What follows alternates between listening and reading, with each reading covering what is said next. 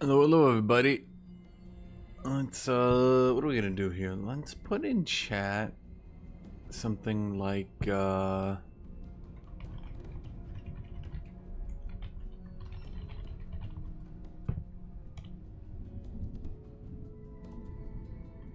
we go. Perfect. I will be the greatest chatter. So what are we doing today? I don't know. Now my game's too quiet. I swear to God, I turn my volume up and down depending on which game I play. Maybe this game's too quiet, but then again, I kind of make it too quiet. Make it a little bit louder. Yeah, that'll be a bit better. Do I have every setting right? Yes, I do. I was gonna do the dev diary today, but well, I did art today. Of all the different topics I could go over. And you know what's funny? I didn't do a video yesterday. Because I wanted to wait.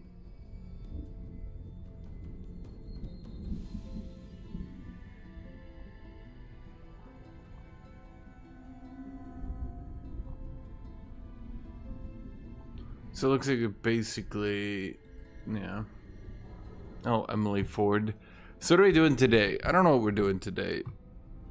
I figured we'd just start and then go somewhere. Yes, the game concept of nothing. Do nothing.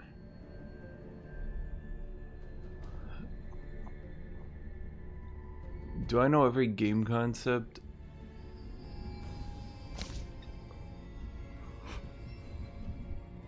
Huh.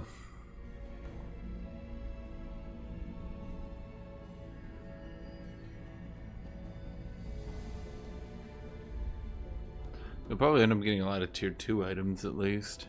You can always smelt tier 1 items into tier 2. That makes more. Hello, Emily Ford. Hello, Nico. Imperium hit points. It's funny, I didn't really play around the dragon and the Eldrich Realms time. I think the game... Hello, Drew. Oh, thank you, my dude. I think the game hit its stride. Hello, Noodles. Not at release. At release, I think the game was way too bare bones, and there was only, like, realistically 3 or 4 builds you could do. Once they added dragons, there was still only about 3 or 4 builds you could do. Once they added Eldrich Realm, they went down, and there was only like 2 to 3 builds you could do. I think that they added Primal somewhere in there, and there was still 2 to 3 builds you could do. I think... Is there a build that makes Reapers work? Well, you're actually in luck. Reapers are one of the best actual builds in the entire game. Yeah, I think Giant Kings is when the game really took off. And it went from like... In any expansion, there'd be generally like 2 to 4 builds you could do tops. And Giant Kings was the first time, like, build diversity went from like, here's 2 to 4 builds you can do, to like, here's 10 builds you can do. And I'm not saying every build was top tier, but like, you could win a game with like 10 different builds. And in this expansion, I think it's going up again. You're probably gonna have about 15 builds if I had to just spitball off the top of my head. No, Reapers are not bigly bad. I can actually explain. Unless they changed it, which they might, but I don't think they will. Because it's been like that since the game literally launched. Yeah, Reaper's Finger of Death is actually different than the Curse of the Reaper ability. You might not actually notice that. The Curse of the Reaper, even in its buff form in beta, is, I mean, you can see it right here, right? Like, it looks like the Reaper ability, but it's not. The Reaper ability, and again, they might change it in the beta because it's been complained about, for a while. The Reaper ability is on a ludicrously long cooldown, you can see that, but... And again, this might change in the beta, because they've been nerfing all the broken shit that people have been complaining about, so... I think definitely Finger of Death would be one of the things hit. If it kills an enemy, it transforms it into a decaying zombie, which denies them the ability to revive it and bypasses like half the defensive mechanics in the game. Things like, you can't die, they're like, nope. They're like, if reduced to low HP, do you get steadfast? They're like, nope. So, Finger of Death just mechanically is ridiculous, denying all revival, and you get a full action point zombie with full enchantments, and you get to just kill something. And you might say, well, what if your enemy stacks status resist? Kitty, can you stop being you're so high energy, you're strung out right now. You might say, well, what if you stack a lot of status resist? So what you do when you go Reaper, you go first, you grab, it doesn't really matter what kind of hero you grab.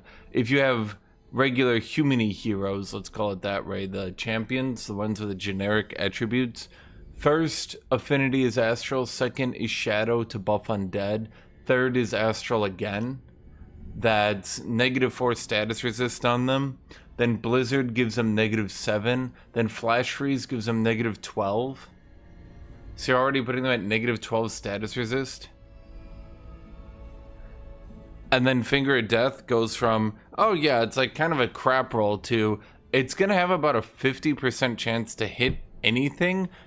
And if you're hitting stuff that isn't status resist, it'll actually be more like a 70%. So if you have a lot of Reapers all spamming Finger of Death, let's say you use 6 Fingers of Death in a turn, right? That's 3 enemies that are just dead outright. Then 3 zombies wasting the enemy's turns next. But then 3 zombies that you're also probably at least have some enchantments. Even if you're playing Reapers, you probably have some damage enchantments on zombies. And so it just... Reaper armies become extremely difficult to deal with. It is on a long-ass cooldown, 4 turns. True Death Magic got buffed to only be on a 3-turn cooldown. It is on long-ass cooldown, but it's pretty strong. In addition to that, they've got... I mean, I could just look at Reaper here. Dark Rites heals them and gets strengthened whenever anything dies. Well, I should say when an enemy dies. Now, that global healing might not seem like a lot, but it does make them weirdly resilient. And then the Greater Corpse Consumption is a free use heal again. So, while we're talking about Reapers, someone in chat asked about Reapers. So, you can already see these stats are not that squishy. I mean, 150, 8-6, that's pretty good. You grab the buff for undead units from your heroes. That's what, 15% HP, 10... It's 15 HP, 10% damage, 2 fire resist, 2 spirit resist. So their fire and spirit resist weakness already starts to deplete. Next expansion, they talked in the dev diary about the new tier 4 tome that can give a buff to undead. Let me read that again. I think it just said buff undead, right?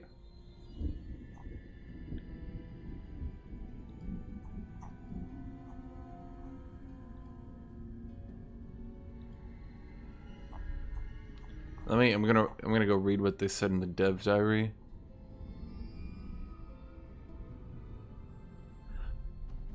Okay, Undead Resentment is a unit enchantment that uses the Revenant's past Arcanic knowledge to grant all undead units. Yeah, just says all undead units. So, if there's a unit enchantment that buffs undead, it should then hit Reaper. It's undead.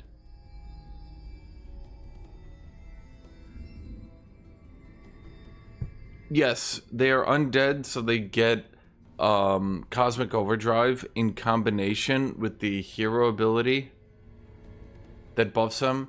So yeah, then especially if we go Mystic Summoners, there's another buff. So Mystic Summoners gives them a 10% damage buff. Cosmic Overdrive is a 20% damage buff. The Hero Affinity buff is another 10% damage buff. That's a 40% damage buff. They have Piercing and Breaching. So even on their basic attacks, they can hit through people. I mean, they can't be enchanted that hard, but simply having Piercing and Breaching will make up for a lot of... And then again, Finger of Death, you hit like 3 of these, and you already have so much tempo advantage. Just obliterating 3 enemies on the opponent's side is kind of difficult to deal with. So it's generally considered, like, once you get around 10 Reapers, it's practically impossible to fight back anymore.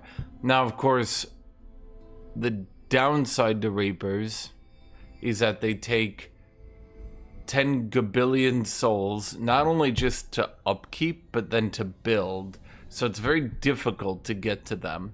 This isn't like a strategy that automatically everyone should go because it's the best ever, right? It's just sort of like a death ball late game strategy. It's just sort of a death ball late game strategy that's quite difficult to counter. Quite difficult. But again, we're talking like severe late game. So this isn't like the sort of thing that you just get, you know? Monarchy should remove soul upkeep. I haven't personally tested it, but it should. Monarchy even removes Imperium upkeep. That's how I did my dragon build, and I had 15 dragons without just dying. I went Feudal Monarchy, then under the Monarch, his 5 dragons have no upkeep. And while you're building up your dragon stacks, you just put them all under your Monarch, so they had no upkeep. And then you didn't just like collapse while building up dragon stacks. Now they did nerf Force of Nature, but the build should probably be fine anyway, because they nerfed all the other top builds anyway, so that one should still be fine. What's a good nature-focused tome path for a beginner? Depends on how much of a beginner you are.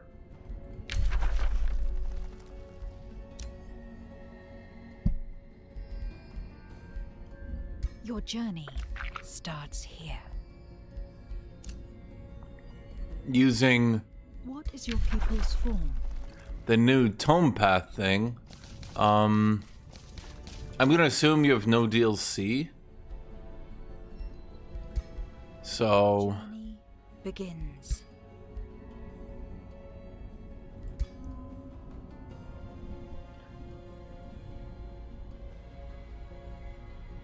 Well, he has specifically, Drew Lambert, assuming you're still here.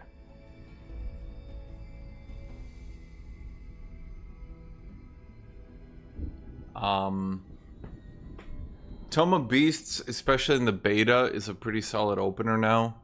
Wild Speaker is back to being very strong. So you could do Tome of Beasts.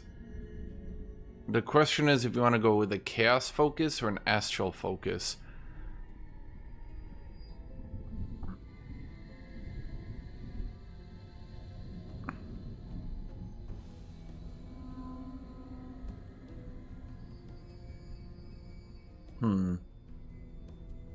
Let me think here. So you just go Tome of Beasts. Joe, are you still here? Joe, give me confirmation you're here. Otherwise, I'm just doing this for nothing. And I'm gonna assume we're talking no DLC here. I think Drew ditched. Animates for the shittiest Wonder Clears. Yeah, it can really suck. It can really suck.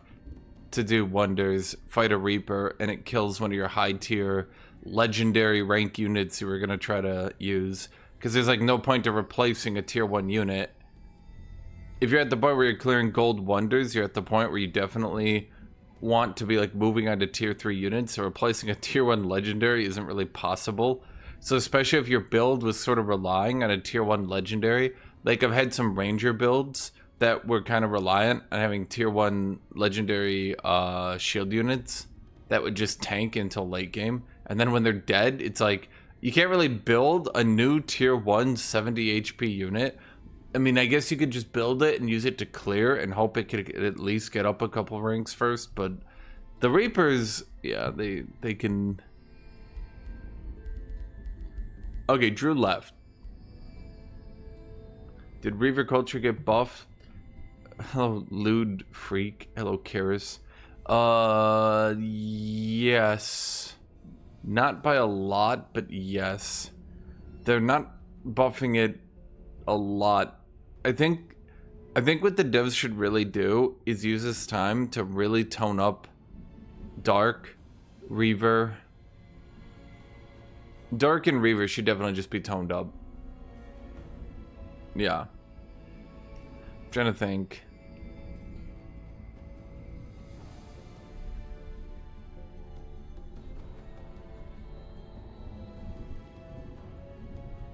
Are there any other cultures that are just terrible? I mean, I think it's really just Dark and Reaver, just... blech.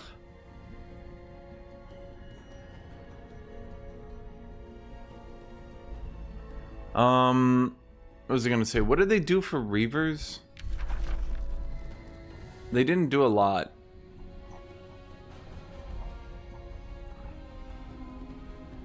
Very small. Very small. It was...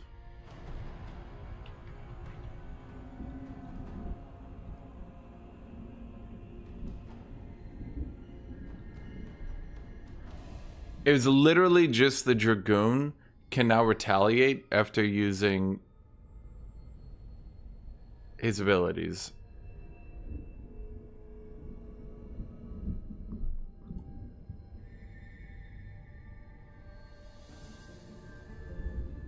That was it. Reaver can now retaliate after using Master Skirmisher. A lot of people were trying Mighty Meek Mage Locks, which seems good on paper, but then the harsh reality of the situation is that Reaver early game is just so bad that you'll never have the economy to use them. That's what I'm saying, like, they should just give, like, some big buffs to Reavers and some big buffs to Dark.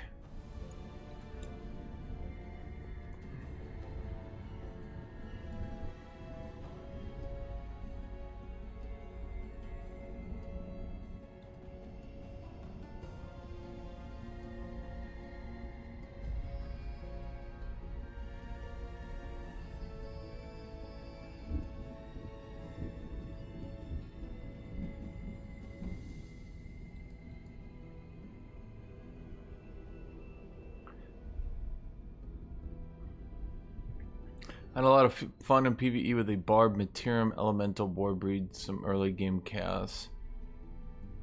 Wait. That reminds me, they didn't buff Warbreeds. Wait, did they buff every tier 4 build other than Warbreed? Where the fuck is Warbreed? It's in one of these things. Yeah, wait, Warbreed is the only tier 4 unit that didn't get buffed. They buffed...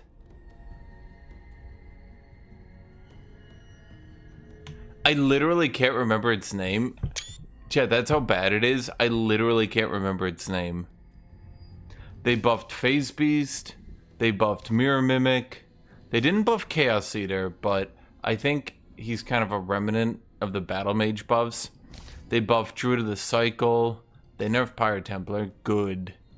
Earthshaker Engine got buffed as well. I guess you can count that. Exemplar got buffed. Living Fog got buffed. Ironclad didn't get buffed. I guess because it shares one element with chaos, which means it can't get buffed. Tyrant Knight got buffed. Stormbringer got buffed. Literally only the chaos ones didn't get buffed. Wait, that's wild. Wait, I just noticed that.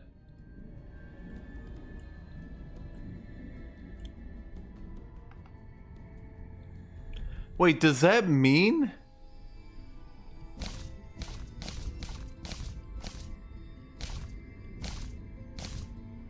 Stormbringer is back to having better defenses than the Warbreed. Technically, they actually did give love to the Balor. Technically, they did, because they made it so when you use... I think it's this one? Yes, when you use Fight for Power, you can now choose which it evolves into, so you no longer get stuck with half Calamity Dragons.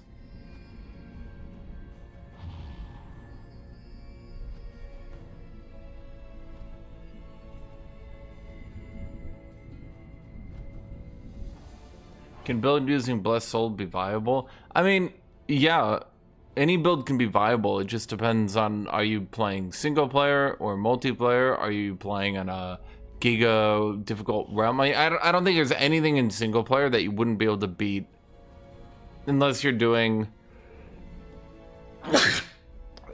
some like ludicrous challenge run.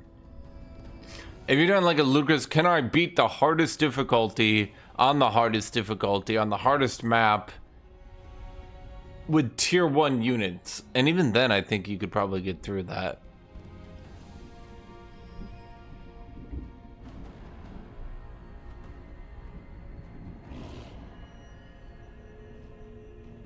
I think Warbreed just needs to finally move to either having 130 HP, so it's just a blob of HP, or to just having 4 resistance.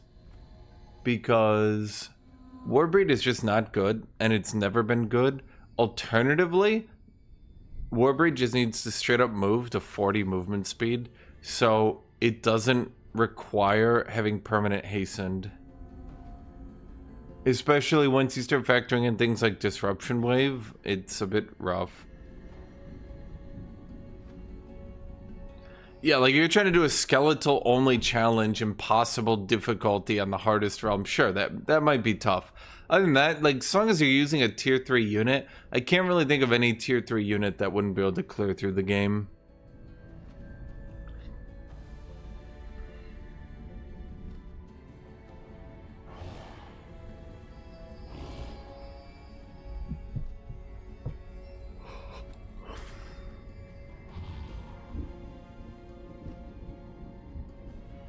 I mean, what unit you said can build Blessed Soul? Blessed Soul by themselves, you also have to remember in the beta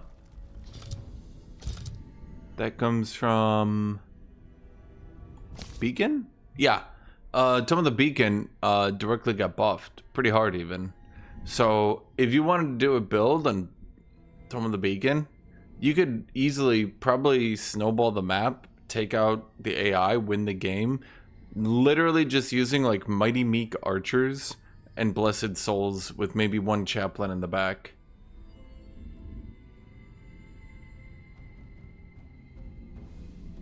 Yeah.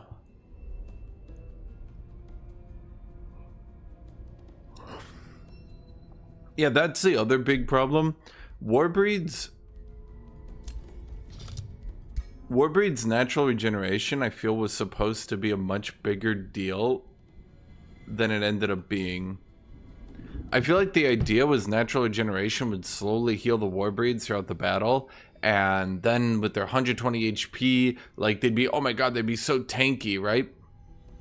Problem is, natural regeneration frequently heals like...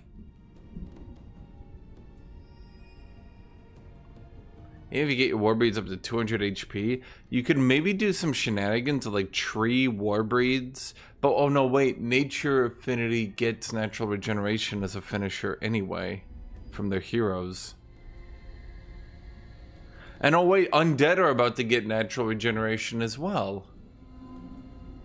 So Fuck Warbreeds, apparently.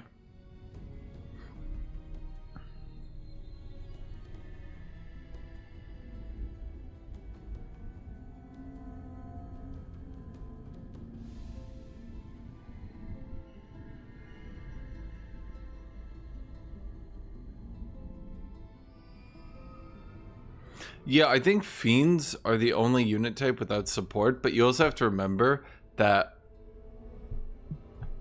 Warbreeds technically are not Fiends at all. Oh, which ones are Warbreeds? Don't they come from... You can tell how much I go Chaos Tomes, I can't remember. Yeah, Warbreeds are not Fiends. They literally just come from a tier 3 Chaos Tome. They have nothing to do with Fiends on their own. So, Warbreeds being this bad has... like, even if you buff Fiends, you could just do Fiend Pyre Templars and do better.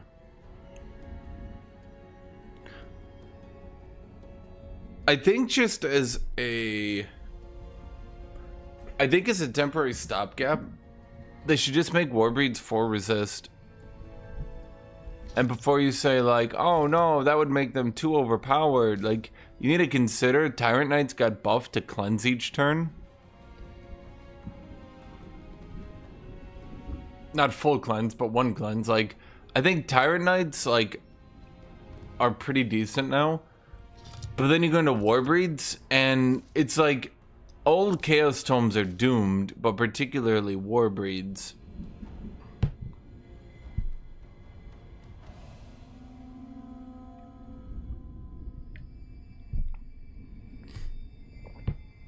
Yeah, if you want to go Blessed Souls, you'll definitely be able to just go Blessed Souls and do good.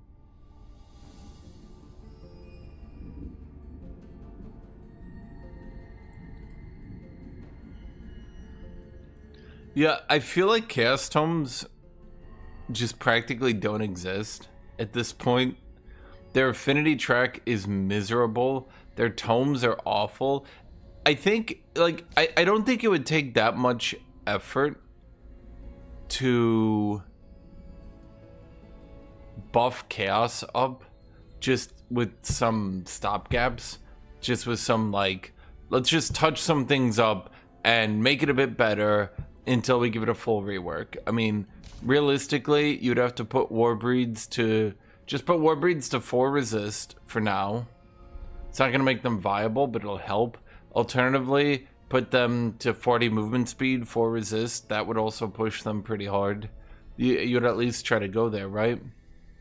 Chaos Eaters, probably just push Chaos Eaters to like 120 HP. Maybe because they're a non-racial tier 4 unit, push them to like 5 defense, 5 resist. Just so that, you know, they kind of compensate for being non-racial. Oh, Nico-chan. Yeah, I mean, we're just talking to talk right now, chat. We're just hanging out. How you guys doing?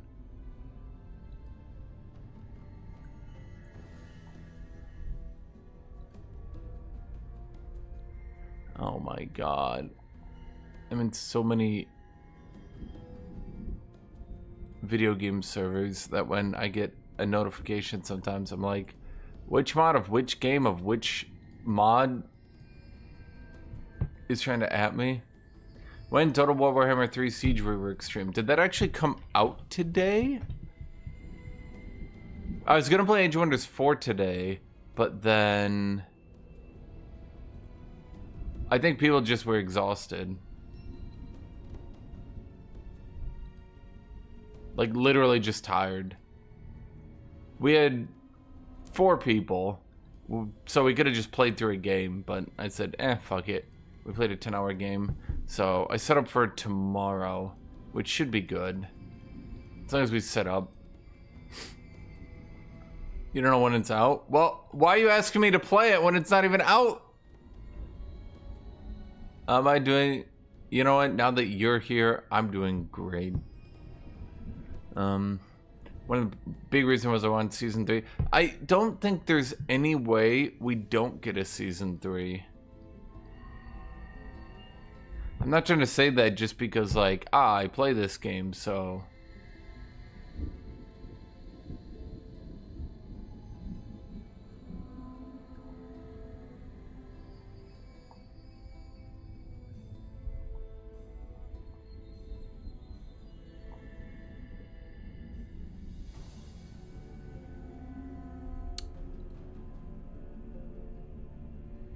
Let me is there a way?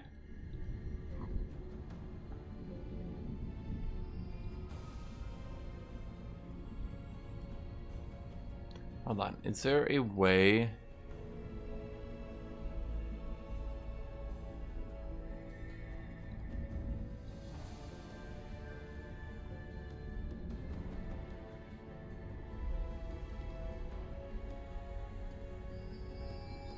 I mean, maybe we won't. I don't know. It just, okay, so the lowest average player counts, other than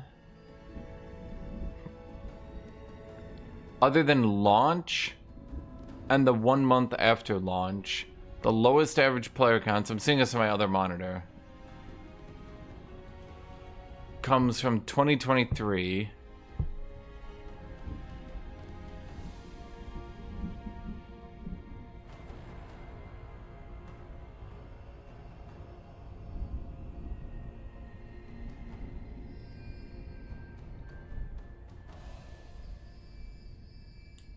Why did April? Oh, that was Giant Kings. So Giant Kings, other than their free weekend, Giant Kings launch. So other than their launch and the month after launch, and then other than their free weekend, so I know I'm making 3 exceptions here, right?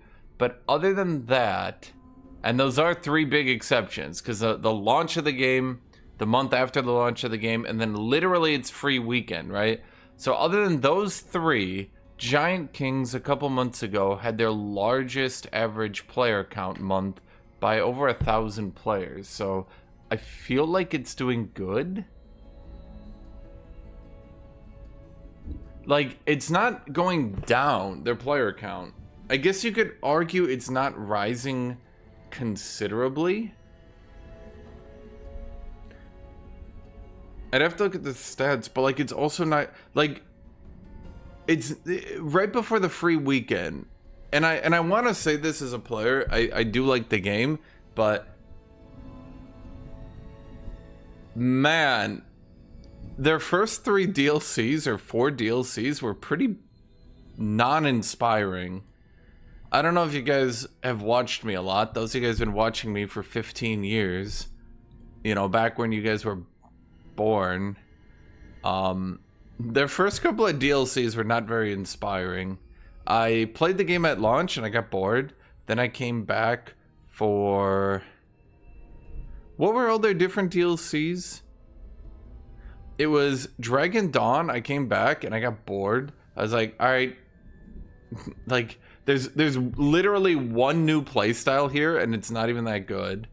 Came back for Empire and Ashes and I got bored. I was like, there's no new playstyle and this is boring. Came back for Primal Fury, was like, once again, there's no new playstyle, it's boring. Came back for Eldrich Realms and I was still like, alright, so now instead of having, it's a joke I was making earlier, instead of having 3 to 4 builds, there was now 2 builds? Because Primal Fury put everything into Stormbringers. Wasn't that the Stormbringer expansion? And then Eldritch Realms just made Pyre Templars and the Umbral Mistresses. So then we went from 1 build to 3 builds, I guess. So we went from 3 to 4 builds to 1 build to 2 to 3 builds. Like, okay. Then Ways of War came out, and that one, I'm gonna be real with you, Ways of War also didn't really do anything.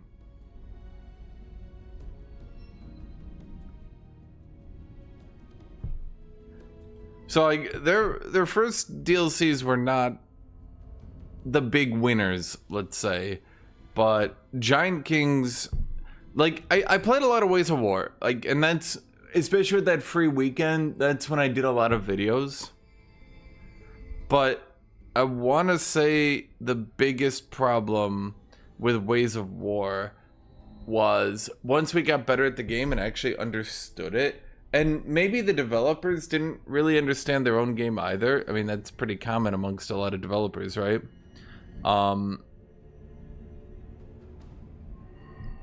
Once you understood the Ways of War DLC a bit more, it kind of became obvious that the two, because I didn't even play, I literally didn't even play Primal Fury or Eldritch Realms at launch. When I say there was only 2 to 3 builds, I mean, I like asked around and I was like, is this game fun? And people were like, eh. Ways of War, I finally came back and tried. And at first it seemed like there was a lot of builds because of all the DLC that had happened, but the harsh reality of the situation was that eventually, and this is why we stopped playing, there was not really anything to do. It was all Pyre Templar and Stormbringer, and then some Umbral Mistresses. The game was just so hardly dominated by a couple units that it was just boring. We came back for Giants King, and Giants King was a big push, and it definitely pushed battle mages became more viable. Some tier 3 units could not like totally compete, but somewhat compete even into the late game. There's a big buff for mythic units that help them compete a little bit better as well, particularly on like temple plays. Giant Kings was good. Still, I mean, it definitely had a lot more builds, but it was still a bit more limited. Now, this expansion and the patch thereof seems to finally be going back and fixing. And you guys are only seeing this. I'm looking at my other monitor right now. Giant Kings somewhat helped, but I would say one of the big issues is Primal Fury, Eldritch Realms were such power creepy. Basically, okay, I'm gonna put this in card game terms. It was like those expansions had such broken elements that every expansion after that was like, neat, doesn't replace the old one though. Neat, still doesn't replace the old one, bro. So like, it was just like, none of the stuff's replacing the old stuff. The old stuff's just still blatantly and by far the best stuff. Now, I guess that's why a lot of developers just resort to power creep to keep things interesting. But I definitely think nerfing down what was in Eldritch Realms and Primal Fury, nerfing that shit down so it's actually balanced in this beta is definitely the better way to go about it, because now they don't need to just power creep out all their old builds. Again, let's use like a card game terminology here, right? Instead of basically just power creeping it so there's only like 1 to 2 builds viable at a time, because every time you just power creep, and this is the new best Restus build, right? If like you nerf down some of the shit that's just keeping everything down, I mean, definitely you're gonna end up with a lot more viable elements, let's say. Especially, it means stuff like if you're the weird motherfucker who only wants to play Warbreeds, just by the process of the top builds getting nerfed, Warbreeds will look better. Maybe not viable, but definitely better. And I think in particular, I was mentioning this earlier, but they buffed so many tier 4 units that I definitely think a lot of people are going to be playing more builds, at least in our games for a while, that hopefully we don't get probably about 3 weeks in until everyone's just spamming the same builds over and over.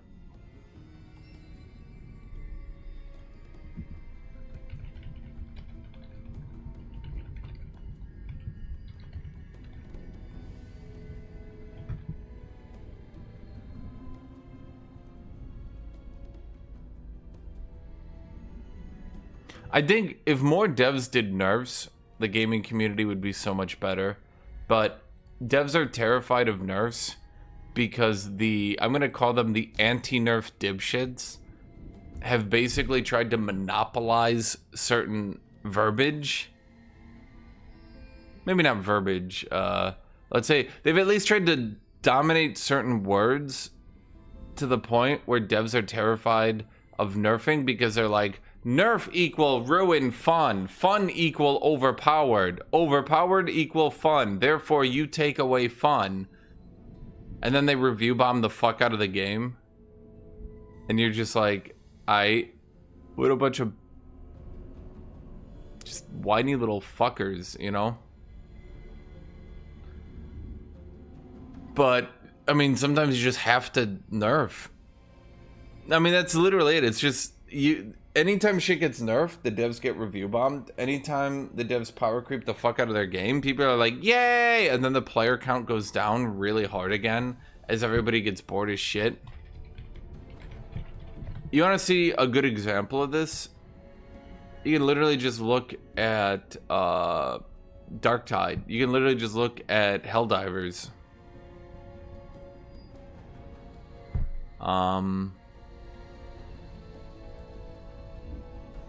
Darktide continues to just power creep their game over and over and over and over and over and over. Now, Darktide does have an issue with content. I'll grant you that.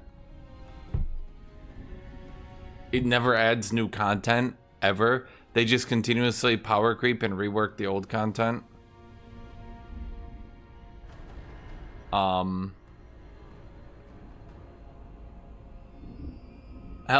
2, I would say, that survives because they keep adding new content. But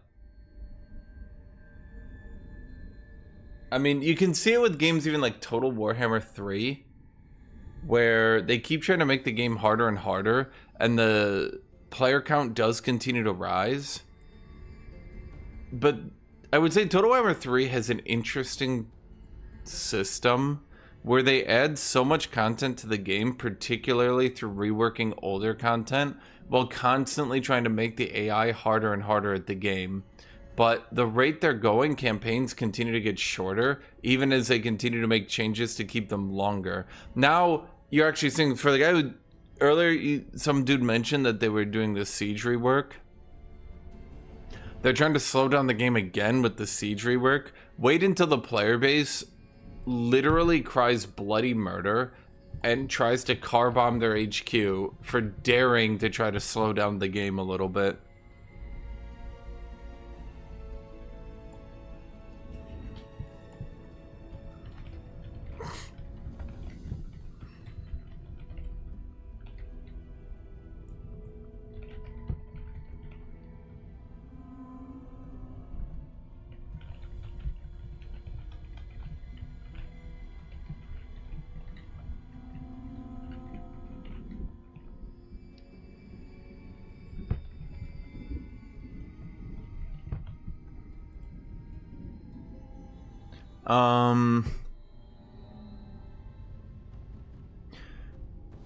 Nico Chan says, I guess at first they're just trying to add some new content to make the game more interesting for solo players, and now maybe they're trying to make the online better. I mean, is there any like in-game expansion list? Begins. Okay, chat, I'm gonna close the game because I mentioned this in my video. I literally can't look online. Or sorry, online. I literally can't look at the game and then tab out. It just breaks OBS, and my entire computer runs at like 1 FPS if I try to do that.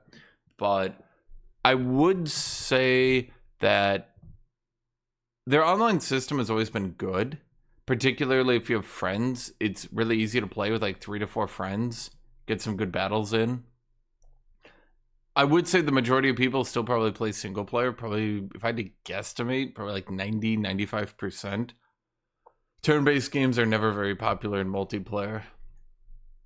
There's like Heroes of Might and Magic, which probably has a player base of like 30 Polish guys against 50 Russians.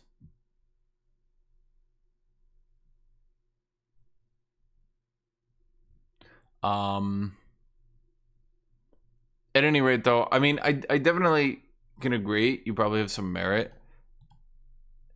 The game, when it launched, basically did not have much content. It seemed like it had a lot of content with like the mixing the colors and making your own faction. But at the end of the day, it didn't. Not really. And that's why when Dragon's Dawn came out, what did that add? They tried to add like the dragon tomes to add like a dragon playstyle. That didn't really work. Empire and Ashes came out. They added the Ironclads and Reavers. That sucked as well. To be fair, I'm not sure why the Ironclad is still so underpowered. Primal Fury came out, added the Stormbringer, just overpowered as shit. That pretty much was dominant all the way through. Eldrich Realms came out, that's Pyre Templar spam. Ways of War. I remember the Ways of War tomes were like so bad. Which ones are those again? Yeah, the Tome of Discipline and Shades. Honestly, the Tome of Calamity and Prosperity, those ones are like staples that everybody uses. So I guess you could argue that these ones are just power creepy as hell. I would also say Prosperity slowed the game down in a pretty good way. Maybe a bit too slow, but there was a bit of a time where Alpha striking like 4 or 5 units off the opposing army was pretty typical, which might have made battles faster and more interesting for you guys to watch, but also slowed down the game. Like, the game was pretty kaboomy, you know? I mean, a lot of people have complained, especially because the beta nerfs so much damage. A lot of people have complained about the multiplayer battles we taking too long. I would say a lot of that, though, is due to people stacking survivability really hard, and pretty much everyone's just copying the Plant God build I did. I mean, it's a good build for sure, but like, when we've played 2 games now with 6 people, and in each of them, there's been 2, I think even 3 people playing Plant God. And it is a very, very tanky build. Very tanky. And when you try to fight it, it will drag the battles out. Now, the reason I did go it, you might say, well, why did you make it then? Why did you? Well, because Tut, who's in all our games, he spams such high damage battle mages that you kind of have to do that, or you just get blown the fuck out. So, at any rate, Giant Kings, I don't know, these tomes are fine. I would say the biggest issue they had, and this is, well, okay, hold on. I got like so many backlogs of comments I want to get to. So that's for you, Nico. Tessa, they did say they were going to remove Siege Attacker from a lot of units. A lot of lords. So we'll see. It also depends on how good they make garrisons in Total Warhammer 3. If they make the garrisons better, or make the walls better, or make the turrets better, or just the turrets do more damage, you might want to just starve out the garrison just so you don't get shit on. Or if you don't get any siege weapons at all. I mean, it all depends. Can you just walk into the gate, break it down with your lord, and then 1v10 the garrison? If you can, then, well, yeah.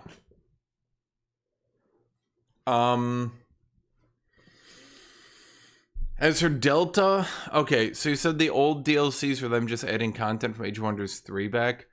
I would say a big problem here. So when we look at Dragon Dawn, what did Dragon Dawn do?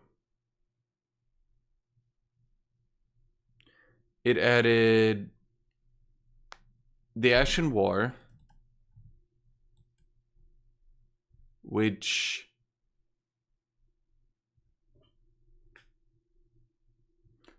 I mean, how many of you actually play the Realms?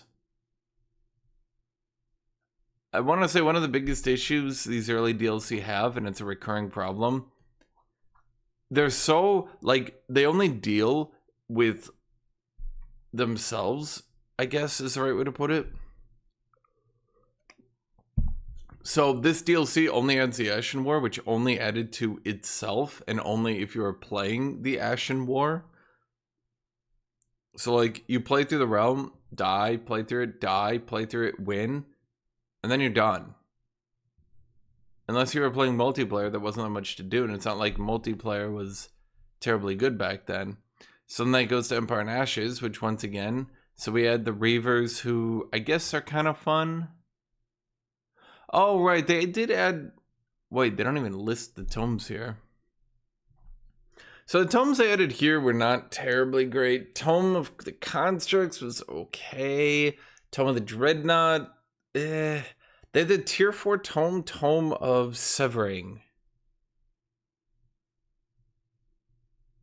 What was the 4th tome?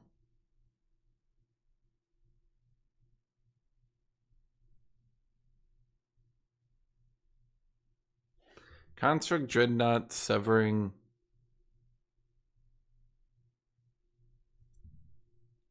What was the 4th one?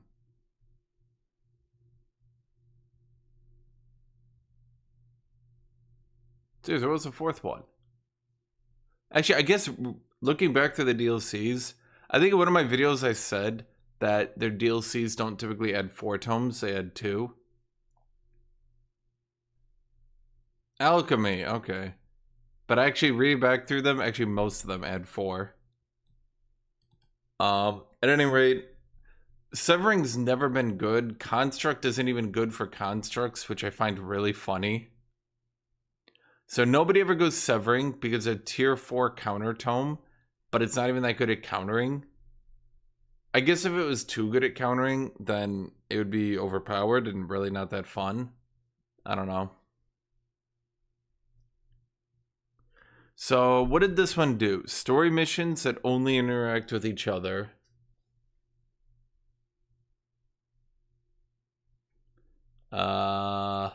That's it. So once again, this is kind of the problem with these early DLCs.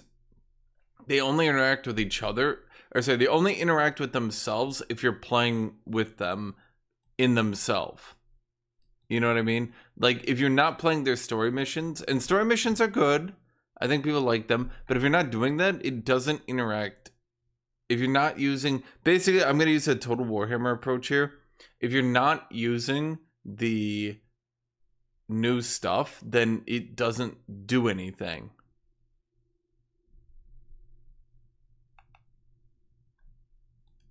Total Warhammer, every time they do an update, they typically have the big free update, and this game also has the big free updates for sure, but they also add a lot of stuff to the map that interacts with you, even if you're not playing it yourself, you know? Even if I'm not playing Kislev, I still have Kislev on the map using new units, using new mechanics and stuff, right? So this one doesn't really do anything. This one didn't really do anything. Primal Fury, I would say, I mean, 2 tomes of magic. I guess they did add wildlife. I guess you could say wildlife changes the map. I guess. Storm Wreathed Isles. Cool. So once again, I mean, it adds animals, I'll grant you that. So it does kind of change the map, but unless you're playing with this DLC, and unless you're playing with the new realm content, it doesn't do anything. And then you can't be like doing, you can't be like combining these DLCs to be getting a new experience, right? So then we go to Eldrich Realms, and this, unironically, is probably, I think, the worst example they have of DLC that only interacts with itself. They have the Cosmic Happenings, which has immediately been nerfed into the fucking ground, and I have literally, and I mean literally, how many games have I played, chat? How many 10-hour long sessions have I put in? I swear to you, I didn't play this at launch. I have literally never seen these units in game. Not even once. 0. Tome of the Tentacle is ass. It got buffed in this beta, still ass. And then these two were so broken, they kind of just dominated the game. Exactly. I've literally never seen these units. Now, it gets even worse, in my opinion, because, well, first off, why are they not actually listing everything in this DLC? I feel like if you're hyping up your DLC, you should list everything. Is it bugged? Huh. At any rate, if you're not using the Eldrich Realms, you literally never interact with it. It doesn't interact with the game normally. It's not on the map. The Eldritch layer has to be enabled, and most people don't enable it because it's really imbalanced. And that's it. Like, that's the primary draw of this DLC, was the Eldritch Realms. And there is a lot of content, there's a lot of mechanics, there's a lot of things you can do in them, but if you don't enable it, then it doesn't exist.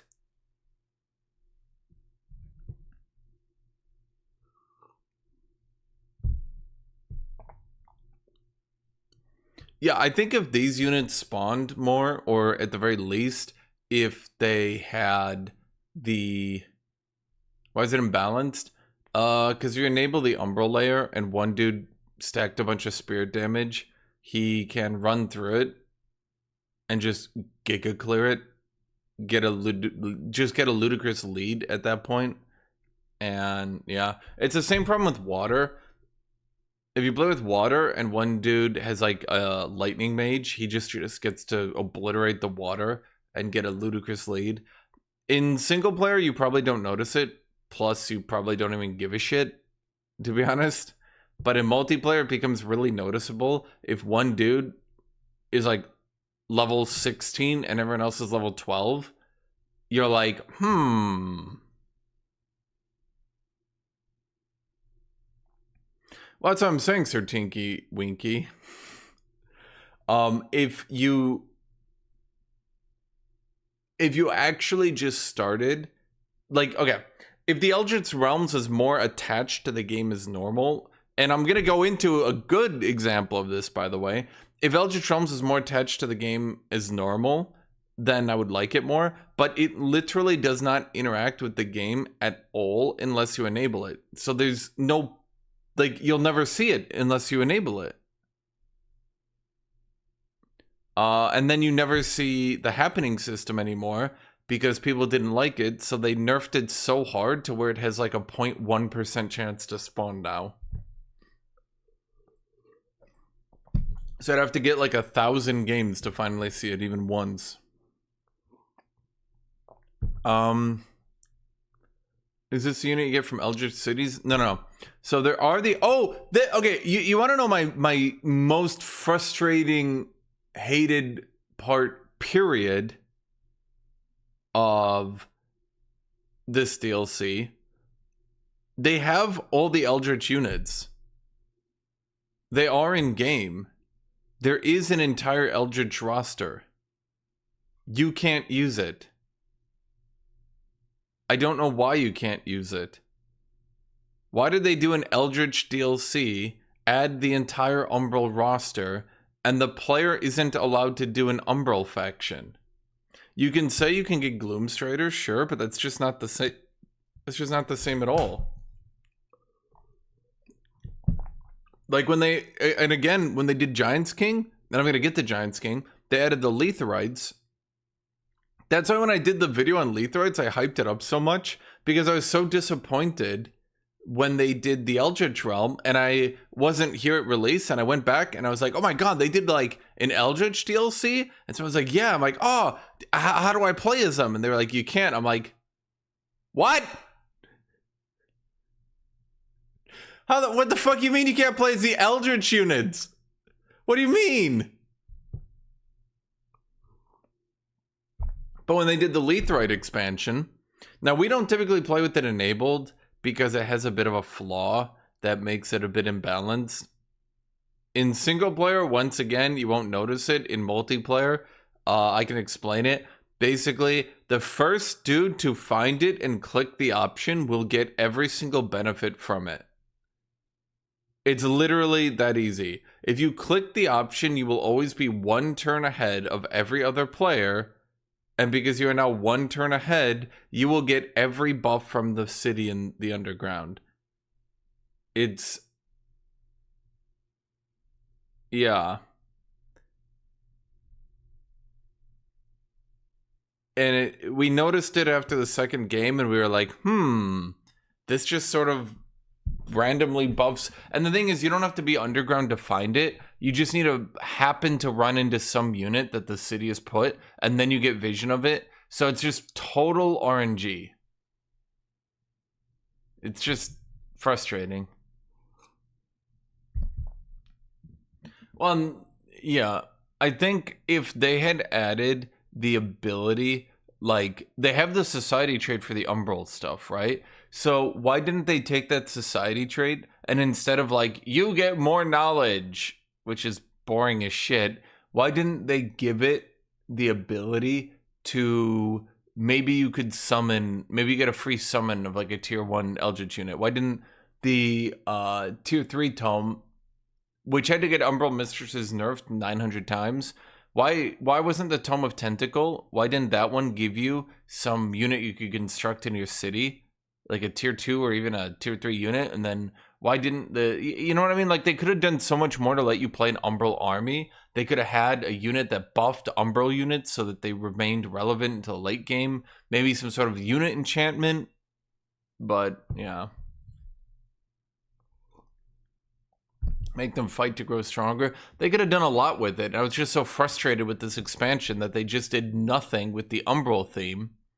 And the only remaining theme, especially that you could do an Eldritch Ruler. I thought for sure you could do an Eldritch Army once they had the Eldritch Ruler. Like, I thought like 100% they'll let you do it. And that's why when I learned that you couldn't do anything, I was like, dude, come on. So that one wasn't great. Ways of War? Okay. I'm gonna explain why Ways of War was also, in my opinion, not that great. Now, I'm not like only trying to dunk on the company, right? I'm just trying to say why they got better at this. So, in this one, once again, they did have the intrigue happenings, and this does. I've played through some. When I played through single player, just to be clear, like when I played through single player, I get to like turn 50 to 60. And I literally, you guys have seen me playing multiplayer. So when I'm playing single player, I'm literally just sitting there auto battling. I'm just staring at my screen, like, just click, click, click, click, click. I get to like turn 50 in maybe like 30 minutes. I mean, okay, maybe not that fast, but I'll get to like turn 50 in like 45 minutes, right? And by then, like, I'm already like so far ahead of the AI, I just like quit. But I've seen the intrigue happenings at least affect your game sometimes. Not a lot, but a little bit. You know, it's fun, I guess. They're not in multiplayer, though. They get disabled in multiplayer because it would be too weird. But the intrigue happenings are at least, like, they kind of started to learn. Like, maybe there should be content in the DLC that affects your game if you're not playing that DLC's shtick. You know, maybe there should be stuff in the DLC that enhances your overall game and not only the DLC's special story mission. Because when you only have one story mission from a DLC, that means you got 4 hours of content tops.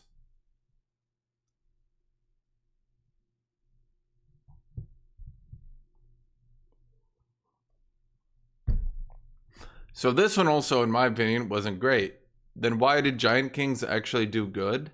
Why would I say Giant Kings is how you know that they're probably going to do better? So, pretty obvious. Landmark regions affect the entire game. Handcrafted regions affect the entire game. The shops affect the entire game. This one, you have to enable it, but I've actually enabled this in multiplayer sometimes even.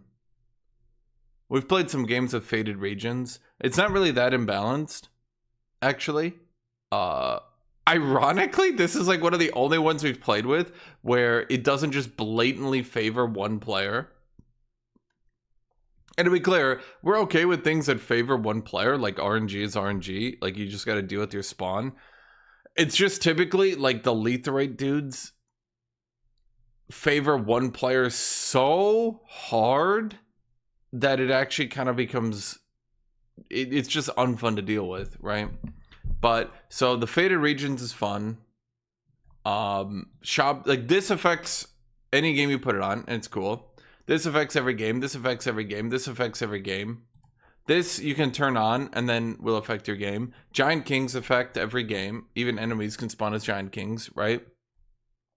You get the new tomes. Now, okay, you could argue that, as always, the new tomes will affect your entire game. And this one only had 2 tomes. And you could say that, you know, adding more tomes to the game will let you play previous story missions with a new build. I guess you could say that, but we hadn't quite reached critical mass, I'll call it, where there were so many tomes in the game that beating story missions or going through them multiple times would be fun. And yeah, that's the other thing, Concerned Citizen. They reworked the underground, so now you can actually do underground builds without it being trolly as shit. And then, unironically, the new wonder they added is actually pretty cool as well. The vault that's underground, that one, it doesn't blatantly prefer one player because you have to A, find it, B, have a strong enough army. So it's not just like a mad dash rush and then you know on turn 3 whether or not you beat it. The Underground Wonder also allows you to get the Primordial Tier 5 beasts who are pretty strong and cool, and you only get 1 per game, and if it dies, it's dead, but you get to keep it, and it like buffs your whole ass army. So they're pretty cool. Like, the whole expansion added so many things that affects the whole game that then you can, like, once you own this expansion, you can go back and you can play all the other things with all the new flavor here, you know? Actually, one thing I think the devs never really explained to me that well when I was making my video, and I only learned it after I made the video, so then I kind of felt bad about that one because I didn't properly, like, let's say, sell it, you know? Like, if I'm being paid to make videos selling their content, I would like to have kind of, like, you know, there's only so much I can learn playing through the game on my own. If they're like, play through this and tell us about the tome, it's like, oh, okay. You know, I looked through the tome and I'm like, okay, that's interesting. Yeah, when I looked through the wonder, I looked at it and I was like, it's a wonder. Cool. You know, I hadn't even actually completed it. I just looked into it. I started the battle. I looked at their units. I was like, okay, that's kind of cool. Because, like, you know, normally, like, every other wonder in the game, you complete it, you get, like, Imperium or something, right?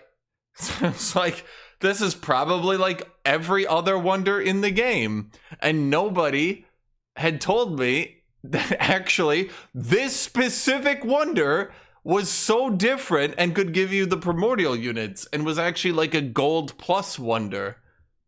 No one had told me that. So that I felt like an idiot after I learned about it. But so I like the jail wonder. That one's cool. I liked yeah, no, I mean, like, you look at this DLC, like, do you see like how much different it is? Now granted it's $25, so you know.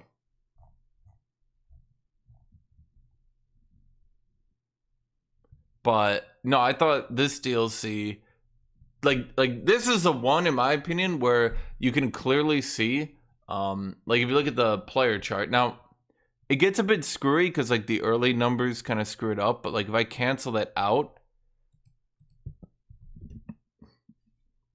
can I get like a, it's totally cancel out the opening, because like the opening months, like obviously, you know, you're gonna, it goes right. So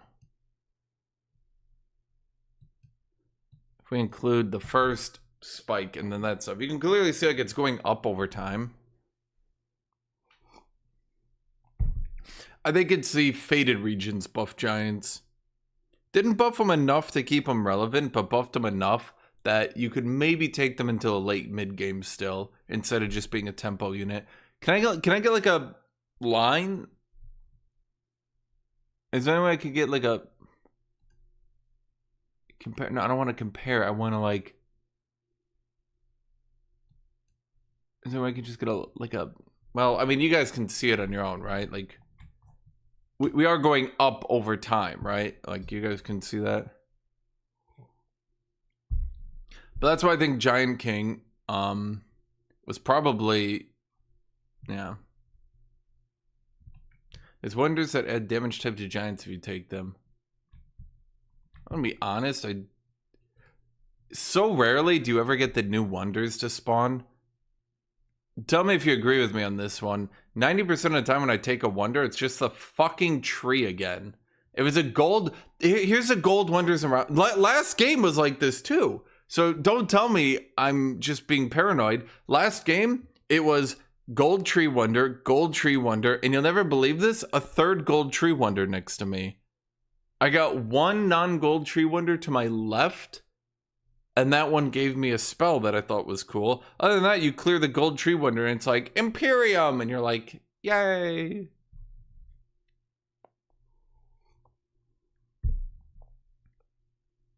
Bro, I don't even know the difference between Mother Oak and Father Oak.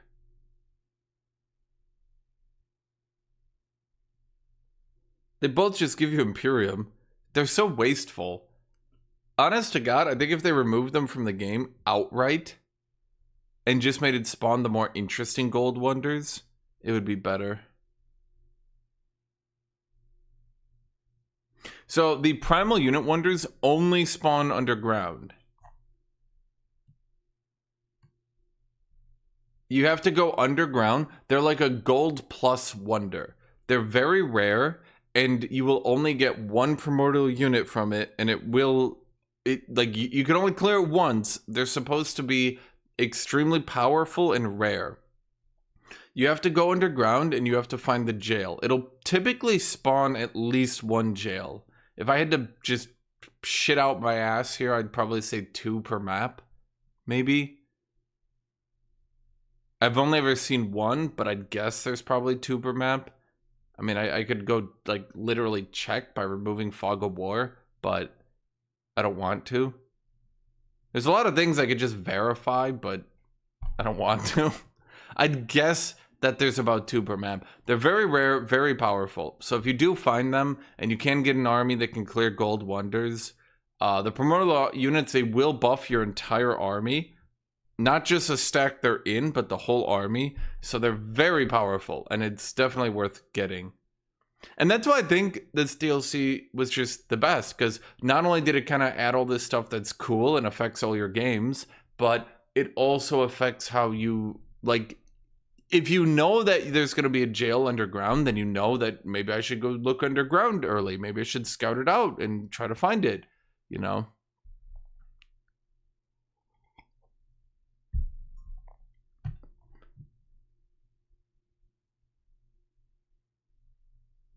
Is Warhammer Beta out yet? Is it next week yet? Dumbfire?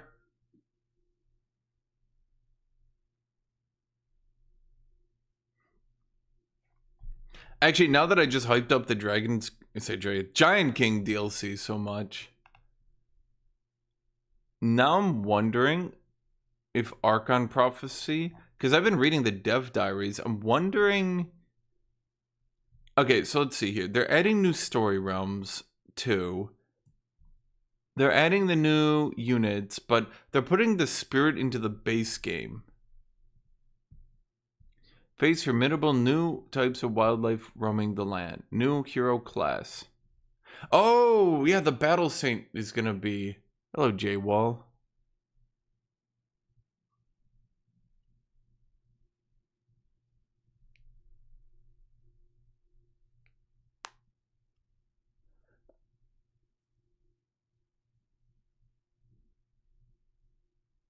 Battle Saint. Wait. They're killing the Death Knight. Because Battle Saint's just gonna be better Death Knight. Well, at least I have Warlock now.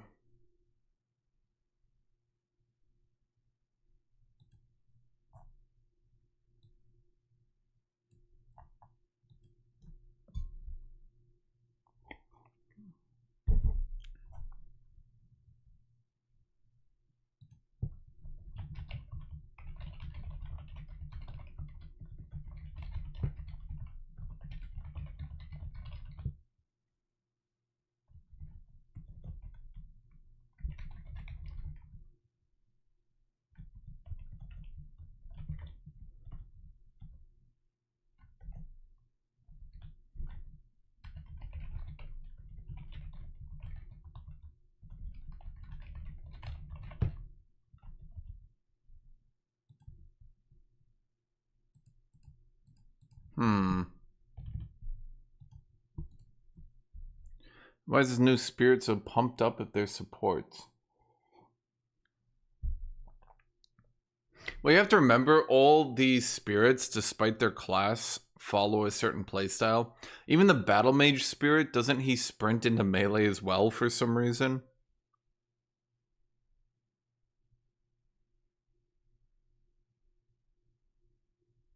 Death Knight isn't dead already? Well, I mean, he's like giga dead. But what I'm saying is they'll probably just be like, Battle Saint, he's your supporty melee.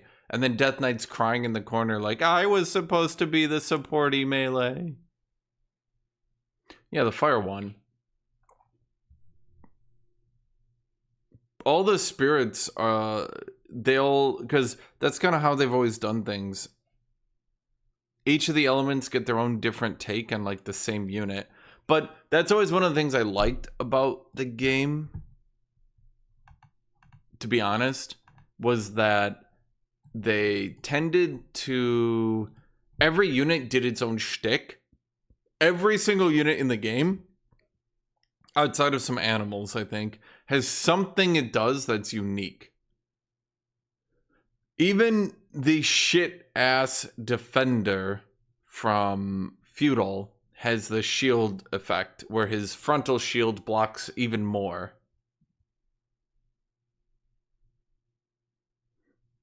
So I've always liked that each unit has its own thing. It allows you to... I mean, that's initially what I liked so much about the game. Hello, Pootis.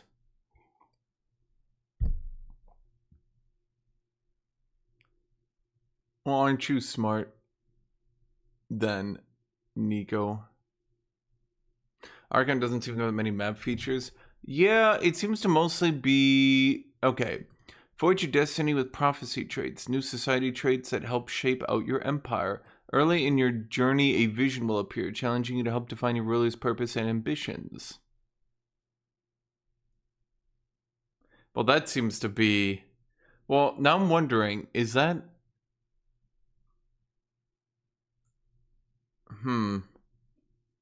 I've intentionally not looked at my early access copy so that I can't accidentally break my NDA. So I can safely say I literally have no idea what that means.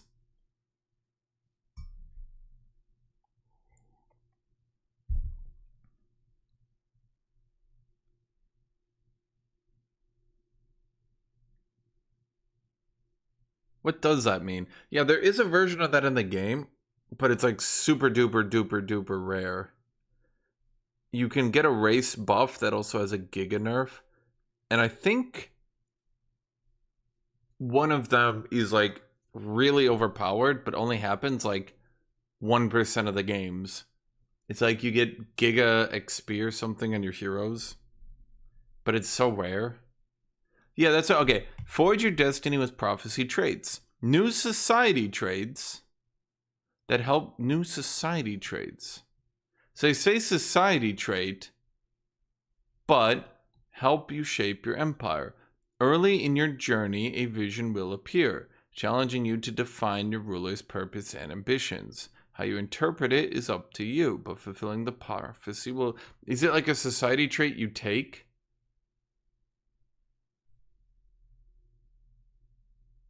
And then you can get a buff? Or does anyone get them? No offense, but their track record with society traits hasn't been great. So I'm a bit afraid of this. Yeah, basically what Concerned Citizen said. When they did the Destiny traits, one of them is worth taking and all the others are useless. And the one that's worth taking is really overpowered. So I'm a bit worried here, just reading this. I don't know why I haven't read this before. Probably because I saw narrative content, my brain skipped over it. But this will impact the game at large, but from this perspective, I'm a bit worried. Because if you look into society trades, at least the ones I have in the game right now, there's not the greatest balance, let's say. There's like... I'd wager about 6 that everybody sort of shuffles between. then another 6 that people take every so often, and then the rest are just kind of dead. New story realms would be nice. I think people want story... At least from the little bit I played, I thought the story missions were what was better. When you you did the mission and it had the lore and all that, like the back-to-back-to-back missions. Are these just realms? It's a single realm? It's not a story pack or whatever you want to call it? Sounds like you need to know moderation. Putis, you're like, don't always pick the OP traits. Putis 5 hours later. Sorry guys, I think I'm out of the game. I'm gonna quit.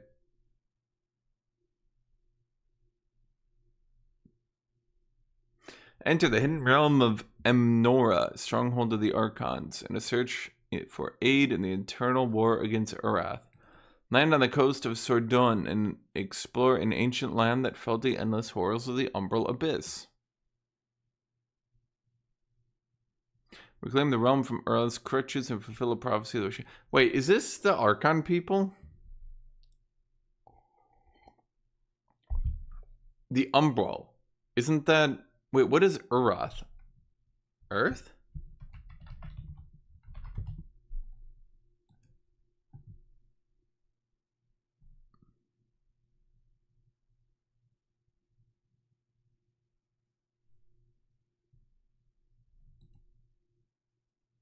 Urath is the Eldrich guy.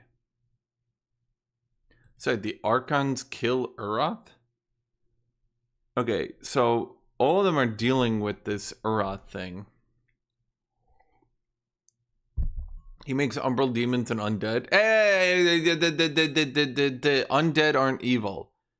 I can explain it to you perfectly. I was a pure, good, just undead in my last game. I was an undead paladin, not a death knight, an undead paladin. And I was pure good, and I harvested the souls of my enemies delightfully. Reclaim the realm from Urath's clutches and fulfill a prophecy that will shape the war between light and darkness. Huh.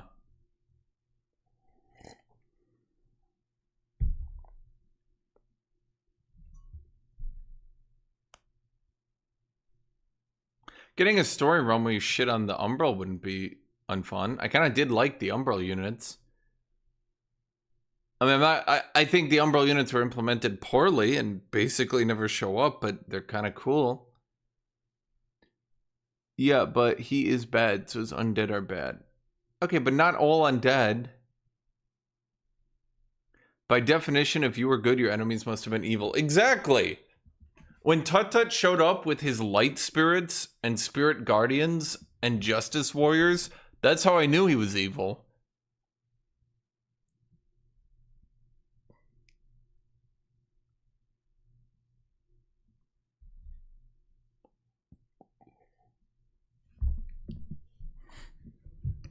At least the tomes, okay, the tomes look okay as well. I'm a bit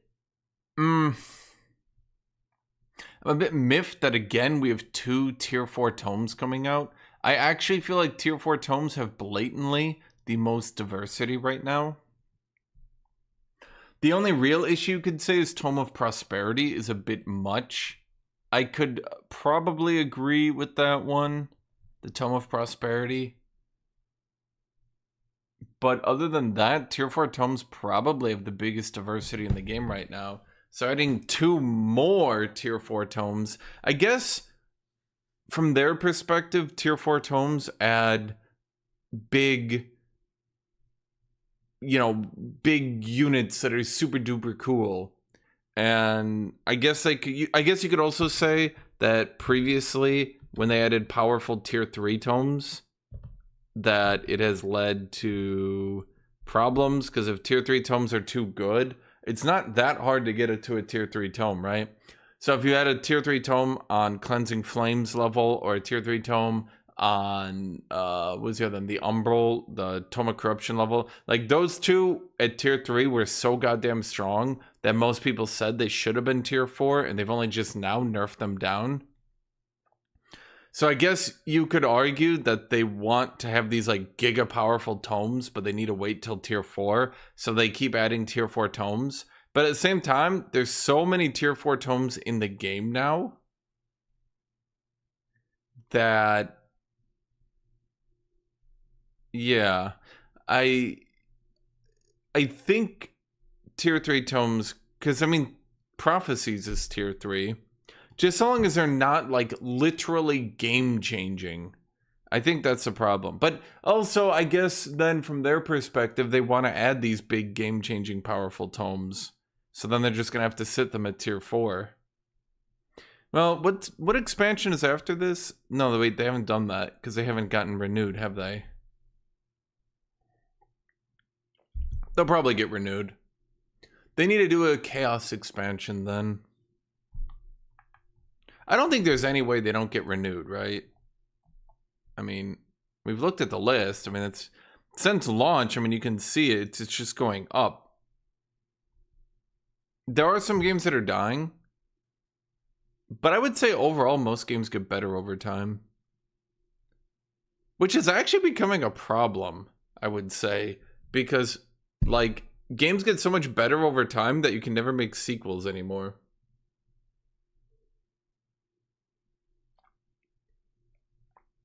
Maybe they want to make tier 4 tomes to be the core of the build, and adding more of them will give more diversity to builds.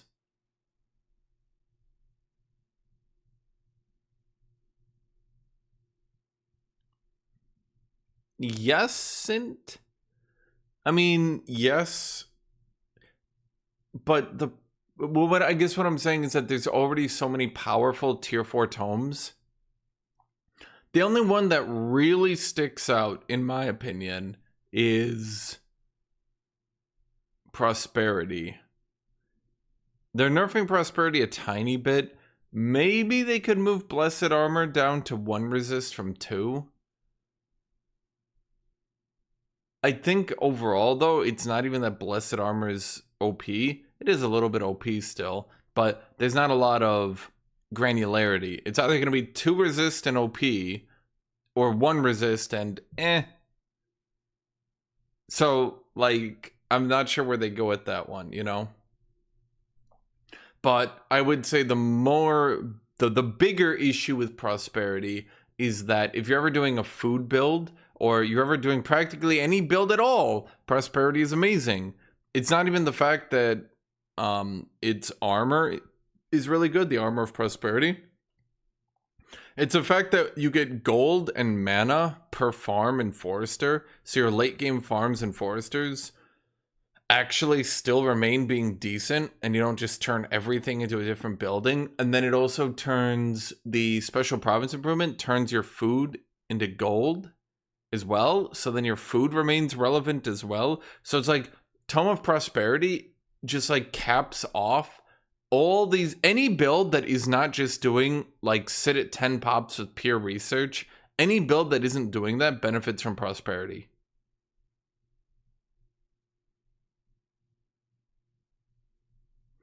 Well, Noodles, the opposite of that, I guess. Well, I mean, I am agreeing with you. There is no point to buying a game on day 1 right now. But I would also say that that's a good thing. If devs are going to continue to do shovel shit, slopware like Darktide, where they basically launch the game and go, don't worry, guys, in 4 years, it'll be good. Especially because what they tend to do is shovel out slopware, then take like 70% of the devs off the game. So then, like, the game has 3 years of dev time, releases like even 6 months too early, but then they take 70% of the devs off it. So then what should have been like 6 months of dev time to flesh out the game and get it launched in like 3.5 to 4 years. What, I mean, even 3 years, bro. Like, you can make games in 3 years. You can. It's been proven. But they take the... I mean, I would even say, in all honesty, some of these games are getting... Okay, Darktide. When did Darktide get announced?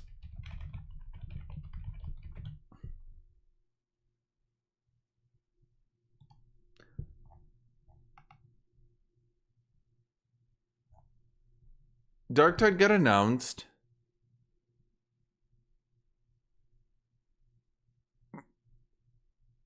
No, that's not. That's for PS5. It's hard to find this shit. I think from announcement to launch wasn't only like half a year. Anyway, what I'm trying to say here is that what frequently happens is after they launch the game, they then take away almost all the devs on the game anyway. So what should have been like 6 months to a year of fleshing out the game suddenly starts taking 3 to 4 years to finish. I mean, look no further again than Darktide. And I'm never... You guys will be like, but it's a good game now. Fuck you. Look at Darktide. 3 years of development to finally flesh out the game. Do you really think Darktide's current incarnation is a 5-year of development game? It's got one enemy faction. Doesn't Vermintide 2 have like 3 enemy factions by now? Like, come on. No, you don't. Guys, they added 1 class. For those who don't know, Darktide was supposed to be adding classes to the game for free. They promised that. Then they took it back, and after 3 years, launched 1 class as a paid class.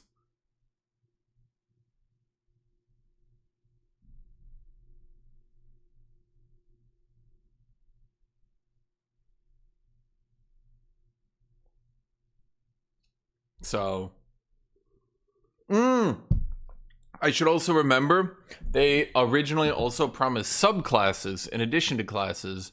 They promised the whole world, probably before like 90% of their developers were moved off to a new slopware game.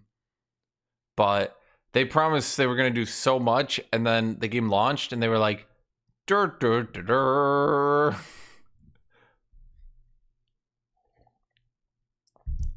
Dude, the worst part I feel about that game is, at least in Vermintide, there was like some diversity. I never really liked Vermintide, to be honest, but the gameplay was stagnant as shit. You never really changed anything, but at least like the enemies were a bit diverse. But then in Darktide, the gameplay is still repetitive, but also you don't have a lot of enemies. So like, what?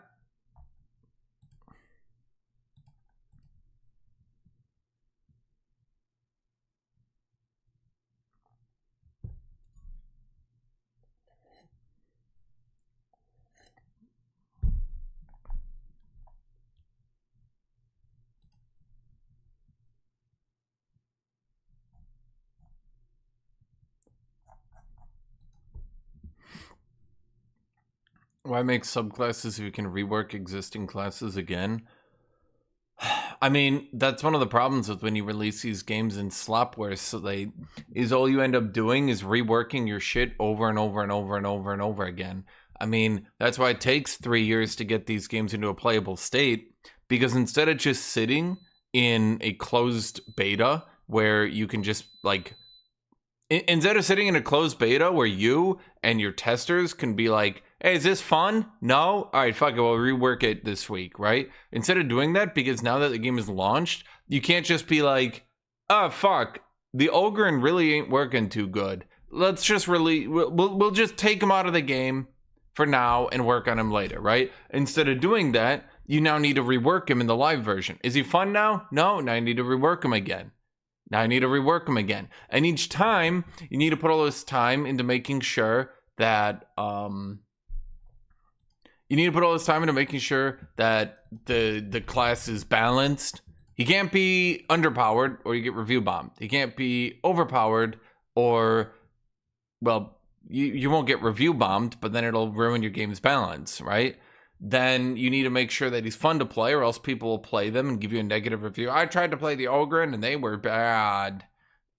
So like, and I'm just talking about one class here. Like, you surely you can understand, like, you release these games in slopware state, you take 90% of the devs off the game, the remaining 10% of the devs, they just need to sit there and constantly rework and tinker with the game nonstop.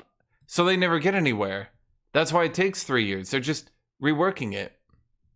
Honestly, who cares about balance in a pure PvE game? Make it fun. Remember, chat? Remember when I said earlier, I'm going to use an example to the class? Remember when I said that the people who want shit to be overpowered use the word fun? They equate overpowered to fun? Yeah.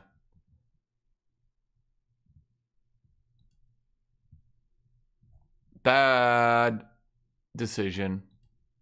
You should not do that. Lots of people do not think overpowered is fun, and then you just drive them off your game, and then you also drive off the people who get bored.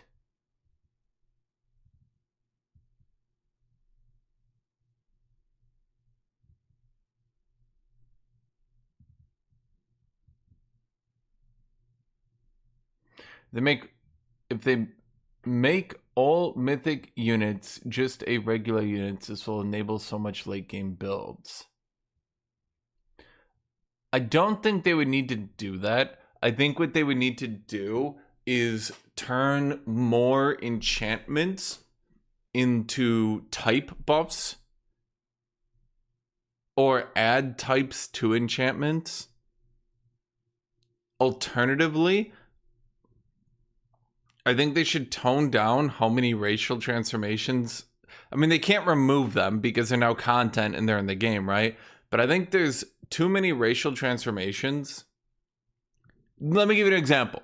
A good example. In the upcoming expansion, they're adding a racial transformation that actually should just be an enchantment. Let me look it up right here. Pure Soul. Pure Soul shouldn't be anything, apparently. Pure Soul should not be a racial transformation. This should actually be an enchantment, and it should affect all celestial units. That way, your celestial units get buffed up, and you can continue to use them more. One of the biggest problems the developers are causing to themselves is that all these cool units they're adding into the game cannot be reasonably buffed enough, because everything is a racial transformation. Even the Celestial Tome about buffing Celestial units ends up making racial units better than Celestial units because they get Pure Soul.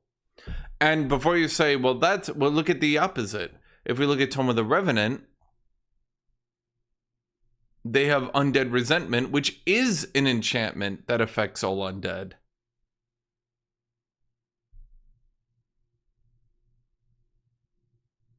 So Undead Resentment is a good example of buffing all undead units, not just the racial ones. So I think that's where they should be going more often, because mythic units are already pretty strong, and getting them too many buffs would be just, I mean, it would be very overpowered. It would pretty much dominate the game, right? But I think they need to move some enchantments over to being racial. And they also need to move some, I mean, they can't do it now because it's in the game, but I think going forwards, they should make sure that if there's an expansion about Celestials, there should be a Celestial enchantment.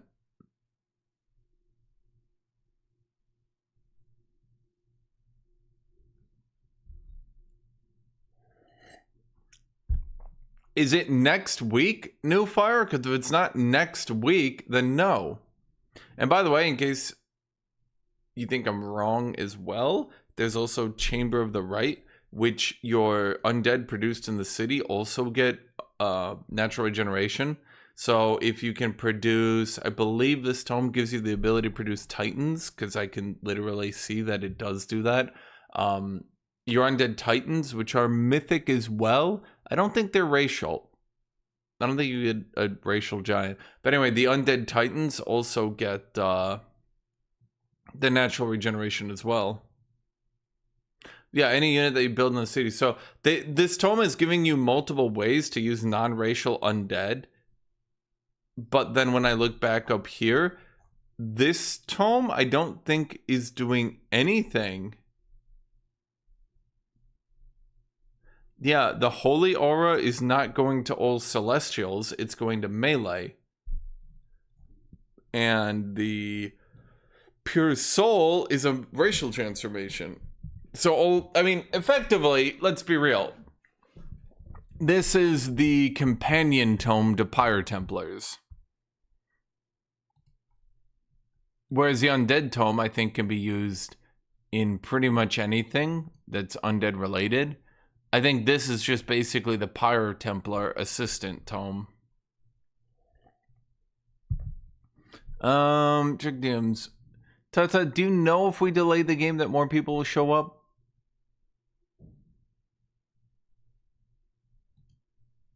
Or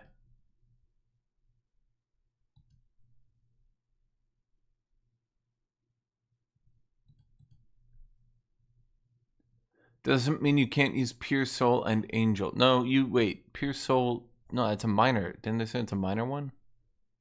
Yeah, minor transformation. Pure Soul.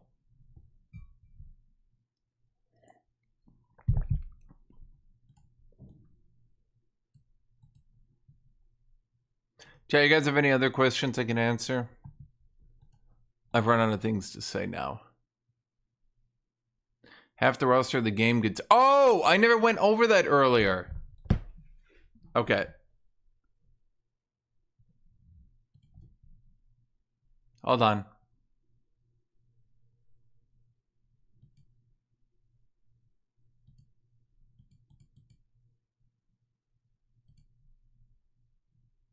I think the other thing that they could do... Hello, Pain Factory.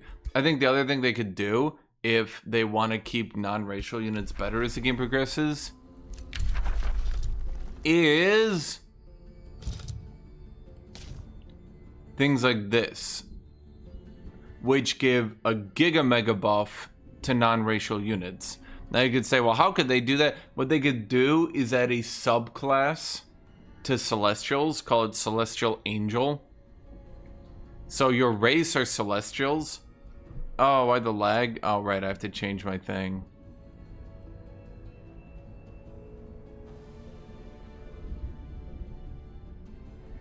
So, they could add, like, you become Celestial, but then the regular Celestials are, like, Celestial Angels, right? And then you could have, like, a unit enchantment, or, hell, maybe even a minor race transformation for Angels that would only buff them. Because, like, you see Empowered Beasts here buffs that. But so far as the complaint that the unit roster gets dumped for Pyre Templar, Stormbringers, and Knights, they did do, during this beta, actually a fairly large amount of work. It should no longer be laggy. We should be good. During this beta, they did a fairly large amount of work on tier 4 units to try to stop that. So one, you can always get Balors. I know that's a tier 5, but Balors can now consistently be gotten. Not really that big a deal. No one will go it. But Phase Beasts got buffed a little bit. Displacement now moves 3 moves away. It's no longer random. And in addition, I'll just remind me, I'll look at the tome itself. The tome itself got buffed. Okay, Mirror Mimic got like Giga Mega buffed. Mimic is now 6 range, and he heals 30 when going out of the form. And he will gain HP if he mimics a unit with more HP than him.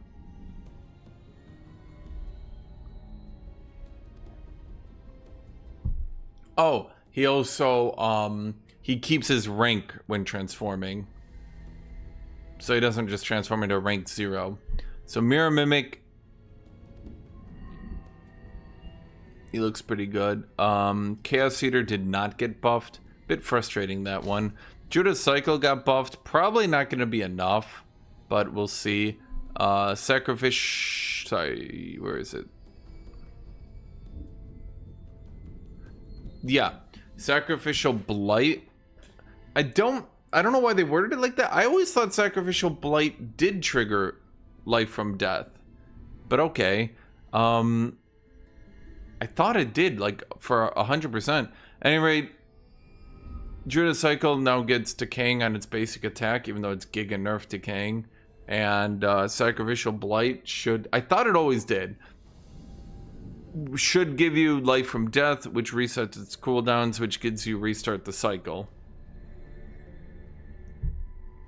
Restart the Cycle is pretty good, so this allows the Judo Cycle to be way more effective. Power Template got nerfed. He no longer is flaming on base attacks, and his fire resist went down. Earthshaker Engine, I know it's technically not what I'm talking about, but it got buffed. Earth Tremor now does 20 damage. Not that big a deal. By the stage of the game in which it's out, we're talking about like 8 damage, 6 damage maybe. But yeah. It also moves regular movement speed now. You're already fine. Exemplar has been giga buffed. It now moves at 48 speed with 120 HP. Embolden Allies no longer starts the game on cooldown either, so you can just instantly turn 1 pop Embolden Allies. And Embolden Allies now enters you into defense mode. So he's a little fucker. Oh, that's right, he gets Graceful Defense now. So he's a fucker. He's a fucker. By the time he enters battle, if you have Tome of Prosperity, he'll enter battle at 3 grace. If you don't have Tome of Prosperity, he'll enter battle at 2 grace. 0 range buff. It's a 2 hex radius gain. Gives you strengthened and it gives you rally. Everyone's like, I can't get any morale. I'm being killed by Tyrant Knight. And I'm like, could you use that? You're like, no. Living Fog now gets Call of the Void. He can summon Devouring Void. Devouring Void has been buffed. It now ignores all defenses and shreds morale. Not by a lot, but a little bit. So that's a 20 damage AoE. Not that long range. Is he good?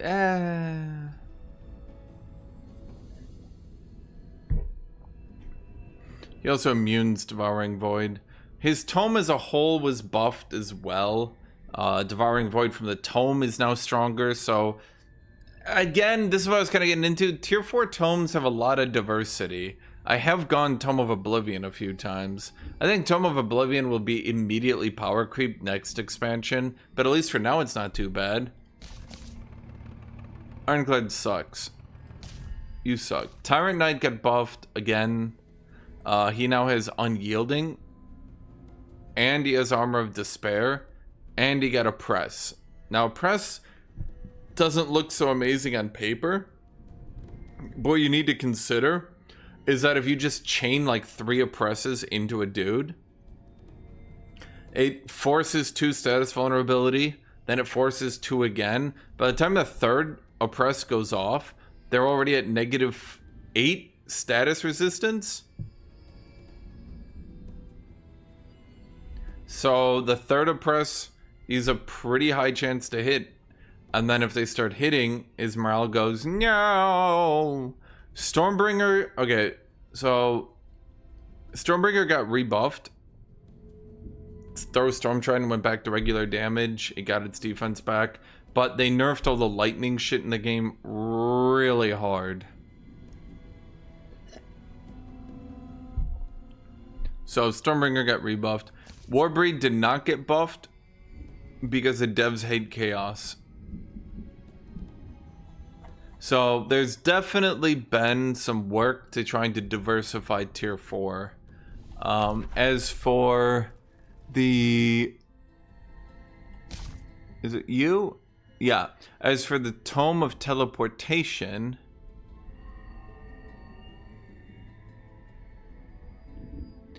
Emergency teleportation. Yeah, this one does a full cleanse now. I'm not sure it's good, but it does a full cleanse. Phasing enchantment got changed. This one now gives you static charge as well. Static charge now also affects all attacks.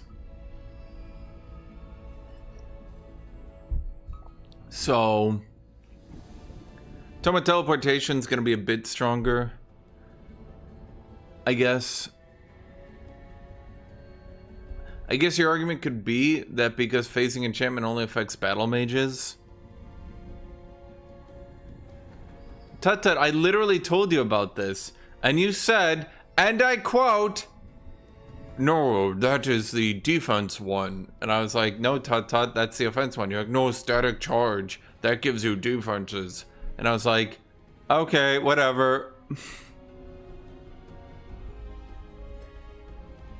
I did not bother to correct you a third time. I was just like, he'll figure it out eventually.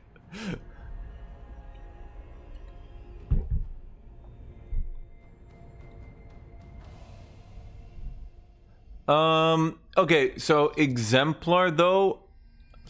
Okay, I can actually explain Exemplar. The reason that he's better than you're thinking is because, so Anthem of Victory was changed. It costs less to use. So it is now, if you buff, if you use the order buff, it's now 3 strengthened, 3 fortune, and 15 morale to your whole army at a high cost, but not giga high cost anymore. So Anthem of Victory is now pretty strong for just giga buffing. I mean, it was always strong, but now it's like more affordably strong. And of course, you still have Condemn Army, and you still have Supreme Magic. Now, do remember that Exemplar comes pre-buffed with Zeal. Oh, he also got his damage buffed. I forgot about that. He comes pre-buffed with Zeal, and he no longer comes pre-nerfed for Zeal. So you can slot one Exemplar into a Battle Mage army, then take Tome of Supremacy in a Battle Mage army. Condemn Army gives your entire army, this gives your entire army Condemn. Condemn was changed to where if an enemy is condemned, you get 10% more damage against them. Not plus 2 damage, but plus 10%. So Condemn Army's not bad. Supreme Magic gives Zeal to all your battle mages, who then can also cause enemies to explode.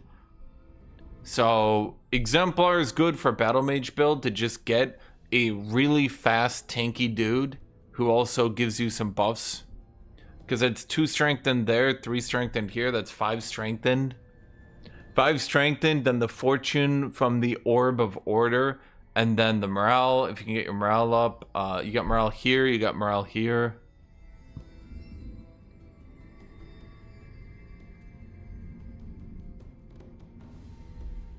I think if it was melee condemned, he'd be too good, to be honest with you.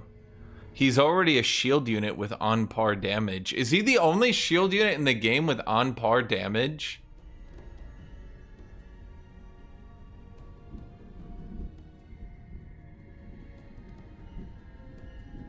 Now that they've buffed him, he's literally the only shield unit in the game not weirdly penalized with low damage, right? I guess you could argue because of Zeal, you can't stack Zeal on him, so technically he has 16 damage. What's the plan for today? Games or just change this discussion? Well, I have no multiplayer game today, so I was just going to talk with you guys all day.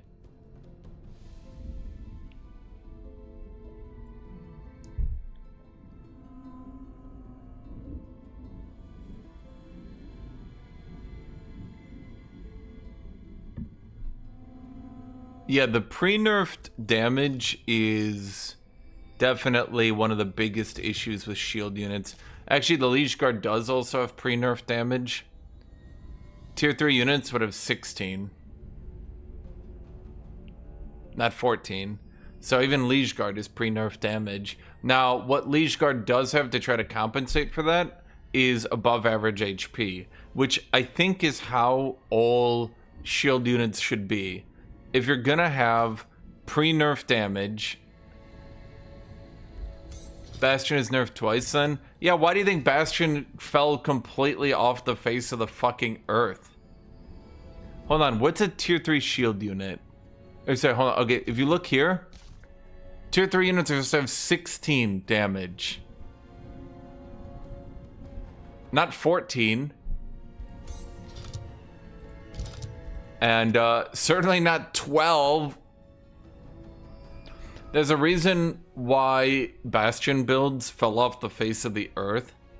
Because people realized you actually can't win with Bastion. All you're doing is making every other player in the game subjected to having to watch a 1.5 hour battle of Bastions getting beat down to death. They can't actually win. They just get beat to death. The other change they did that people haven't realized that actually stops these tanky builds from being so dominant.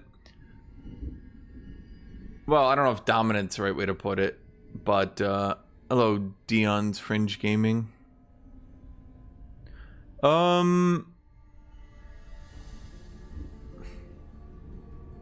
Civ 4 Crusader King's Master of Magic. I don't think that would be too complicated for you, no. Probably not.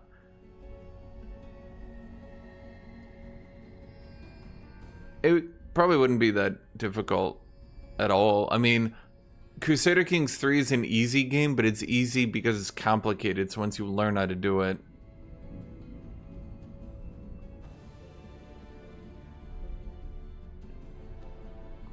A concerned citizen, you're making fun of him for being a Master of Magic player, therefore being 60 years old, but you also know what Masters of Magic is, you fucking geezer. When did Master of Magic come out?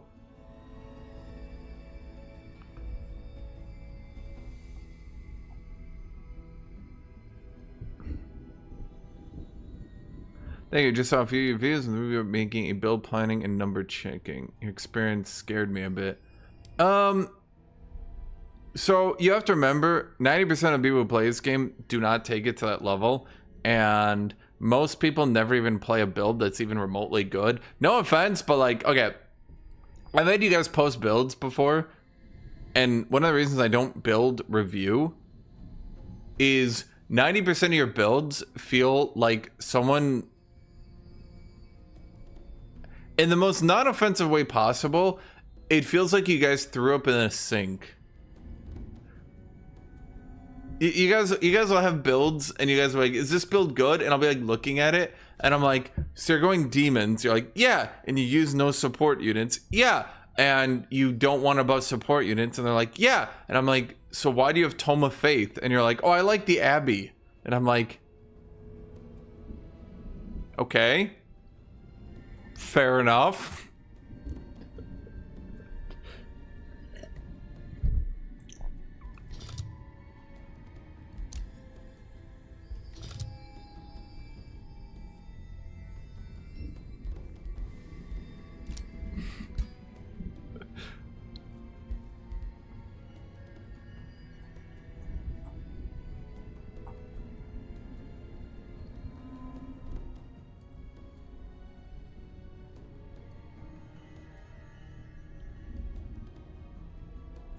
Light spirits are weirdly overtuned. I think it's because they're non-racial. Ironically, I still think they fall off because they're not racial. It's kind of funny. In a way, like, maybe they shouldn't be that strong, for sure. But I think the devs are kind of like experimenting a bit. You want to see a spirit? What do they have it? Do they have it here? Yes. So they do really good damage, but that's because of Zeal. Their heal heals for a good chunk and removes cleanses. Now this guy, the Lesser Light Spirit, not really that big a deal. 50 HP, bad resist line. I mean, he resists Spirit, which is nice, I guess. 0 defense, 2 resistance. Like, you're looking at this dude and you're like, that's not that good. Why do you talk about him that much? Because when you look, like, here's like... Light Spirit is literally the definition of watch out for who you make fun of in high school. Because once it becomes the regular Light Spirit, a few things change. He gets a little bit better.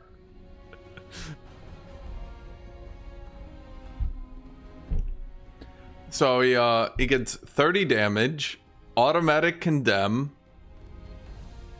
He can teleport. He deals damage, then teleports away, automatically blinding. He's got a 60-point heal, full cleanse on a 1-turn cooldown. The numbers are a bit overtuned. The devs might have gone a bit too hard. I think if they nerfed his heal to 45 like the Chaplain, it would be a decent start. But overall, he's a really strong dude. I think if they made the condemn a % chance, made the blind a % chance, and reduced the heal to 45, that would probably tone him down a bit. But I think they're also trying to experiment with how strong they can make a tier 3 non-racial unit before it gets overpowered. But he's strong, for sure. Let me finish talking to that dude. I did play Age of Wonders 2, but this one looks very different. It's pretty different. It's not too hard to pick up. I mean, in all honesty, Dion, I think that you...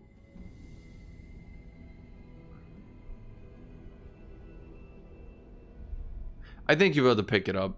It's not too bad. Well, that's what I'm saying, Tata. Like, what they should really just do, just make this a % chance so it doesn't, you know, just make this like 60% to condemn. I think that'd be fair because condemn is literally permanent. Make this like a 90% chance to blind.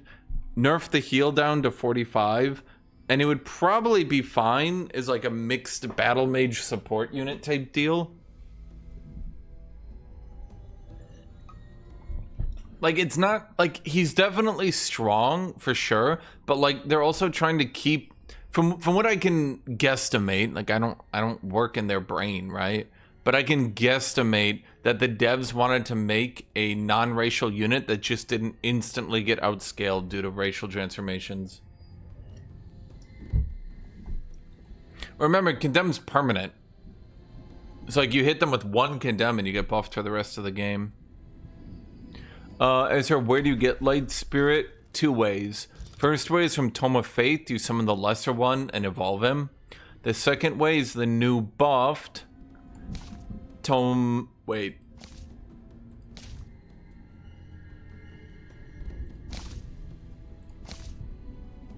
There we go. Tome of Sanctuary. You know, that's probably what happened, in all honesty. Is that they had Tome of Sanctuary... And due to anointed people and due to Keeper's Mark, they probably wanted you to get a support, a non-racial support that didn't just fall off a cliff and die. But this does kind of make Tome of Sanctuary one of the best tomes in the entire game. It's already got Sanctuary, which is, for a conduit, pretty good. Anointed People, which is probably overpowered. At this point, I'm fairly certain Anointed People is overpowered. I think they might want to tone down the status or Spirit Resisted too. It's... They've put so much spirit damage in the game that 3 Spirit Resist isn't just like a random anti... It's not just random anti-zeal anymore. Like, it's gonna counter entire builds. 3 spirit resist will just, like, imagine you're trying to go with celestial build in the expansion and someone just went Thomas Sanctuary and you're just like, okay, you basically just got 3 resistance on a racial transformation.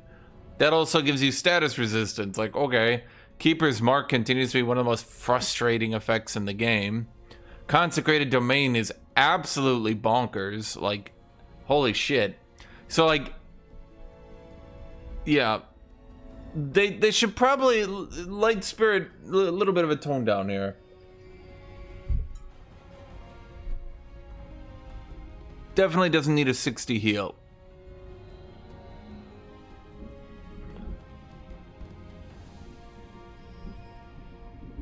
I'm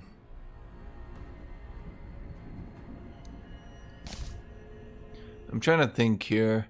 Tome of Subjugation get a buff to Baron's Palace. I still have yet to build it, even once. I literally... It's so hard to build.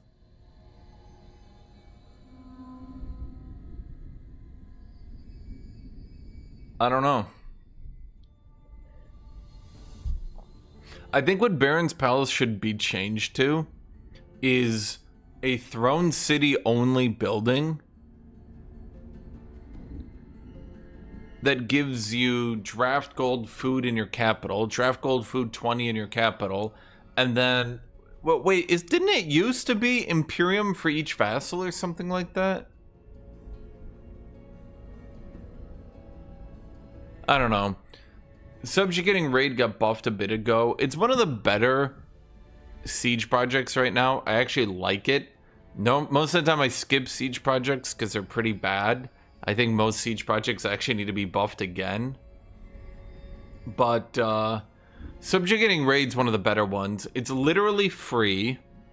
Whenever you're killing a player, you just do it and you just drag like 8 to 10 pops to your cities, so you just get buffed, and then it debuffs all enemies to -10 morale, which if you're doing this build is pretty good.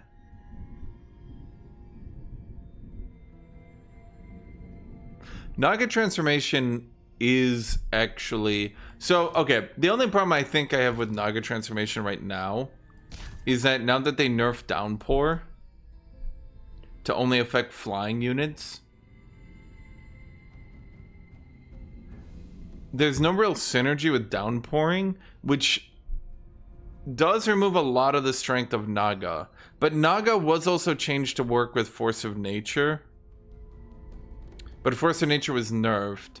But, I mean, it's still... Naga transformation is still a way... Naga. Bro. Naga transformation is still a way to... You lose your mount, you lose leg, that's not good. You still do get fast movement on your entire faction. Even on units that couldn't mount normally. But the problem is going the entire game with no athletic is kind of rough. So... Well, I think the problem with a lot of these tier 5 tomes is that... Oh, I noticed this really quick when I went to Shadow tier 5. Withering Mist doesn't really seem worth being a tier 5 spell.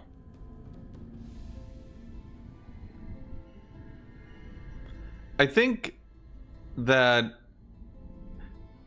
either it should work with the orb. It should either work with the orb so that it has huge chances at status resist reduction, well, at the very least a lot. Alternatively, I think it should just last for 5 turns and hit enemies on deployment.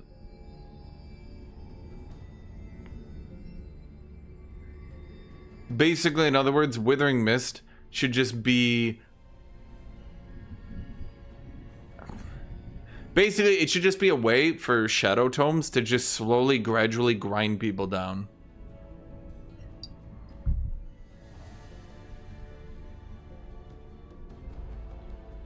To be fair, one of the biggest parts of this expansion in the patch isn't just order, but it's actually, I mean, yes, a lot of the buffs are for order, and none of them are for chaos, because the devs have forgotten chaos exists.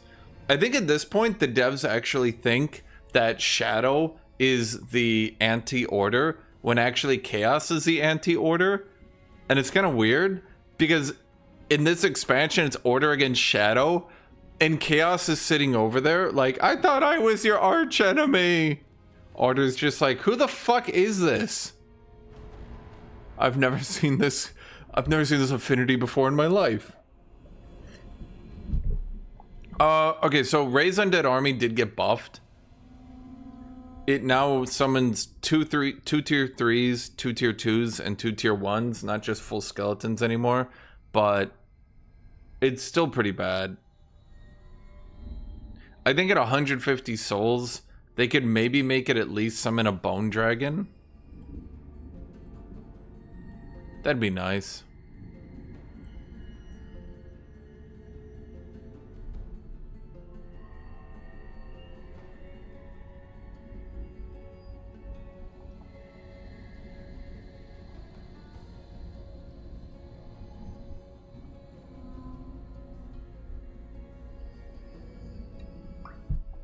Ugh.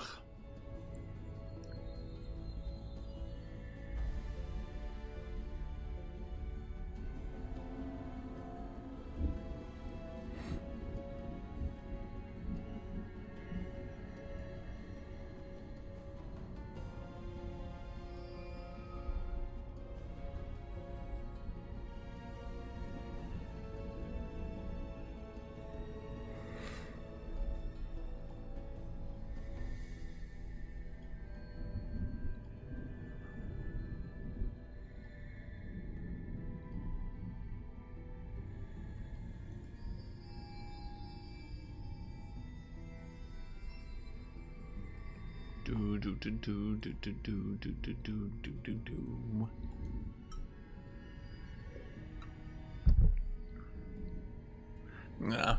But yeah, I mean, they buffed Battlefield Reanimation as well. Wait, did they buff that? Give me 1 second. I got the tomes. Right. Wait for it. Right. Wait for it. Astral, Chaos, Materium, Order, Shadow.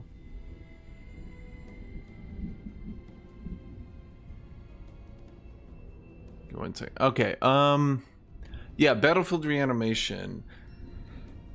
It's still 50 souls.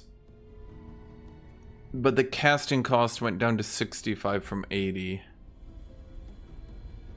So that's not too bad. Death magic got changed as well to be buffed. Range went up by 1. Cooldown went down by 1.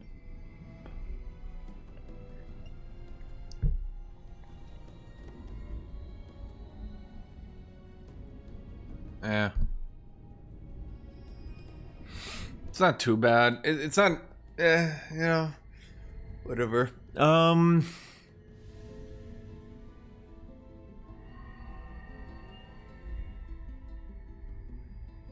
Honestly, one of the biggest buffs I want to see is just Tome of Severing.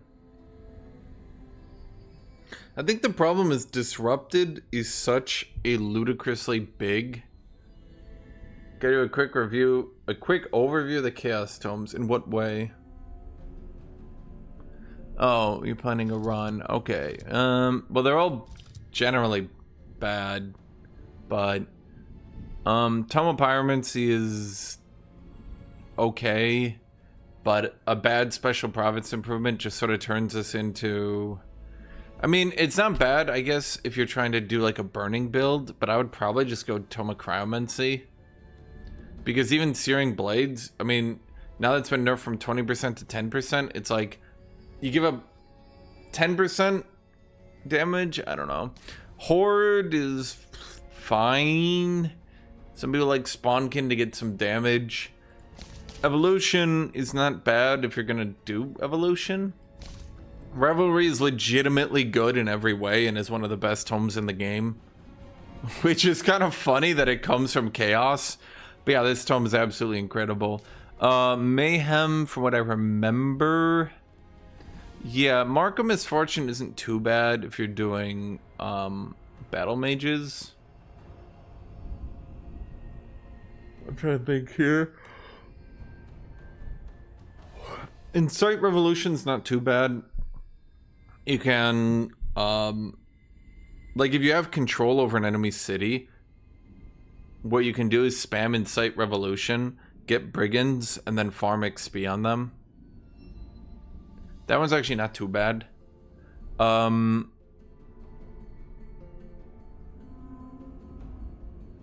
feel like, okay, I feel like the problem with So Confusion is that unless you get an enemy totally RNG'd, where like they spawned 4 tiles closer to you with a support or some shit, I feel like So Confusion's not that amazing.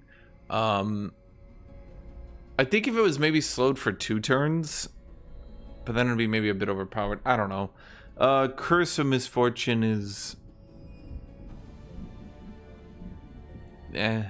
Overall, it's If you're going battle mages, it's okay. Cleansing Flame is, even with its giga nerfs, I would generally say Tome of Cleansing Flame is still pretty good. Yeah. Everyone gets a chance to condemn. Everyone gets, you light the ground up under enemy. That one's good. Flame Blast Champions is still really good. Well, I shouldn't say everyone. Your supports and battle mages get it. This should just be changing the pure flame projectiles. All abilities like this should be changed. There should be pure flame projectiles and effect range units. So Flame Blast Champions is also legitimately good. Consecrating Firestorm is how you get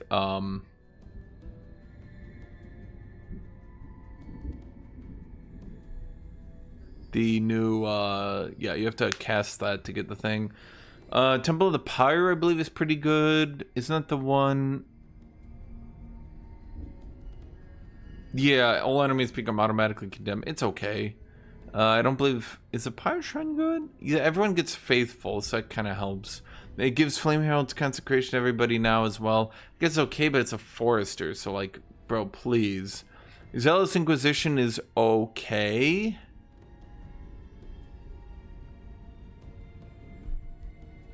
Tome of Dragons, if you're doing dragons, if not, don't do it. Don't do that one either. Tome of Devastation, I believe. I mean, if you're going Warbreeds, if you're going pure chaos, I mean, then yeah, get Tome of Devastation. You got Warbreed, Flame Burst Weapon, and like every chaos tome from this point on, you got the 2 good things, and then you'll have to choose which are the least shitty options to take. Tome of Pandemonium. If you're doing battle mages, in all honesty, Tome of Pandemonium is nuts. Why is that? Because Havoc Magic only cycles between like 4 different debuffs, one of them being Insanity. So the odds of inflicting enemies with Insanity actually goes up pretty high to where you're practically always going to have 2 people on their team insane each round. Havoc Magic in a Battle Mage build is such really, really, really good control. Like, it gives you so much CC. Mass Hysteria is decent, not great, but decent. Once again, it just picks from a list, and that list is pretty short, and Insanity is in there, so it's got a decent chance of getting it. Infectious Insanity is a choice. I'm not sure it's really that good, to be honest. I had one build where I could double cast each round, but the devs nerfed that. You can no longer get Mystic and then just double cast each round. I was double casting Infectious Insanity, and the odds of eventually hitting Infectious Insanity were pretty high. And then it basically, this whole build, I just spammed the fuck out of debuffs, and it was pretty funny. Vessels of Chaos is a minor race transformation that's actually really good as well, because it's a minor race transformation, it just buffs everyone.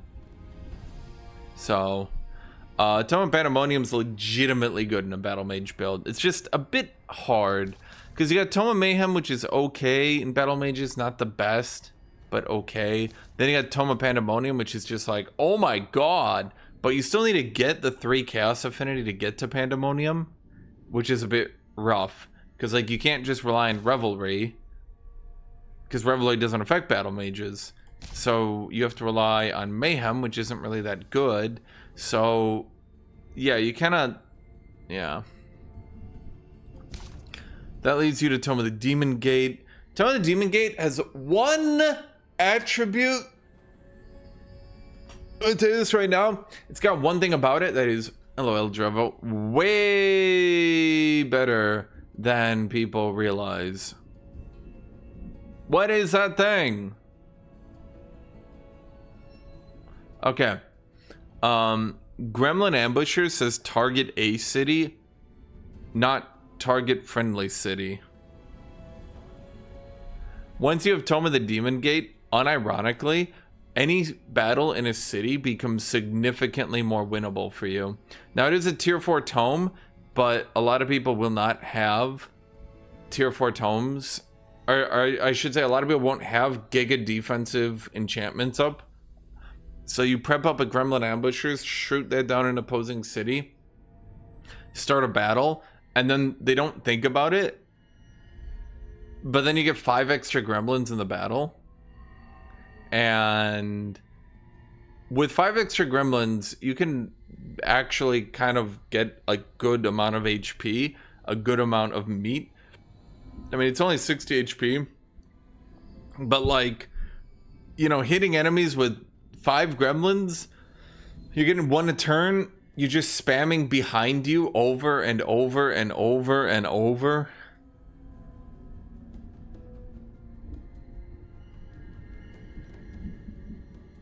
Yeah, it can be.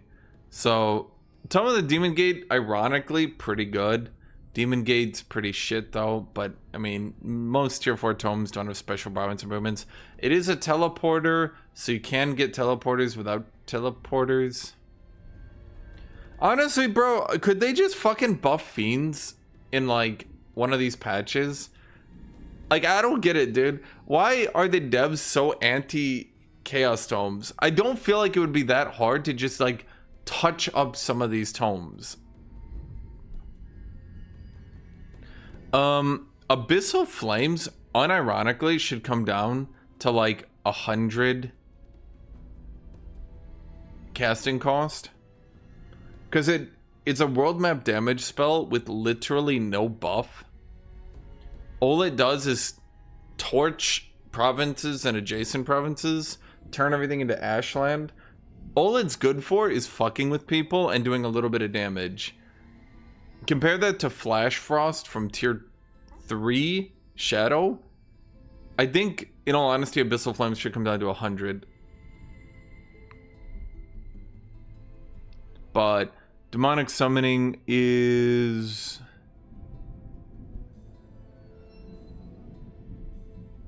I don't think it's very good. Well... yeah. Sorry. I mean, this is kind of the problem with Chaos Tomes, right?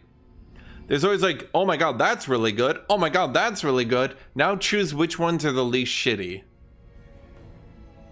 So this one's not good, and I would probably never even cast it unless the enemy was trying to do some terrain shenanigans. This one's not very good. I would probably never use it. This one got changed. It's no longer RNG. You can just choose. So it's not bad, and you can just get Balrogs off it now again. I mean, you could in the past, but now you can again. So Tome of Calamity is pretty legit. I think, in all honesty, I'd really like it if these got buffed. This should be 45%, 45 and 45%, especially with how high status resist get. We're talking like it's gonna have a 7% chance of getting a 4 damage over time dot. Like, please. It should be a 45%, and then I think a Cursed Armors would be good. As for the rest of it, Calamity Dragon is not nearly as good as you think. It's okay. Desecrate Land is also not very good. The Cursed Armor should have 1 defense. Well, I mean, it's already 2. It should be 2 defense and 45-45. Because remember, it's only melee attacks as well. It's supposed to be an anti-melee enchantment, and it will literally lose to Armor of Grace in melee. Like, you've got... It literally says right here, 2 defense. Right here. If one person has Armor of Grace and one person has a Cursed Armor, despite the fact that Grace is good against everything and this is only good against melee, you will literally lose to the Armor of Grace, even with the Cursed Armors. This should be 45-45, and it would be pretty good. Hell, but just make it 50-50. That's my actual opinion. A Cursed Projectiles just got nerfed really hard. Now, the only thing I can say about a Cursed Projectiles is that it is now an automatic 2 Ghost Fire on single shots, which is okay. Comet of Calamity is good for the most part. It's a 50% chance to Frozen, which is often like 20% chance, but it's 2 hex. You'll often freeze at least 1 unit, and you get decent damage, decent dots. It's okay. I've kind of always been underwhelmed by it. This one's actually pretty decent as well. You get 2 Accursed Ogres, even though they're only tier 2, you're just adding more meat to you. All defenders get a stack of Ghostfire. That one's... Honestly, I'm gonna say it, I think Ghostfire needs to be 3-3 damage. No, because the odds of actually getting Ghostfire put on you are so abysmal, whereas Armors of Prosperity is adding 10 healing each round.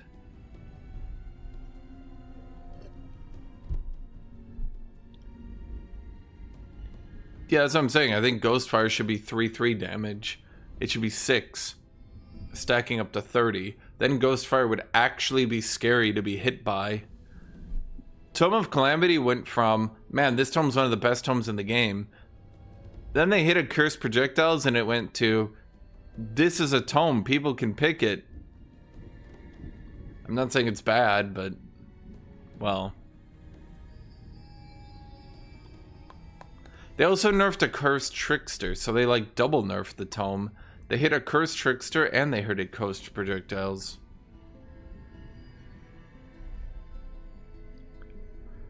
Huh. Did this one get buffed? I think this one got buffed. When another unit dies in battle, you get Infernal Might, stacks up to 5 times, attacks gain damage. Did this one get buffed? Battle Mage supports Skirmisher ranged. Oh, right, this is for the Chaos Battle Mages. I think the problem with Tome of Prosperity, from a balance perspective, is it's too... There's just not enough granularity, is the right way to put it. If Blessed Armor gets nerfed to 1 resist, then AoE spamming, especially with all the power creep it's gotten, becomes too powerful. If it stays at 2 resist, it's overpowered. There's no way to just be like, let's nerf it a little bit. I mean, they already nerfed Summon Prosperity Dragon. Reigns of Prosperity is now cooldown 2 instead of 1. So they already did nerf the tome a little bit.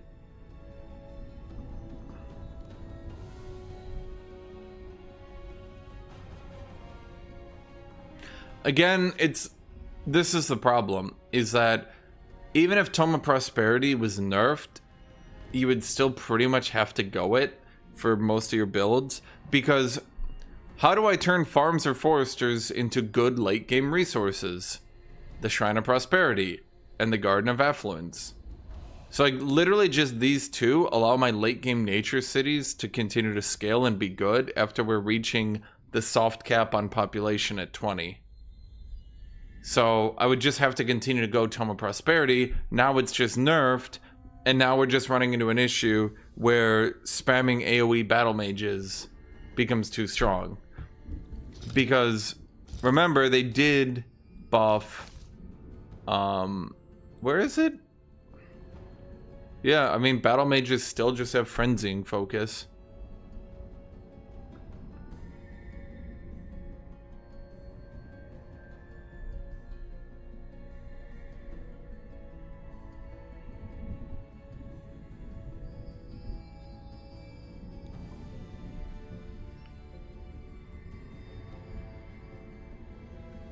Yeah, Prosperity Paradise will just always be good no matter what. What other changes did they do? Okay, so let's see here. Term of the Eternal Lord got a bunch of buffs. Tome of Oblivion got a lot of buffs, but the problem with Tome of Oblivion... Okay, so the problem with Tome of Oblivion... I'll explain this to you guys. Tome of Oblivion is some of the strongest spells in the game that you don't really care about. Devouring Void now ignores all defenses and they lose morale, but yeah, it's not really that amazing. It's okay. Plus, it doesn't hit flying for some reason, even though it doesn't actually say that. Devouring Void is incredible. Fog of Insanity is one of the best defensive spells in the game. Ritual of Somnia is just a really frustrating world map spell that can fuck over someone's turn 1. Living Fog now gets Call of the Void, so he's like weirdly good at defending against enemy land armies. Sleep of Oblivion can be comboed with any sort of you can combo this with Raise Dead, you can combo it with the Ritualist, and you can just go, click, you're dead, and I raise you so you don't come back to life. So, Tome of Oblivion is one of the hardest counter tomes in the game. And realistically, at this point, he's actually good. But even then, it's kind of like Tome of Severing in a way, where it's a pure counter tome. Unlike Tome of Severing, it actually does counter shit. Tome of Severing, like, okay, Sleep of Oblivion, use Sleep of Oblivion, then use one of your heroes to kill the enemy, and you're good to go. Ta-da, combo, right? And then you got Tome of Severing, which is like 60% chance to kill only a magic origin unit, and if unsuccessful, disrupt a magic origin unit and get 4 stacks of decaying.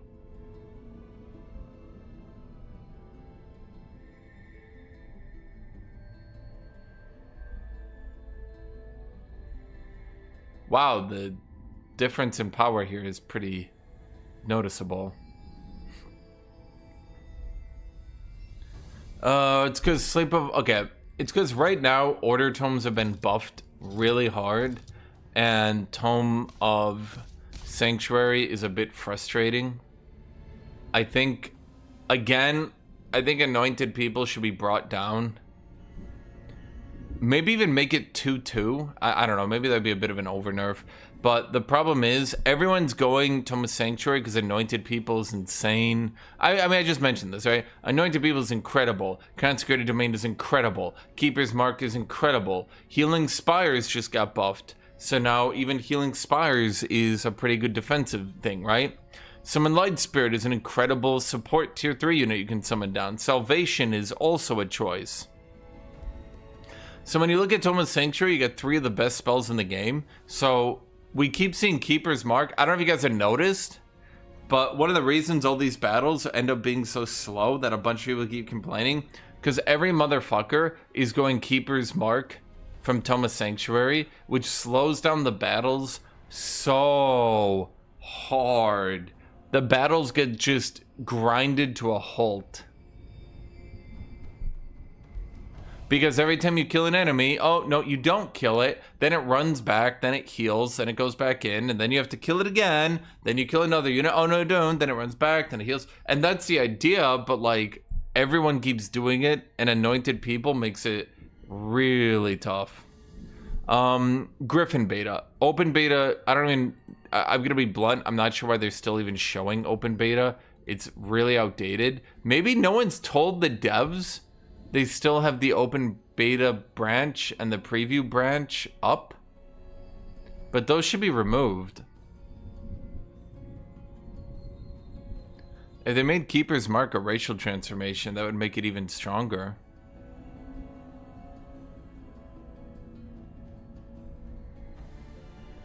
Prosperity slows battles, yes, but it also... Like, prosperity slows battles, but you... The problem is, without... Again, I'll keep saying it, without prosperity, there's too many global effects in the game now. There's too many AoE damage effects in the game now. If you're not playing a Giga Rushdown faction that can just end the battle instantly, there's just too many ways that you're going to get globaled or AoE'd out of the game. I mean, look at how many people were going Astral Convergence. Well, it's always Tutta. Tutta always has Astral Convergence. He always has Cascading Power. And if you don't have Tome of Prosperity, you can literally lose the game by turn 3 to just Cascading Power. Because once you start taking 80 magic damage, sorry, lightning damage a turn, without even any spells being cast, it's just happening. Yeah.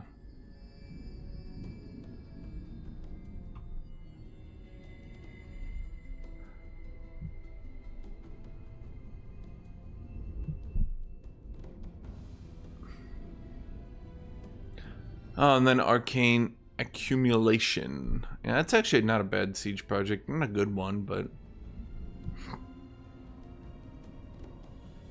Well, I check out the siege beta next week, New Fire, I say for like the 4th time.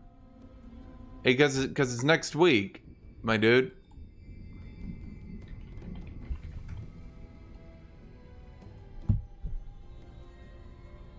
The Tomes for my Giant Kings DLC.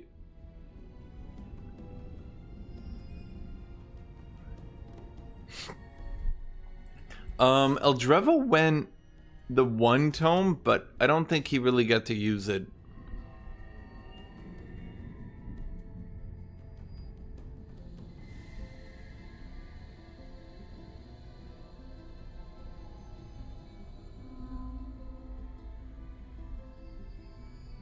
What do you think is the best Cav unit, by the way, in the game? I did try Tyrant Knight. I tried him both days yesterday. I tried him all day. I was like, Tyrant Knight, Tyrant Knight, Tyrant Knight. He works. I definitely think he works. No complaints from me.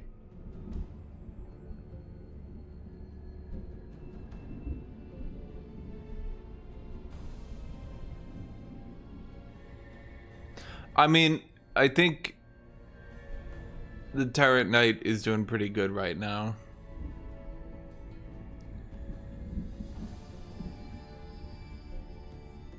The ability to remove 1 debuff from himself each turn, and then I had Prosperity giving me the Grace, and then I think that was about it.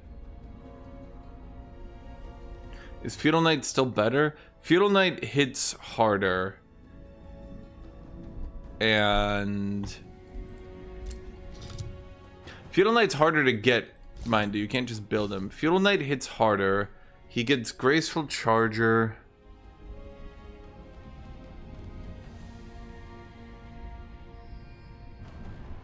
He gets Giant Slayer. That one's also really bad. Well, bad for you. 110, 4-4. Tyrant Knight is 110, 5-3.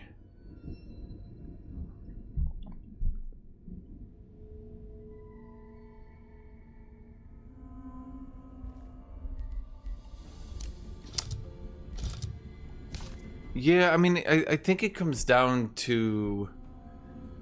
Knight hits way harder. For sure.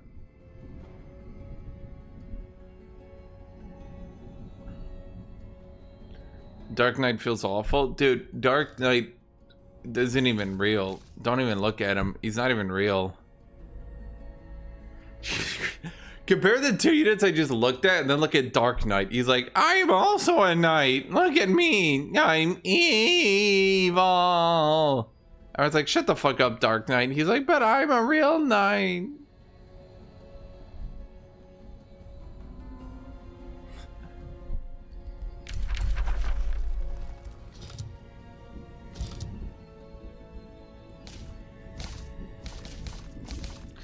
Let's see, what does Geomancy do again?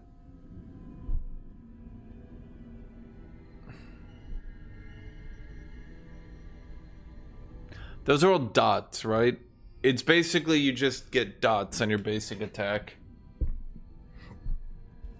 I mean, in all honesty, one thing people haven't been doing as well to just trash through tanky builds is the other counter, which is... Sunder Blades is now an automatic hit. And because it's an automatic hit, that means single target hits do double Sunder defense. So that's actually a pretty decent way to just... Because it was always supposed to be...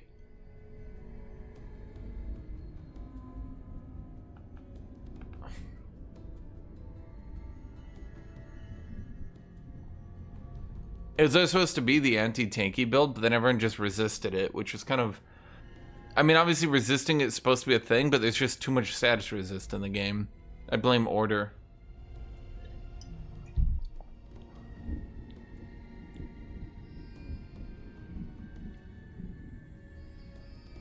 Doesn't Thomas Severing have something against tanky play? Hopes and Dreams. It's got Disrupting Blades and Null Shield. I'm gonna be completely honest.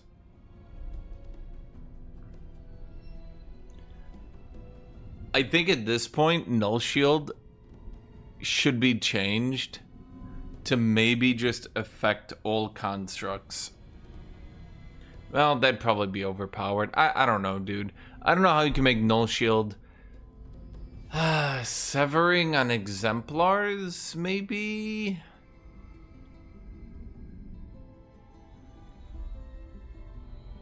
Maybe Null Shield also affects support units? So the problem with Disrupting Blades is they can't make an automatic hit or it's broken and the game is dead. But at a 60% chance, there's a high chance to not hit, which makes it kind of suck. But if it does hit, particularly if you get disrupted on your first enemy, you win. Game's over. Like, disrupting an enemy is so devastating. I also think Final Banishment needs to be buffed really, really, really, really, really hard. I think that Final Banishment was originally supposed to be the anti-corpse spell. It's kind of like, okay, you guys ever play Magic the Gathering? Final Banishment was originally supposed to be the anti-corpse spell to destroy all corpses. So it was like supposed to be in a tier 4 tome, and it's like, if you're trying to do a reanimation build, I've got Final Banishment, take that. But now there's so many anti-corpse effects and spells, and now heroes can be anti-corpses. And then in return, they've buffed reanimation. So now reanimating is stronger, but then anti-corpses is stronger. And then Final Banishment is sitting over here like, I used to be the anti-corpse spell. Why does no one remember me? I think what they would have to do for Final Banishment...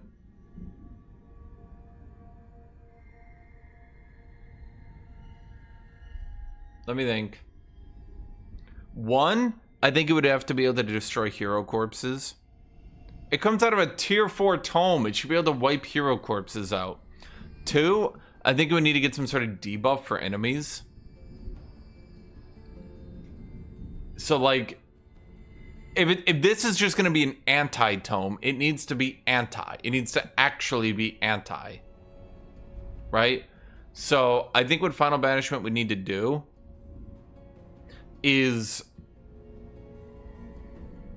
every corpse in a 2 with AoE around it gives every enemy automatic weakened. Because right now, there's no need to get a spell like this. For this much mana, for this much casting cost, this could practically become, like, half off. It still takes a whole turn of casting.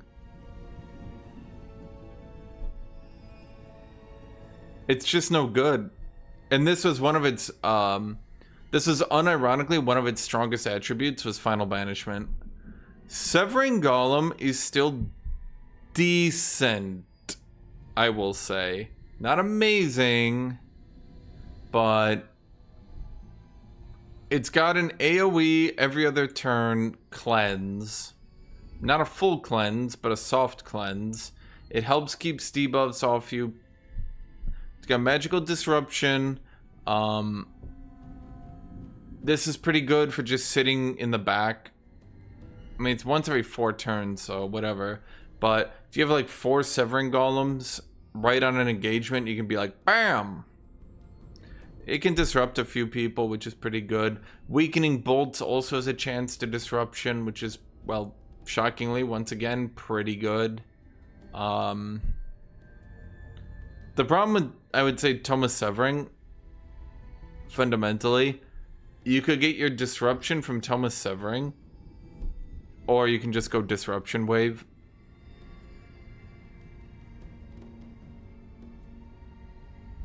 Which is kind of lame, actually. But I guess Tome of Severing's not just supposed to be the disruption tome, it's just a part of it.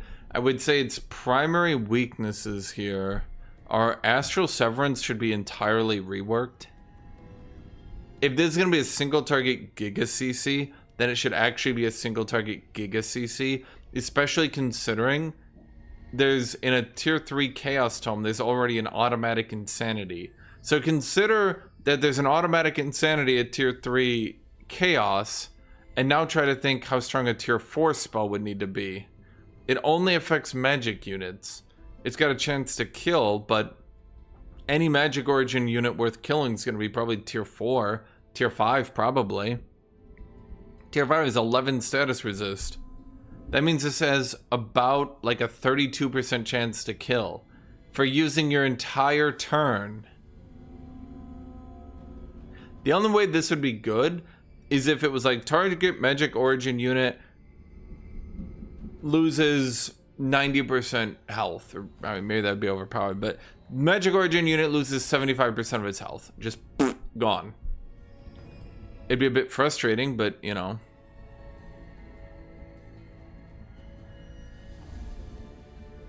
But yeah, this tome has always been one of those tomes that's almost good. I think the only thing they did is they added shield units to Disrupting Blades. So you can have Disrupting Blades plus Null Shields. And maybe you could argue there's a reason to do Exemplars now. I don't know. I had questions about Realm 5, but I think I figured it out for myself. Well, good job. Good. Let me try again. Good job, Godric. I used my words.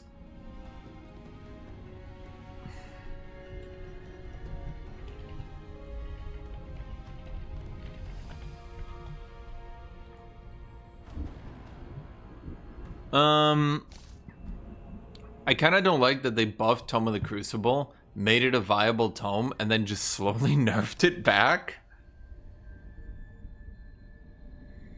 That one's a bit annoying.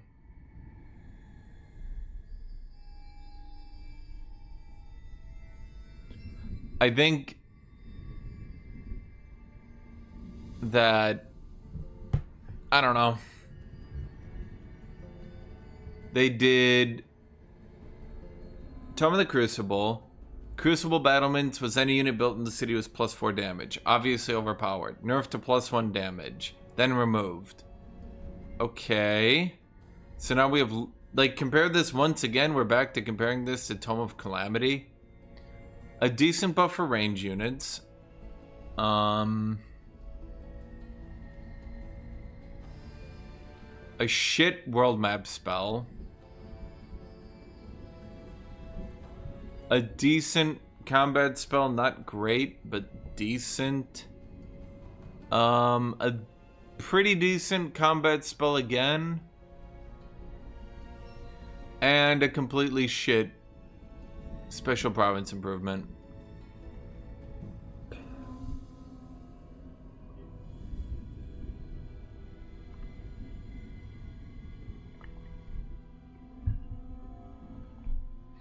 If I could add a unit to the game, is there anything you feel missing?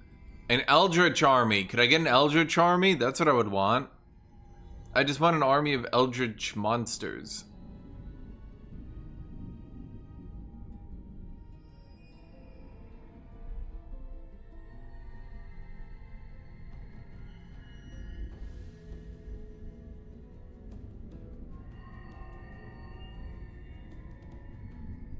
It's surprising gold mines are bad. Well, I think, okay. I think the Great Foundry could be changed. Maybe if it just got 10 draft by default, so it was 10 gold, 10 draft. It wouldn't be good, but at the very least it wouldn't be shit. Oh boy, we can draft magma spirits, said nobody ever.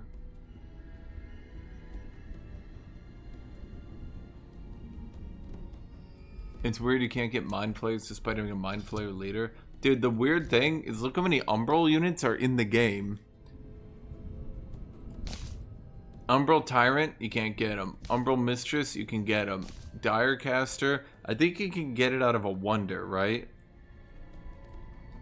Umbral Juggernaut, I think you can only get that one if you enable the Umbral layer. Abductor, can't get it. Nope. Nope. Nope.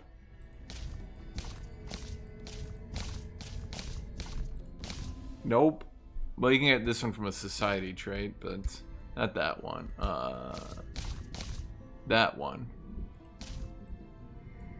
What does a fleshling do again? Yeah, it runs up and blows up on you, which is funny. Why Magma Spirit instead of T5 neutral construct? Yeah, I mean, everyone's wanted Tome of the Crucible to get buffed to build the higher tier constructs, but they've just never done it.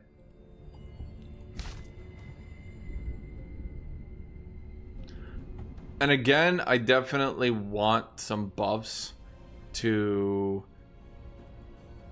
trying to do some of these units. Yeah.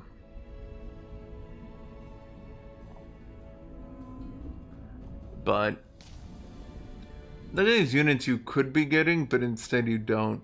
I guess you could argue that they're a bit more basic because they're just made for enemies to use. Abduct. Target non-combat summon enemy unit has a base 100% chance of being consumed. If successful, gains satiated rift. If resisted, target loses 5 morale.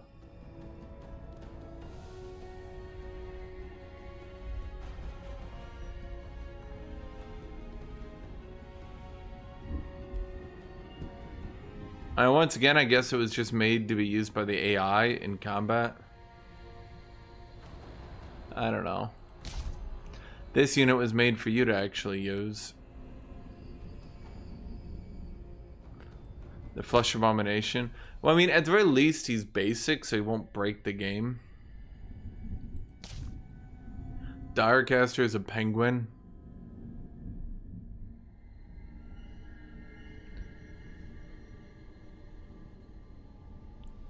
Crushing Isolationism. 20 damage, repeatable. This attack loses damage for each enemy adjacent. Enemies in a 1 hex radius have a 60% chance of being teleported or inflicted with insanity. Curse of Exile. Target enemy unit is inflicted with Umbran Exile. I've never actually read that. 30 frost damage halved. Oh. Is that free? It is free. So it basically wants enemies to stand next to each other and then it AoEs them because it's a mage. Fair enough. Umbral Tyrant. Tyrant's Retinue. You get 2 Splitterlings. At the start of each turn, friendly units with Tyrant's Mark get strengthened and heal. And which is Tyrant's Mark? Tyrant's Mark. 0 turn cooldown. Grant Tyrant's Mark to friendly unit until the end of combat.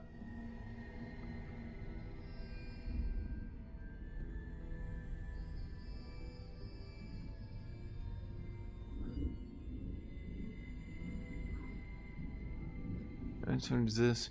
Umbrella Oppression, 33 damage. Deals 10% more damage per friendly unit with Tyrant's Mark. Tyrant's Assault. Target a friendly unit with Tyrant's Mark. Adjacent enemies sustain damage.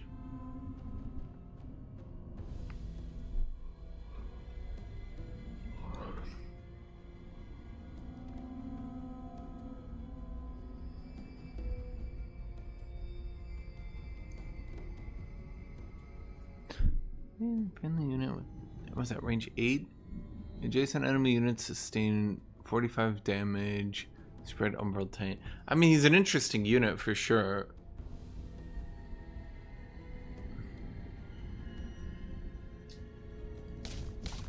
Then this unit was broken for 12 years. This unit was...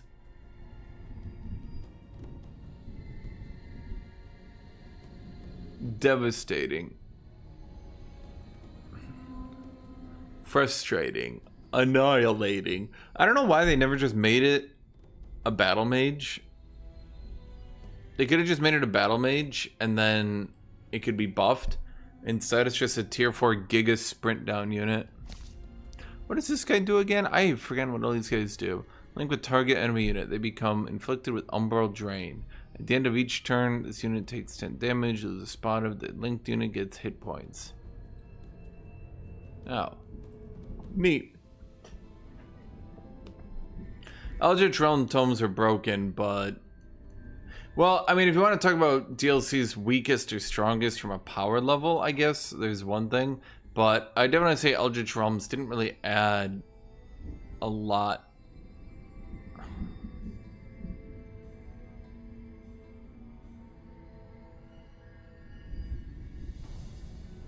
Didn't really add a lot. I don't know.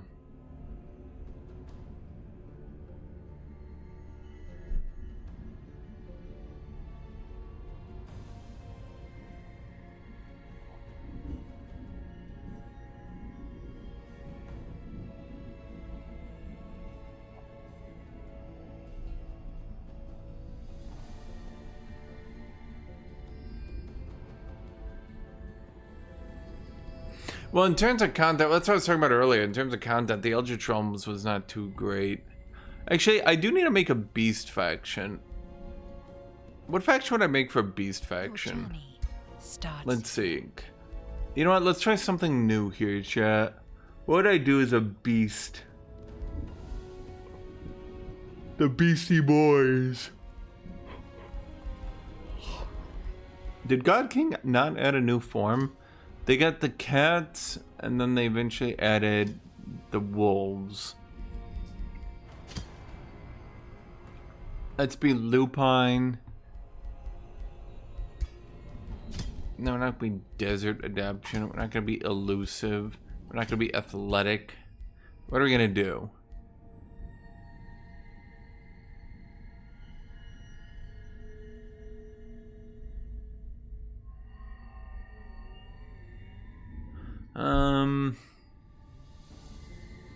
So primal with evolution dragon tomes. No, we got a strategy here. Okay. We're going to be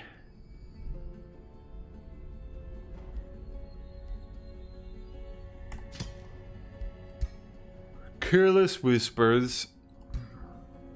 Oh, wait, right. I should probably do more than just choose a flaw. Utility.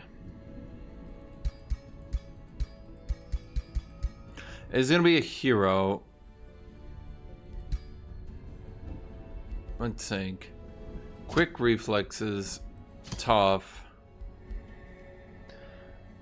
And then, knowing Tut Tut, we're just gonna go immediately into Inner Radiance. Well, no, because it's only gonna be for heroes. Because we're gonna summon beasts for everything else.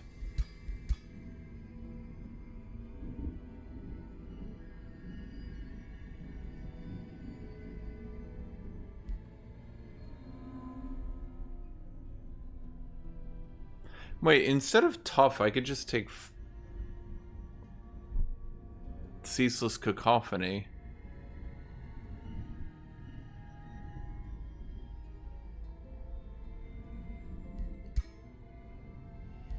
Huh.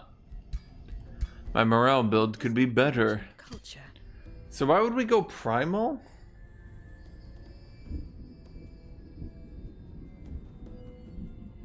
Fast XP wouldn't affect my beasts.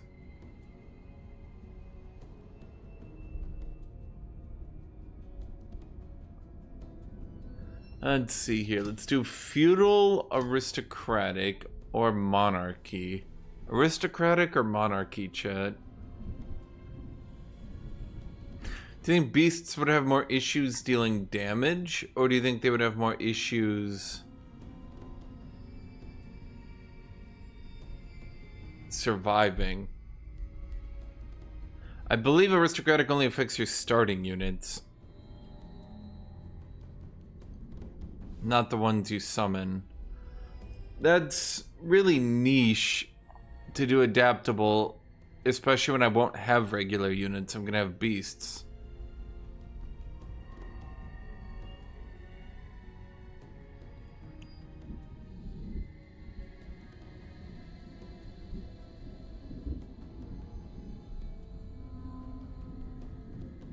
So wait, if you summon a unit, does it get the aristocratic HP?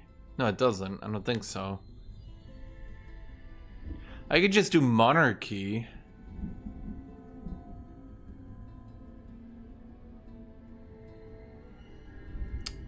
Let me think here. I could just do monarchy and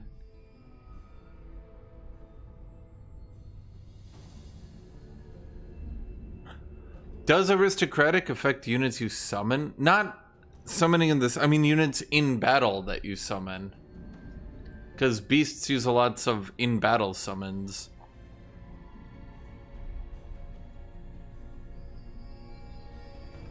No, it's not about, guys, not in your stack, in battle. In battle. Chat, in battle.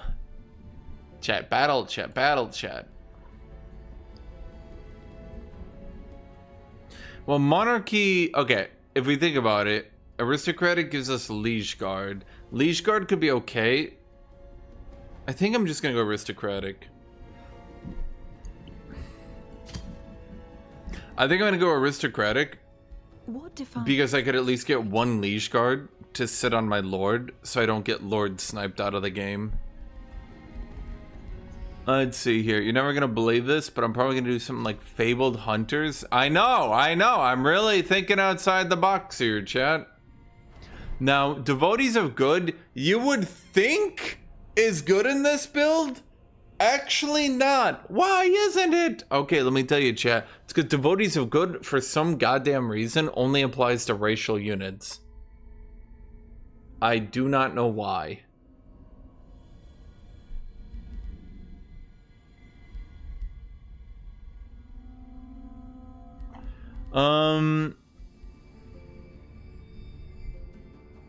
Do animals count as magic origin? I mean, they're animals, but how does the game make it work?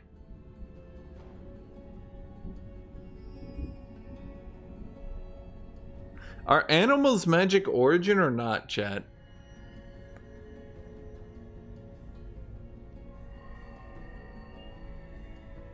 So wait, would mana channelers work? Are they actually magic origin? When you summon them.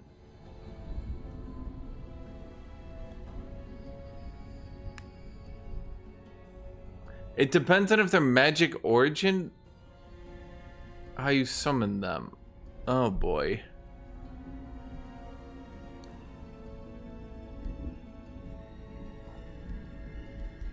Oh boy. How am I gonna get... Oh, wait.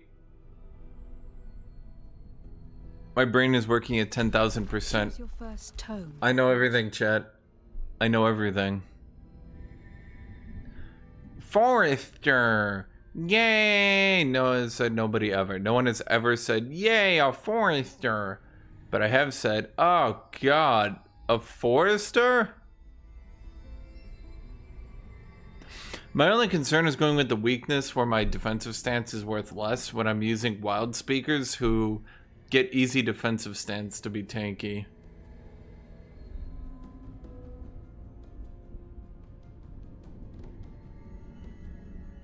I suppose I don't care that much if my wild speaker dies. I mean, eventually he's gonna fall off a cliff and be useless.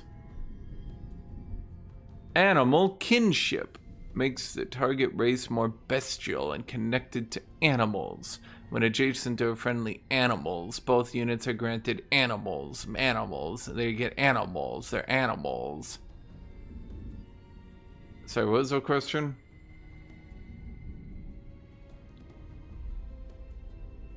Call wild animals. Mark as animals. Call of the animals. Wild animals. Buff spell. Friendly animal and cavalry units 1 hex. Why they? Why are foresters so bad again? So imagine a good building, except it gets buffed by nothing. So let's go over foresters. Do they get buffed by the nature affinity tree? No. Do they get buffed by your lord? No. Do they get buffed by like any buildings? No. Do they buff abbeys? No. Do they do anything useful? No. Do they make me want to vomit? Yes. Does a governing trait that buffs foresters get weirdly low stats for some reason? Yes.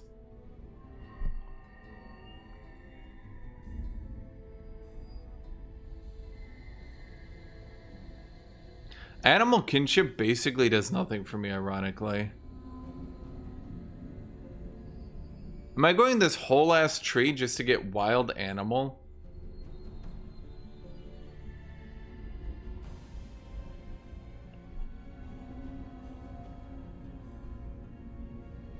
Wait, now that I think about it, I literally only want call wild animal. Surely there's a better spell. I have a useless province improvement. Okay, does Southern... Are you counted as an animal? Is a wyvern an animal?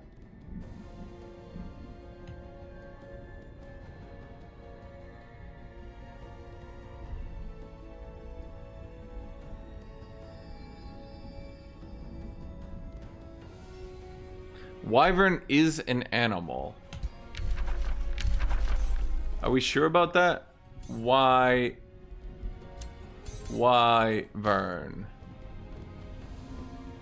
You are correct, chat. Animal. Okay, wyvern. Okay, wyvern fledgling becomes... Wait, how do I tell which one it's gonna become? Are you an animal? You are an animal. Animals, barely even human. Choose your first tome of magic. Okay, so we open Tome of Evolution because that's like 10 trillion times better. Now, if we go Tome of Evolution... Choose your first tome of magic. How bad is Wizard King again, chat? Because I'm going to need lots of world map casting points. And... Choose your first tome of magic. I can't really think of a way to do it beyond Wizard King. Wizard King, barely even human.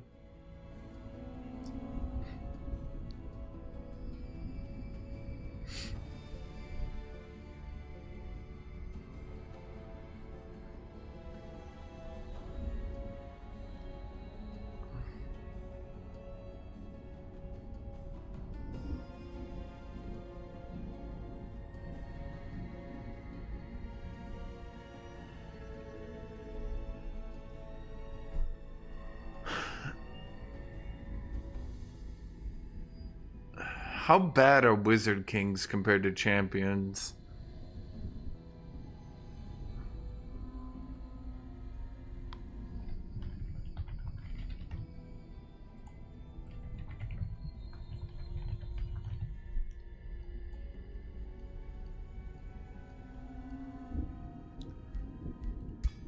But if I'm going Tome of Evolution, I want to get that 30 XP onto an actual dude, chat.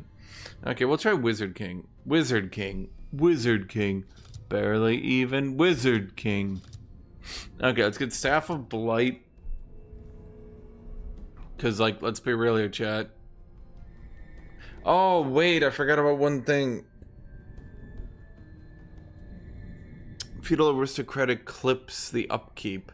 Because Aristocratic is negative 40%, and then Animals are negative 25%. for low maintenance. So actually I go to negative 65, but you can only be negative 50. Well,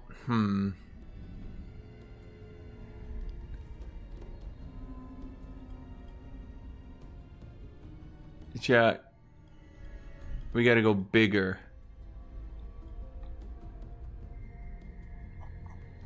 No. We want to use that new helmet. Where's that new helmet, chat?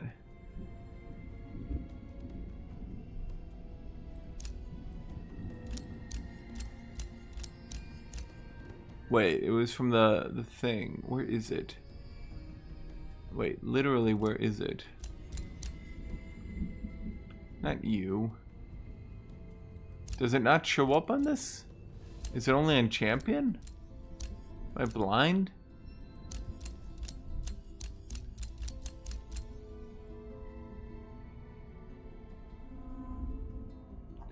Give him orc shape. Wait, you're right. It's perfect, chat. A race of giant lions. Giants.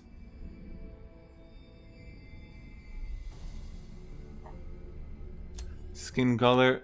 Let's be green. Green lions, chat. I'd be lying if I said otherwise.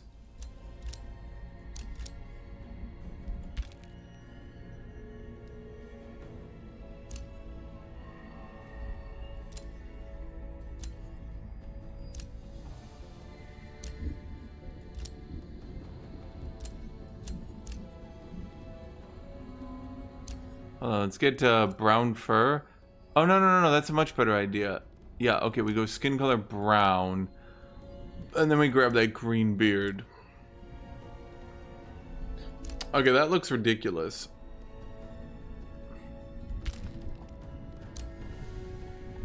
For the cape. There we go. What are we, Malfurion? Can we just go full cock out? I mean, we're a lion.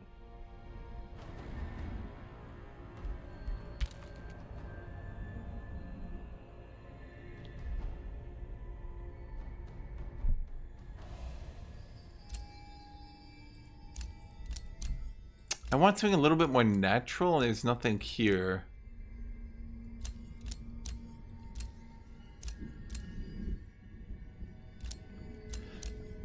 Okay, maybe we turn the physique down like a little bit.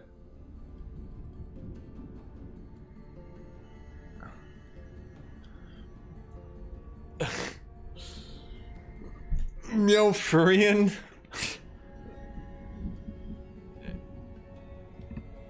Okay, I kind of like that. Yeah, but then I'd be going primal. Do I really want to go primal, chat? Is that my primal calling? Wait a minute, chat, everyone shut up.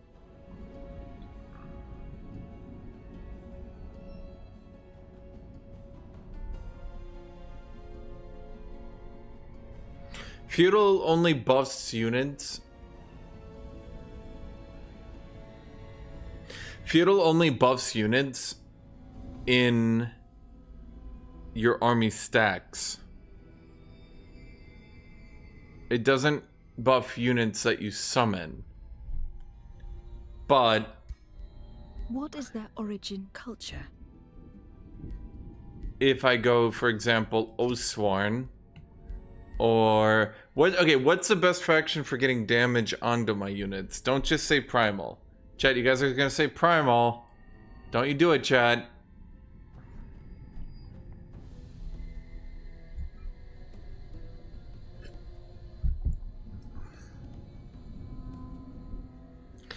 Okay, I guess we're going primal. Fuck you, chat. Okay, honestly, going Stormcrow is not that bad a deal, though.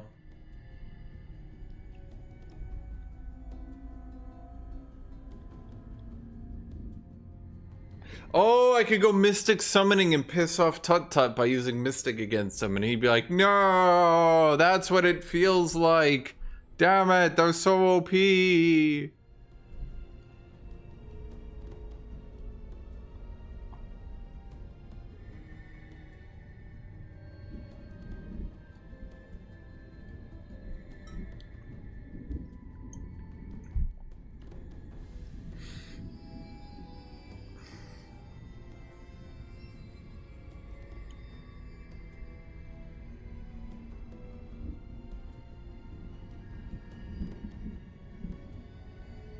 Okay. Are we...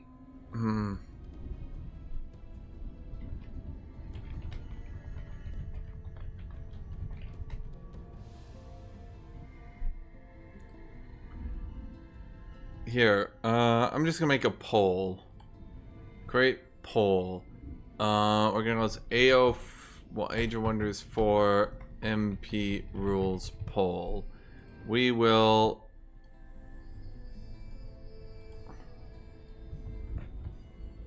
Multiple choice. You can choose all answers. Okay. Eldrich ban. Eldrich not ban.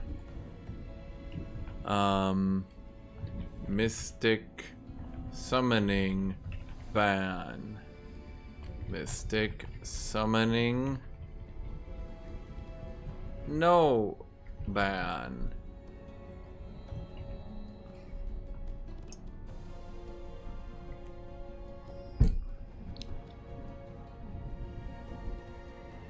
There'll be a ban whatever Tut Tut plays? Yes. Ban everything Tut Tut plays.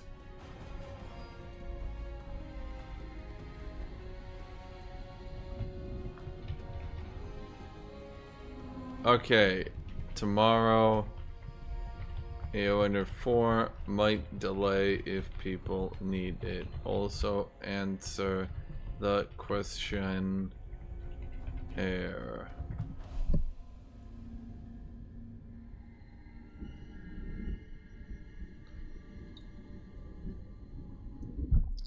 Tut Tut immediately sprinting to say don't ban Eldritch. Okay, let's assume we keep Mystic Summoning banned because it's questionably balanced. Okay, so Stormcrow is unlimited mana, which is actually in our build not a bad deal. This also allows us to grab 2 Astral right off the gun, which allows us to choose your first tome of magic. Tome of Evolution, Wizard King. Reveal yourself.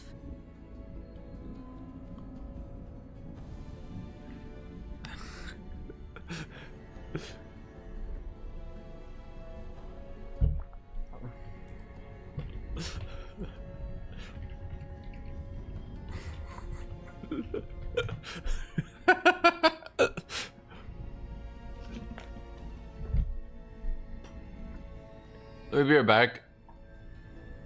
I need to put my laundry in the dryer. I'll be right back. What type of animal were you thinking of going? Well, okay, so Tome of Beasts, despite being buffed, I was looking at it, and the problem with Tome of Beasts is I quickly noticed this sucks. Wildlife Sanctuary should not be a forester.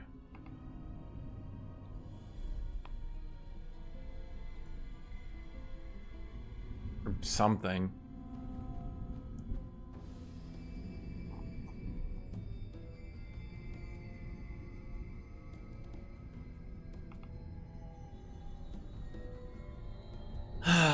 Okay, so the problem is I'm looking at it. Animal kinship doesn't help me at all because my idea is to, you know what? I'm gonna type up my suggestions here. Tome of Beasts is still lacking. Suggestions. Animal kinship should buff your healing when you're adjacent to an animal. This is a new stat that was added, and I think you can add it here, considering ritualists were pushed to be the beast hero class. I think it'd be fitting.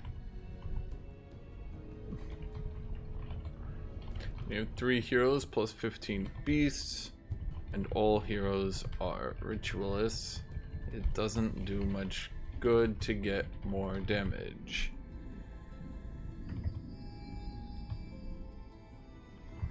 Wildlife Sanctuary builds non-magic origin beasts, which conflicts with a lot of the synergy.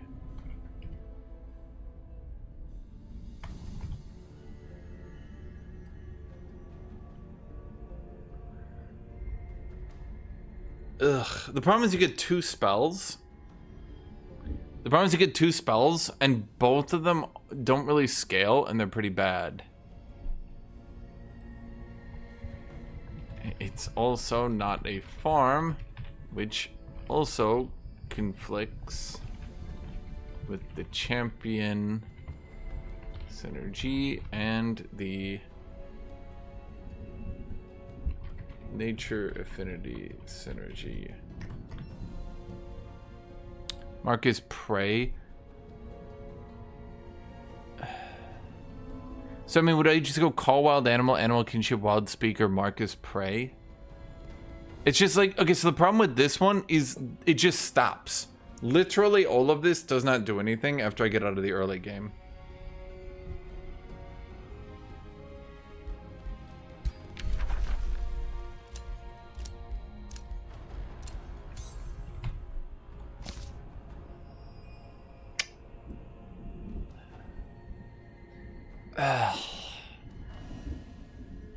It's not bad.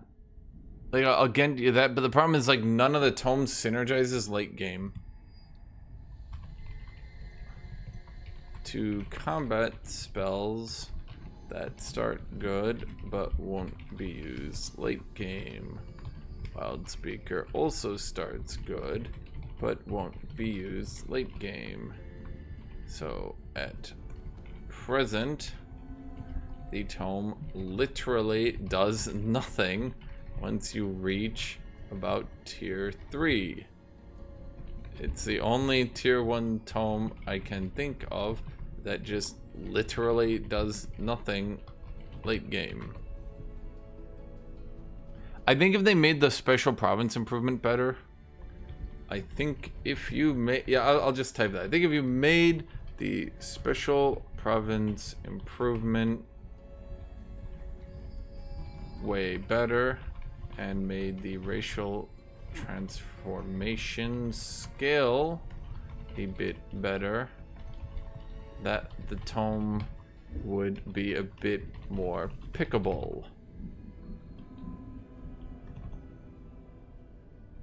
Alternatively, if one of the combat spells was changed into some form of enchantment for beasts.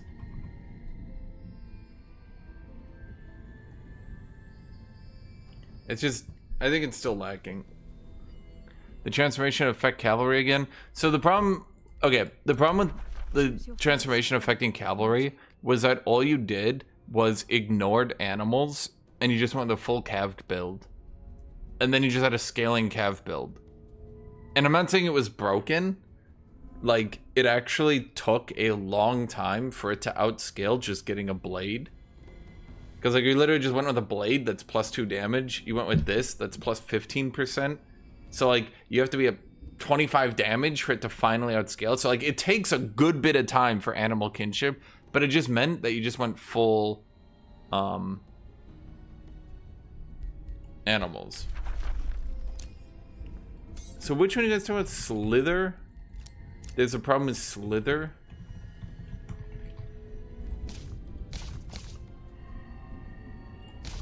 What's the problem with Slither? Because they're both animals, chat. Is there something I'm not understanding here?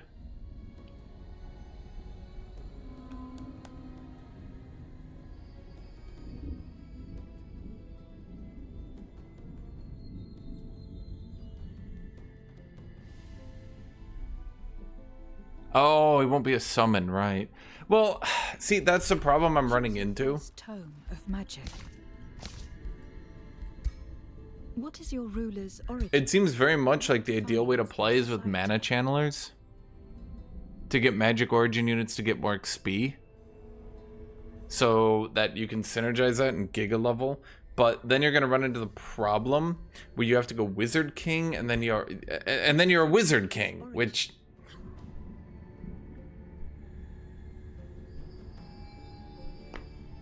I mean, come on.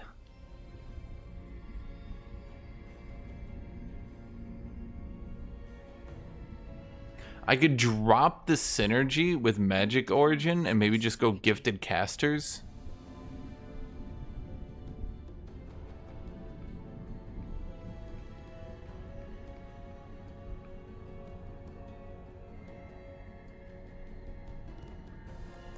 Or I could just only go with animals I build from cities.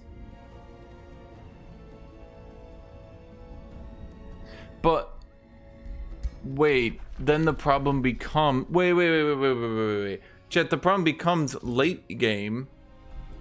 Once we're at Tome of Vigor.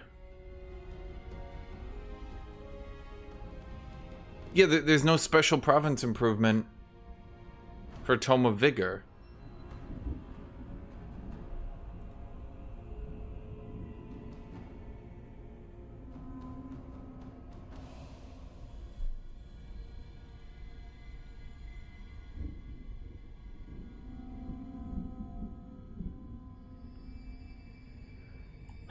So, I mean, Tome of Vigor got buffed really hard.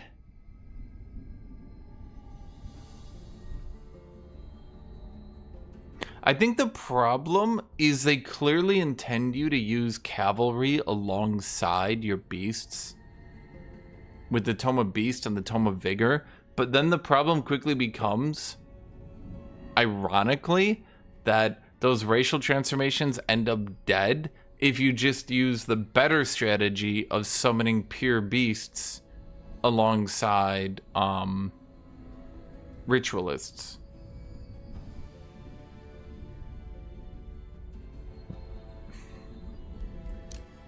What defines their society?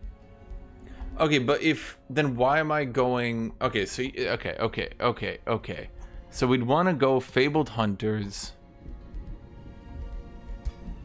What is their origin? Problem is, if I go Sylvan Wolf, I'm now losing all my astral affinity. This build wouldn't...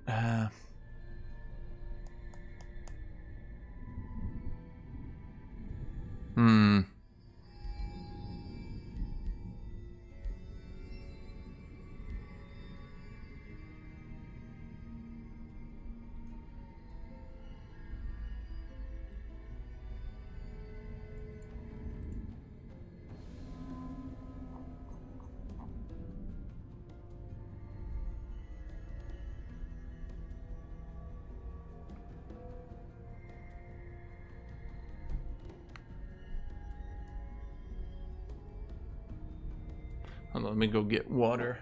Oh, right, I was supposed to be changing my laundry. Huh, I need to get my laundry in the dryer before it goes spoiled.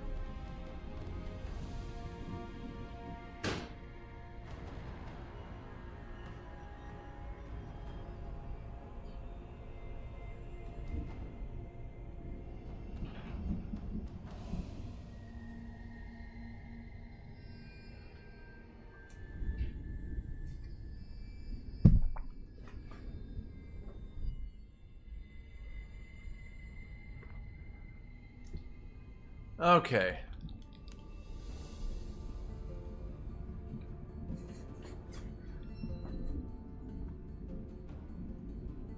Well, the idea behind the build is to spam units out. We could also do Mighty Meek.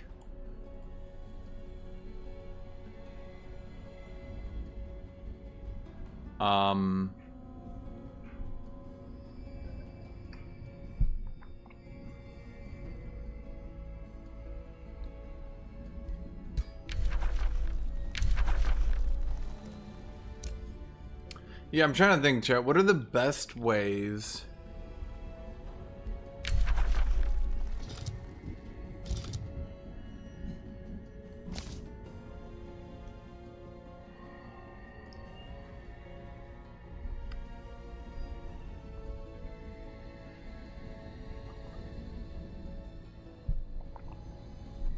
What are the best ways to summon down animals mid-battle?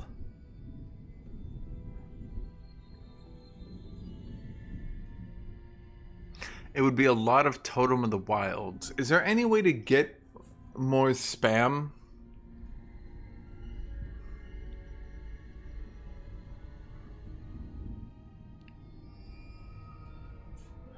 How do we get more spell spam? It's just the Wizard King, right? Dragons do not count as animals.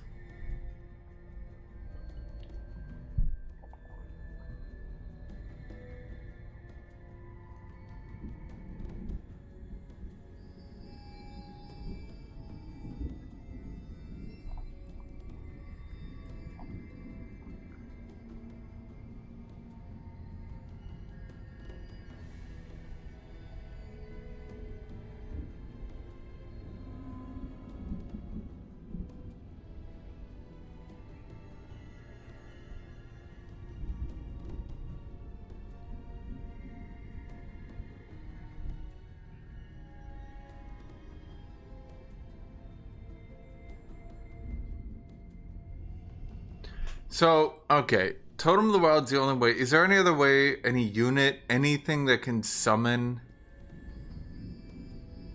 Is there any way to get more spells? Is there any way to get anything? I'm trying to think, chat. Is there any way...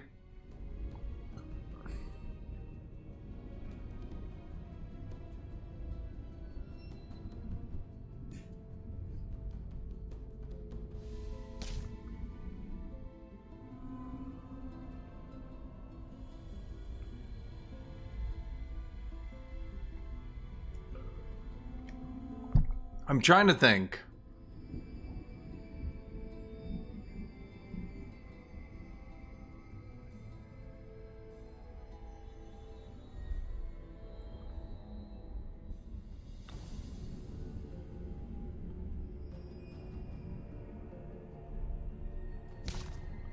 Any way to summon. I just need a way to summon.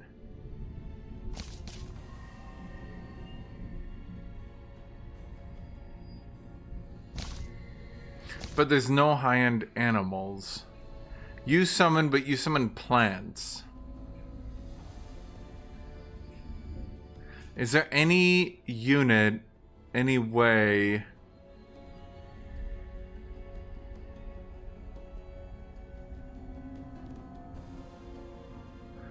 I'm trying to think, Jet. Is there any way...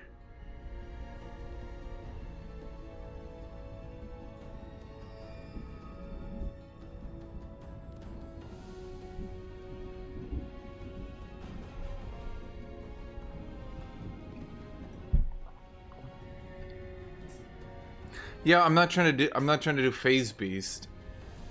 I'm trying to think of the most way to summon low tier animals.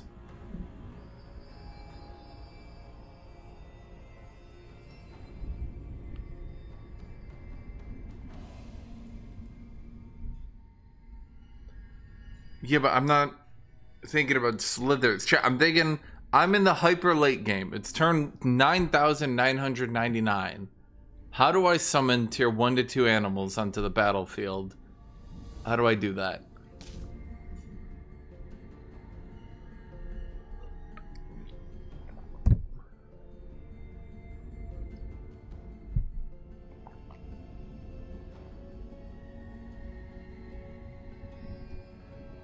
Chat, it's not about whether... who gives a shit about the game being over or not?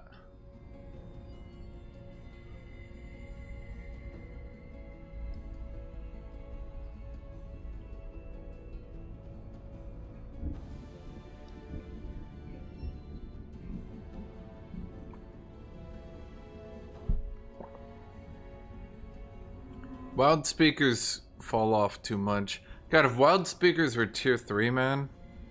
God damn it.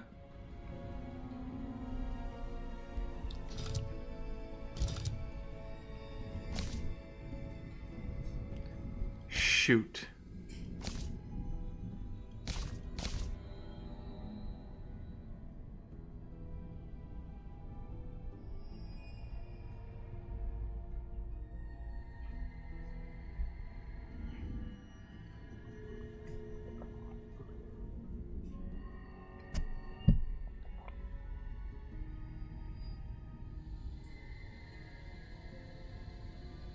Yeah, guys, it's not like it's not hard to get to 18 units to fill out a battle. It's not going to be an issue. The problem is more so how can I fill a battle late game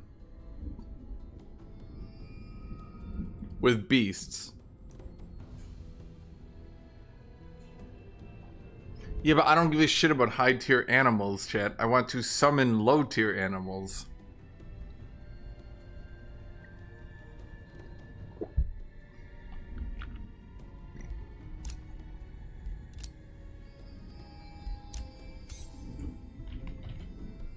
Do spiders summon spiders? I don't think so.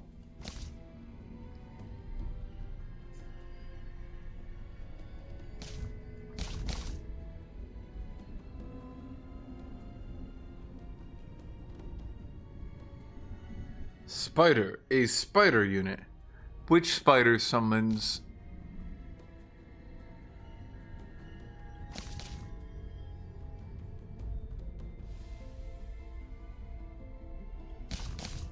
Dread Spider Matriarch. Oh, okay. Still tier 3 though. God damn it, spiders.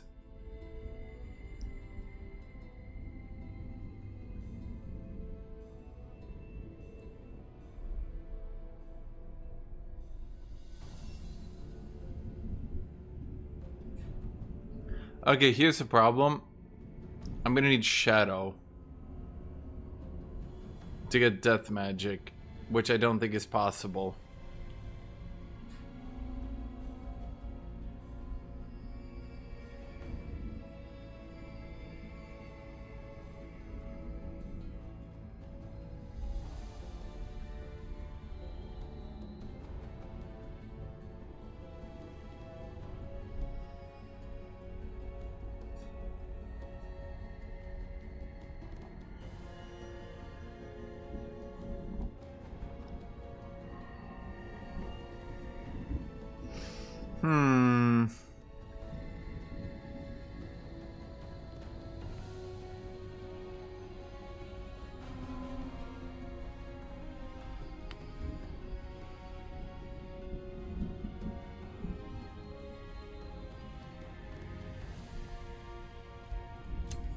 What is their origin culture?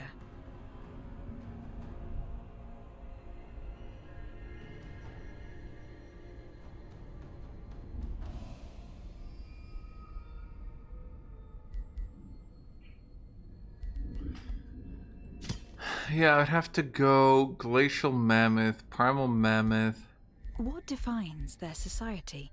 I don't think there's any way I could take something from here, right?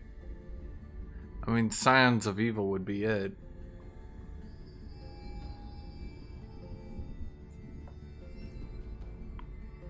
I could use Scions of Evil to spam out whatchamacalls. When does this get death magic?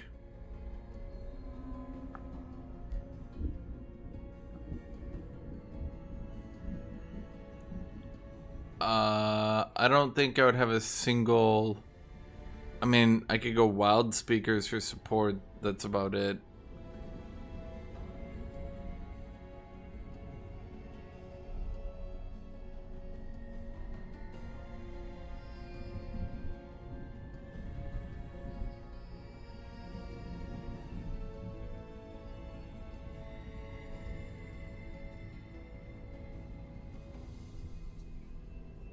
$80 turns? Ugh.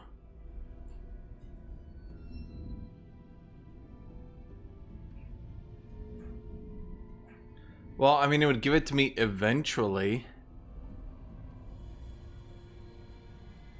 Which isn't too bad. Is there any way I could sneak in First tome of magic. a tome? Let me think here.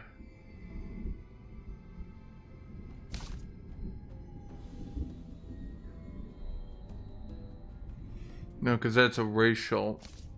That's a racial. Fuck, everything's a racial transformation.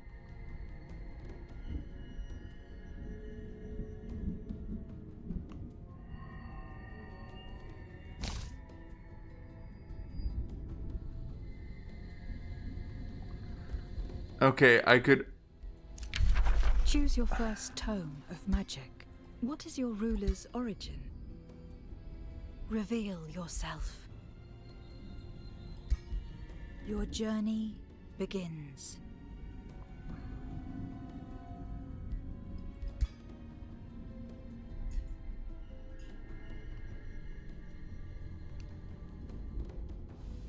This is basically the Ice Spiders build.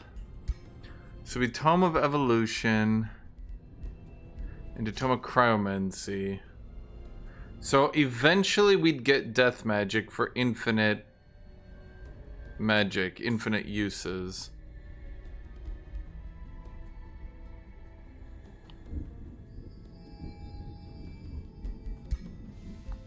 At tier 2...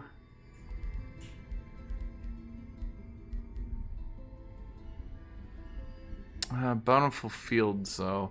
Maybe, okay, here... never mind, screw this. This is too much chat. Here's what I'm thinking. What is their origin culture? Stormcrow. What defines their society?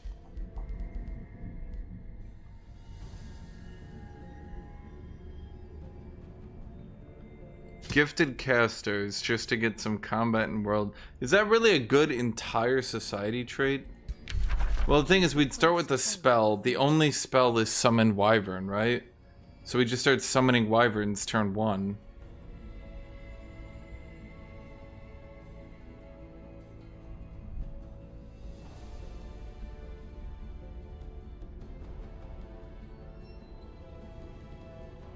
Oh, you're right. I would have to go Beast Tome to summon the spiders.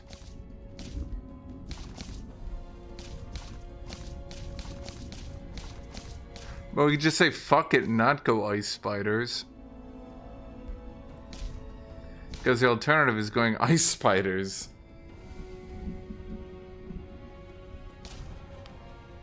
Yeah, I think we just do this version. We say fuck it to Ice Spiders.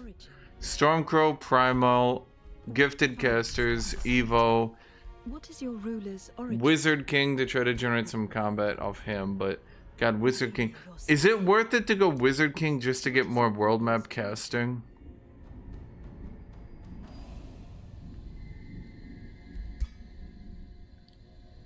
Reveal yourself. Your journey begins. Okay, so you go Evo into...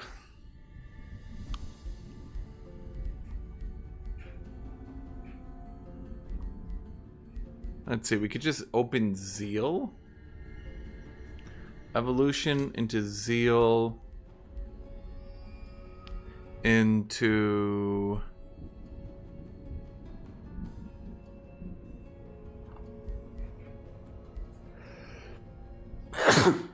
Did Thomas Summoning ever get buffed?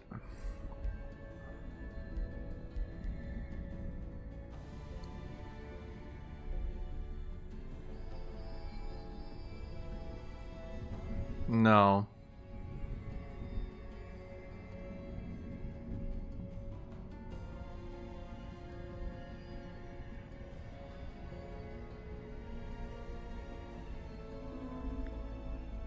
Well, if we go long with beasts, we'll just lose. So I don't think we can try to go for death magic. We just have to sprint in the whole ass board. Into Inquisitors to make Slithers condemn. I don't give a shit about Slithers. At this point, we have a couple of choices here, chat.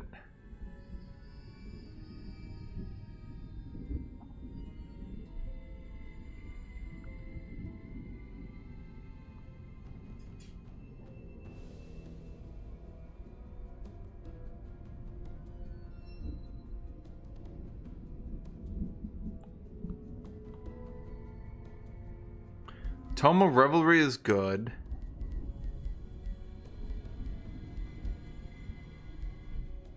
Tome of Fertility lets us get late game win condition.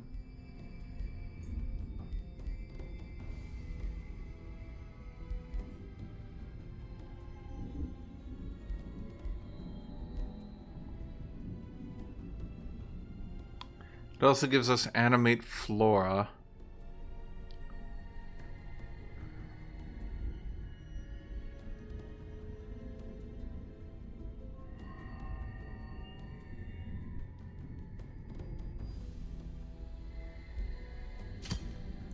We could do Fertility. That gives us unlimited draft as well. But does this just become a dragon build then?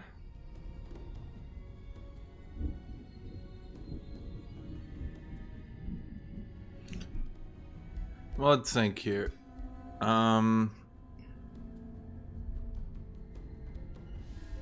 We'd probably want to go Revelry third if we're going at third. I don't think there's really a way about that. Then it becomes a question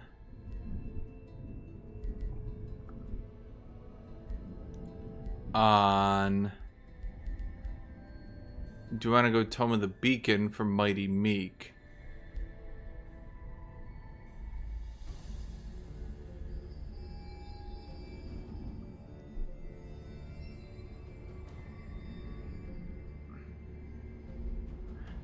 Honestly, I feel like Mighty Meek really only works right now with zombies. We'd probably just want to do Fertility.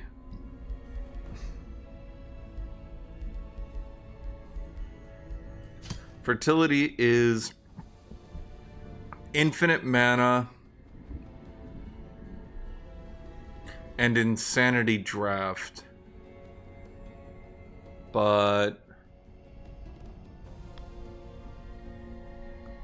So you got Tome of Evolution, Tome of Revelry.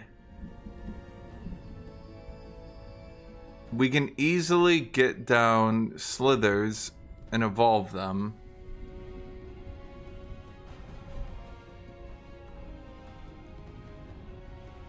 And I guess we would just try to Power Spike. At tier 3, we'd obviously want to go Tome of Vigor.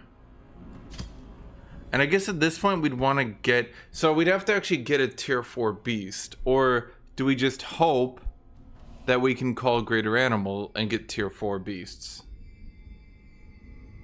It's a beta thing. Zaborg. Call Greater Animal's 150 world casting. Wow.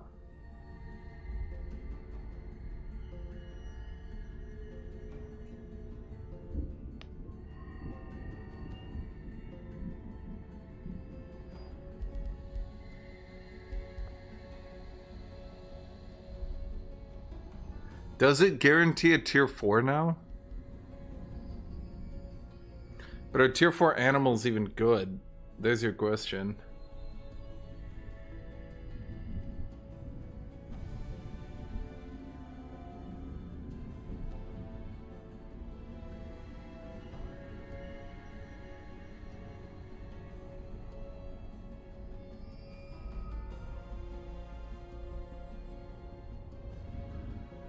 I mean, we could go Thomas Cycles and then try to use Druid of the Cycle.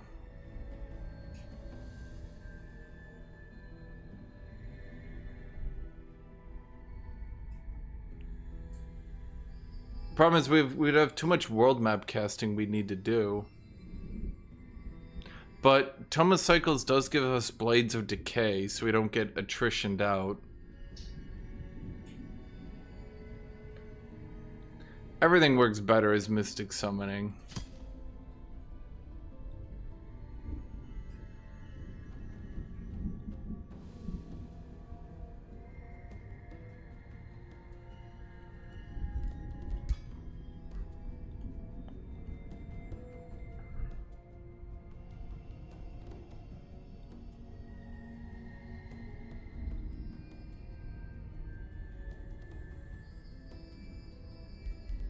I mean, at this point, I'd obviously want to go Tome of Paradise.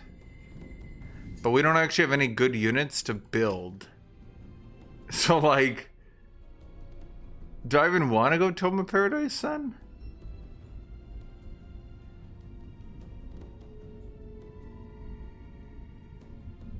Maybe I'm overthinking this, chat. What tier 1 and tier 2 units could I summon with this build easily at all to make Mighty Meat good?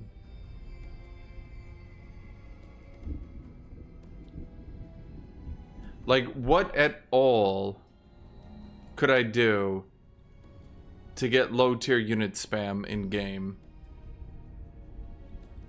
Wait.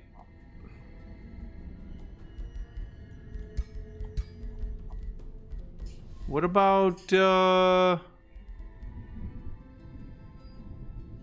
Mr. Horned God?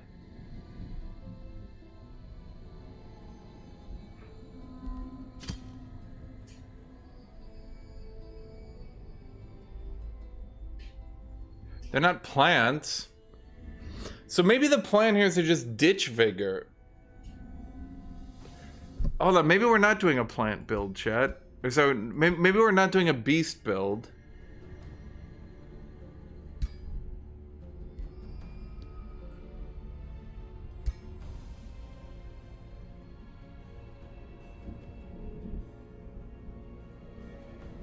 Maybe we just open with beasts, right?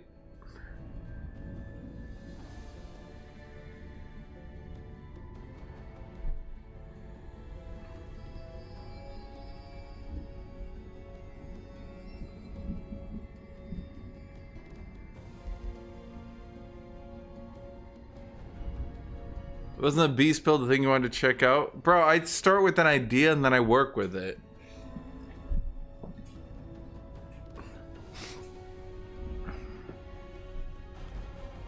Okay, you know what, chat? Here's what I'm thinking. Wozchick dead. Why? He questioned us, chat.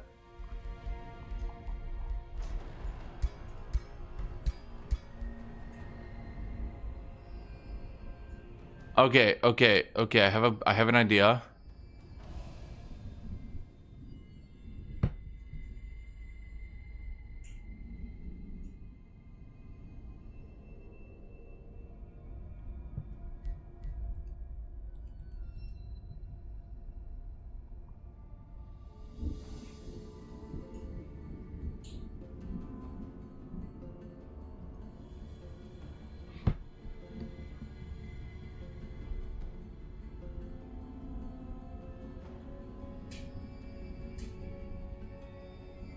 I have to get Death Magic.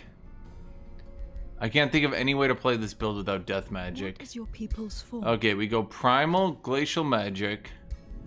What defines their society? We drop Gifted Casters. We go down here for Scions of Evil. We open... First tome of magic. Is Scions of Evil really the best shadow? Their society. God, it's so hard to get shadow affinity. All this shit is so shit.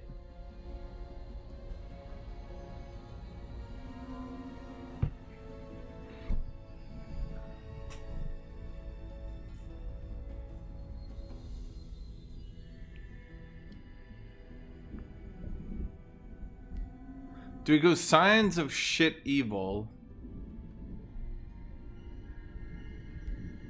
Or Powerful Evokers? We go Powerful Evokers. Choose your first tome of magic. Or do we?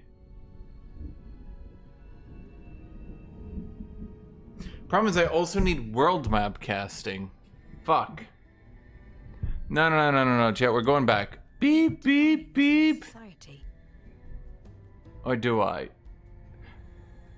We need world map casting, but we have no world map casting with this build if we don't get Astral. We need Astral, Shadow, Nature. Unless we go Materium.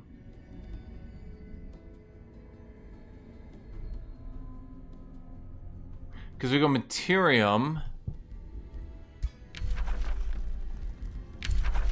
If we went Materium, we could grab Terramency for the excavated ley line.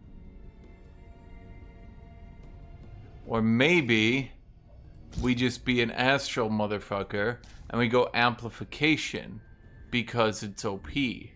I'm thinking Amplification. No, we're not gonna go Amplification. Hold on, let me think. What defines their society? How do we get into this stupid build, Astral, Shadow, and Nature, while also getting enough damage to win the game? That's a good question, me. Thank you, me. How much Astral do you need, really, to get the 10? But I would have no death magic. The 20 world map casting.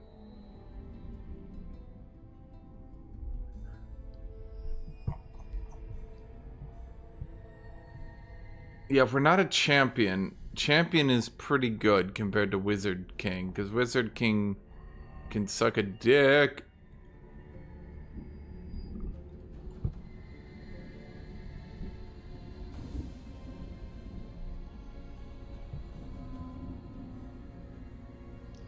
$60 points.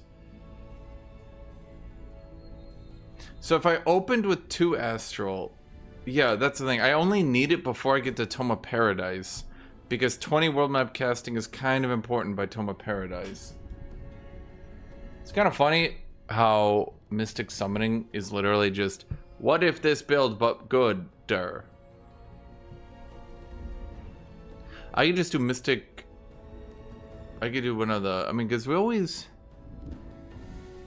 yeah, everybody wants to ban Mystic Summoning still. So if we, no, because Primal gives us Glacial Mammoth. That lets us start in the snow. If we start in the snow, that's good. Starting in the snow is good. But maybe we just skimp on death magic.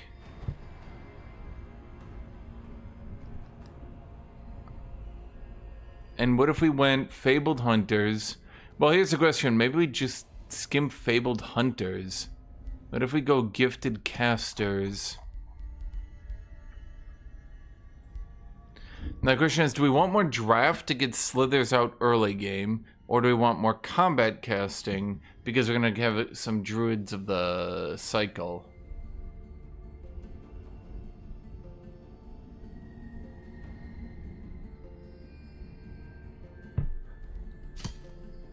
We could ditch Astral in its totality and just stay a Wizard King, which does solve one issue. This is really not enough. Powerful Evokers is just not enough. Choose your first tome of magic. Okay, then we say screw you, Chad, because you guys are dumb. And we go, that's right, Tome of Beasts opener. Your ruler's origin. You guys can't lock me down, Chad. Reveal yourself. I know, you're trying to hold me back, but I won't let you. We go Ritualist.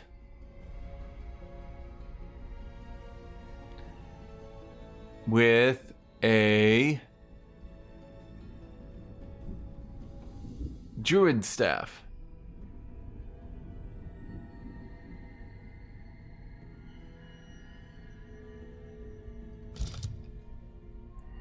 Because he's a druid. Okay. And then we grab... We need like a druid pose. What's like a Malfurion pose, chat? Tell me which looks most like Malfurion. And not your angry older sister.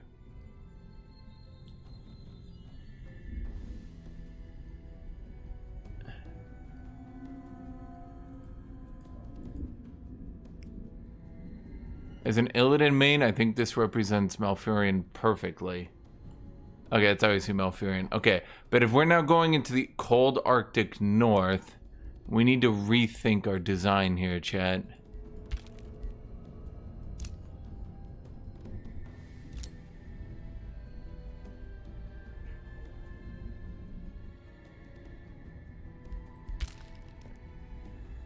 We are now the Frost King.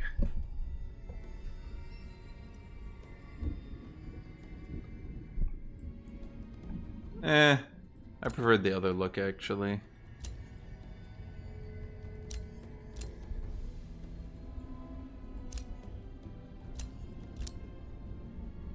Okay, so we grab you. Where are you? Ah! My head is the tallest, so I win. Wait. You. That's pretty good. Okay, let's look at that main hairstyle.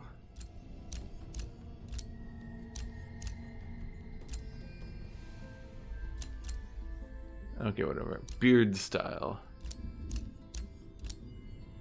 Good enough. Okay, let's look at the hair color.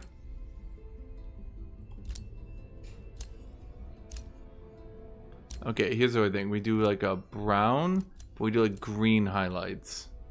Oh, that looks good. Said nobody ever. God damn it. What do we do? A green with white highlight? Why is a green so fucking green? Bro, it's like green with like an exclamation mark.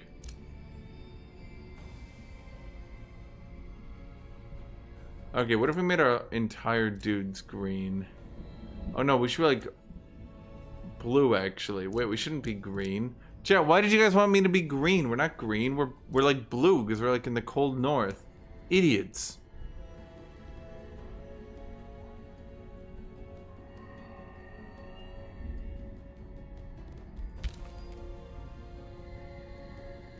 I'm not sure about that one. No. No. No. No.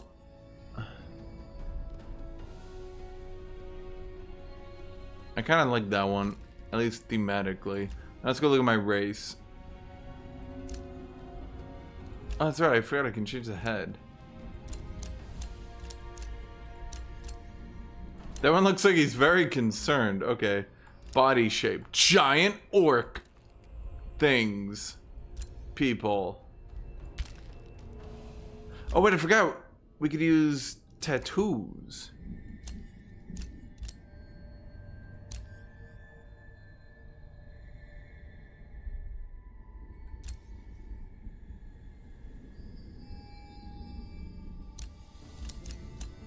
We could do that. Wait, and then let's change.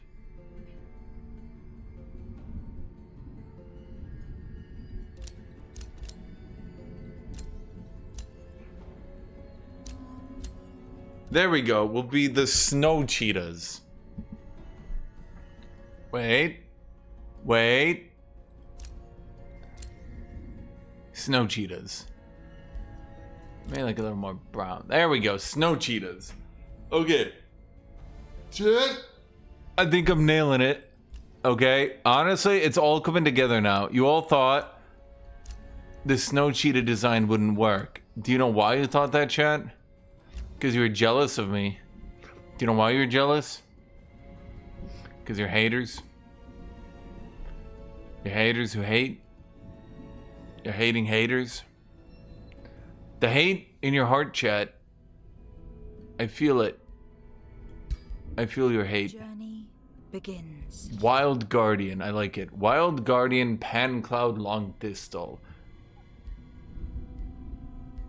Everything here is terrible. Okay, so now we go Shepherd. God, even more upkeep reduction? Bro, please. Wait, with the Wild Shaper, I literally hit the cap.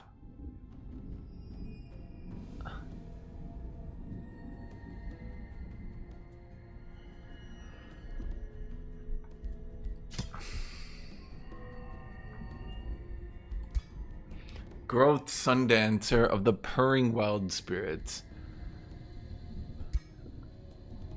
Flint Thunderwell. No. Wilderness. I like that one. Ooh, Birch the Shepherd. Ooh, the Leonine Druids.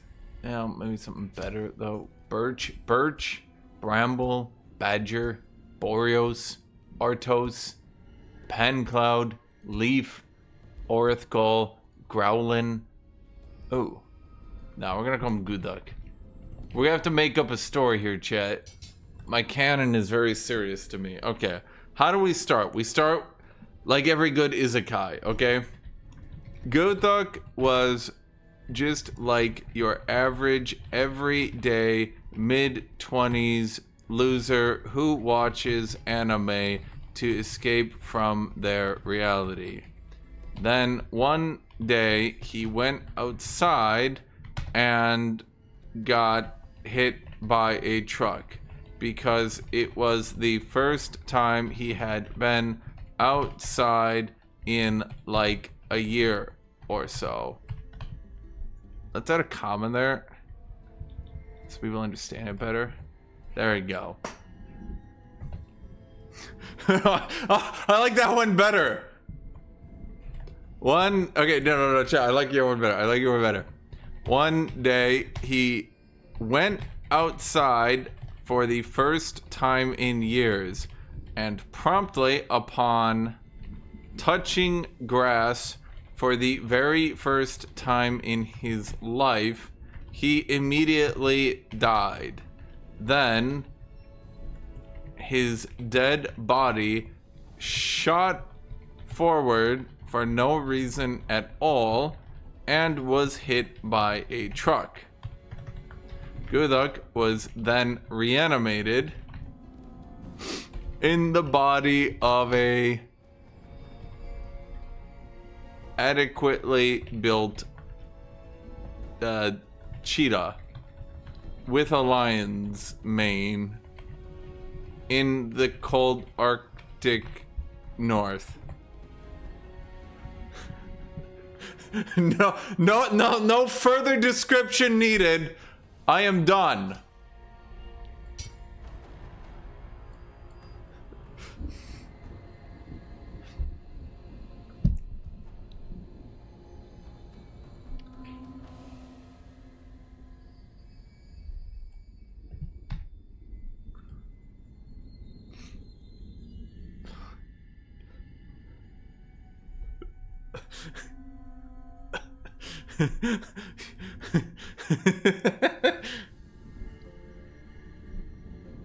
Oh, you're right.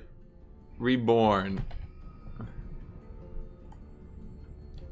For some reason, he was... Wait. For some reason, he was, okay with slavery now, so long as he was the owner. The story will never address this.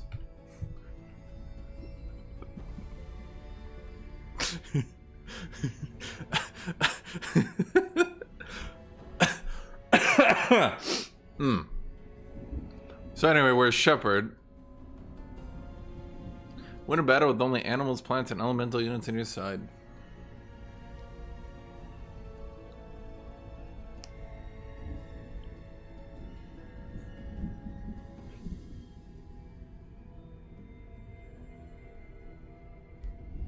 Advanced settings. We now need to make our heroes here, chat. Actually, we should save this first.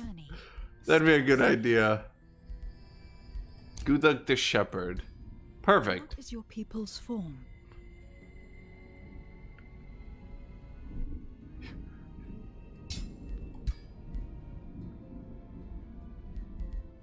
Oh, right. I forgot to do my tome path. Okay, we start Tome of Beasts into Tome of Cryomancy into Tome of Revelry into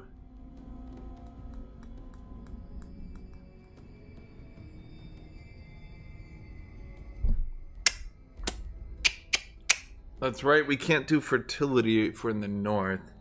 Okay, into Tome of the Beacon. Just for Mighty Meek. We're going the entire Tome of the Beacon just for Mighty Meek.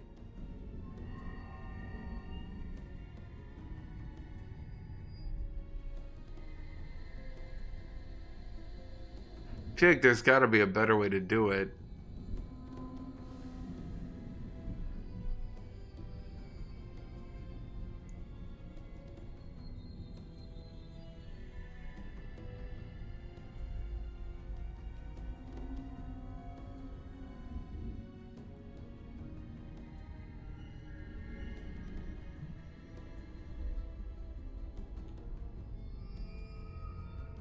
Am I really going an entire S tome? I'm gonna have so many dead spells.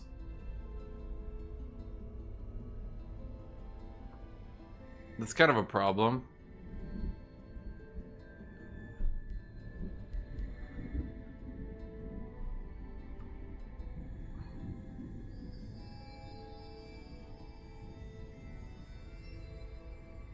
Fuck it. Let's go. Let's just see how far we can take this meme. Okay, now we're at tier 3. We go Thomas Cycles. And we just completely eliminate the chaplain.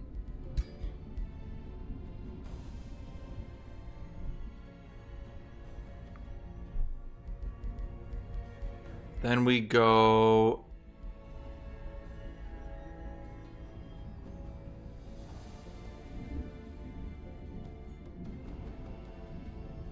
We don't have anything else to go. Wait, I'm just realizing Tome of Paradise would suck with this build. Wait, what major race transformation am I going then? Am I even getting a major race transformation? What's the best way to buff summons?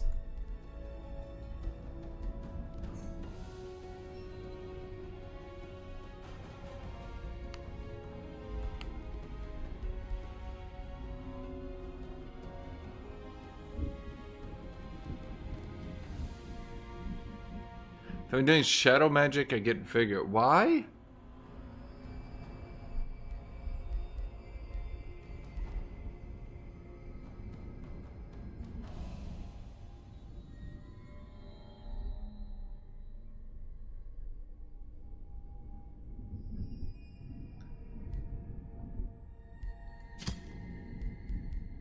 Okay. Well, we're now at tier 4.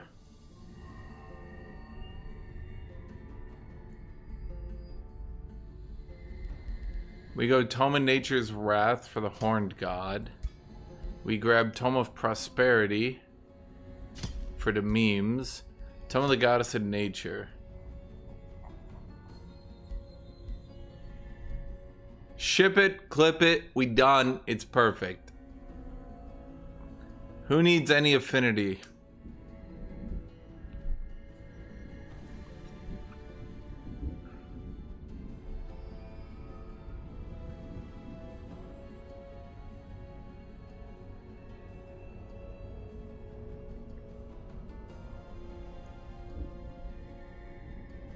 I'd have to go for a military win condition. There's absolutely no way I could build cities with this. Like, there's just literally no way.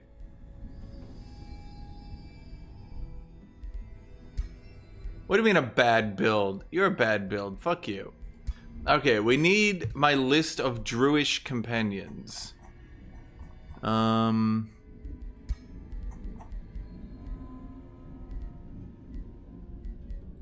Wait.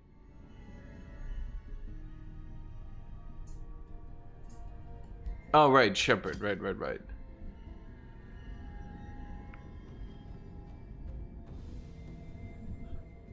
Elite, shut up.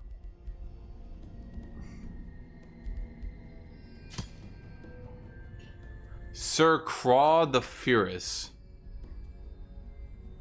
Really? No, because you're a Death Knight. No, be a Ritualist again.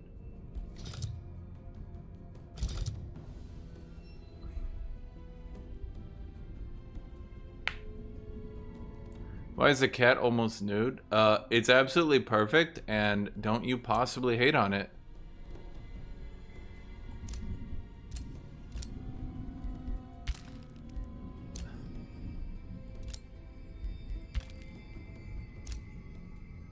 Honestly, I'd make him more naked if I could, chat.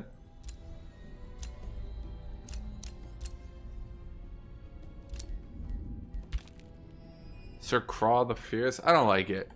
Sir Leonor the Warrior. Warrior? You're a ritualist, buddy. Sir Gilius the Sculptor.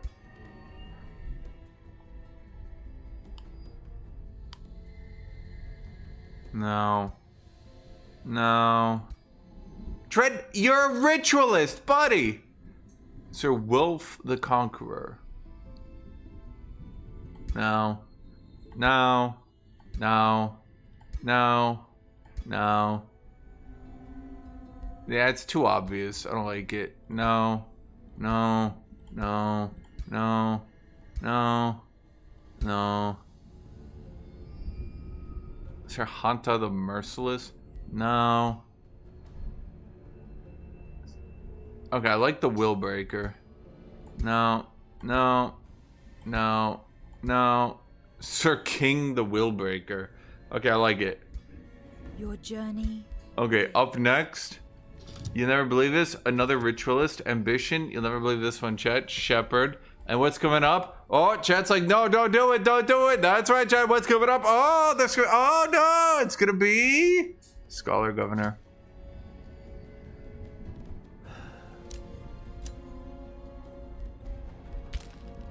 Okay, you look like a jackass. Outfit. Get in the loincloth, buddy. Helmet. Use the... No, you don't get a helmet.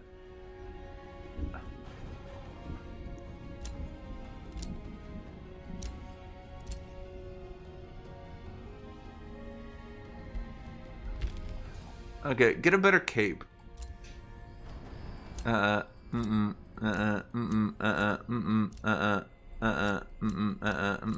Ooh.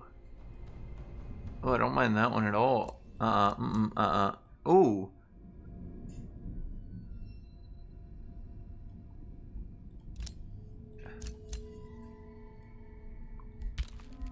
Fuck.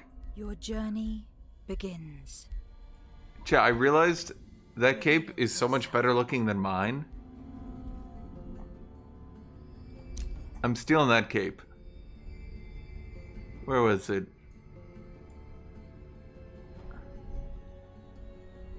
Where'd it go? What the fuck? Am I blind? Where'd it go? Why can't I take that cape?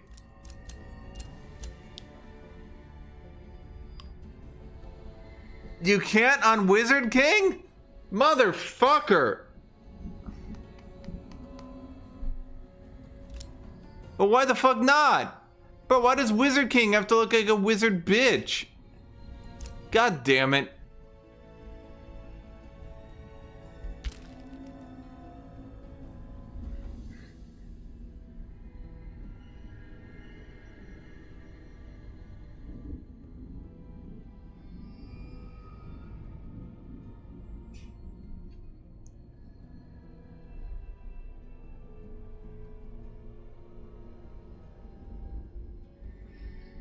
Fuck.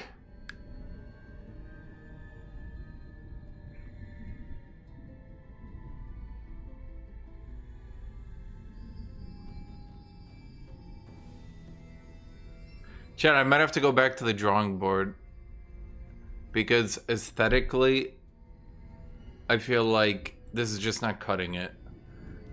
Aesthetically, it's just, I don't know, man. If I start in the plains, what is the best thing I can summon in the plains? If we're not going late game, we don't need fuck this. If we're not going in the plains, we don't need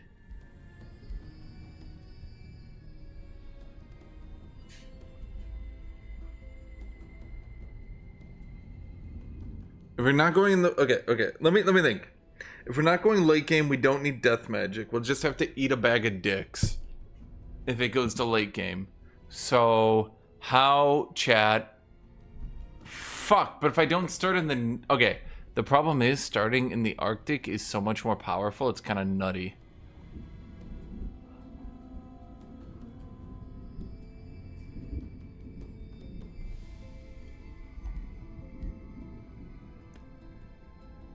Fabled Hunters.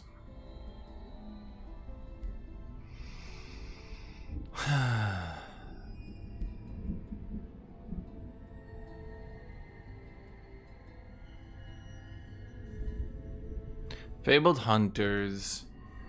Give me an opinion here, Chad. Do you think it's better to go for gifted casters or for mana channelers? How many magic summons am I going to be able to get without world map casting?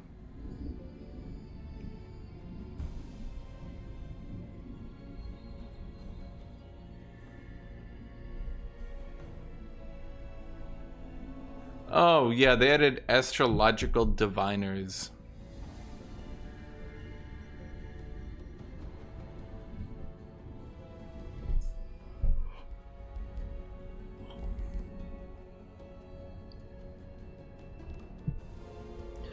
It's definitely a choice.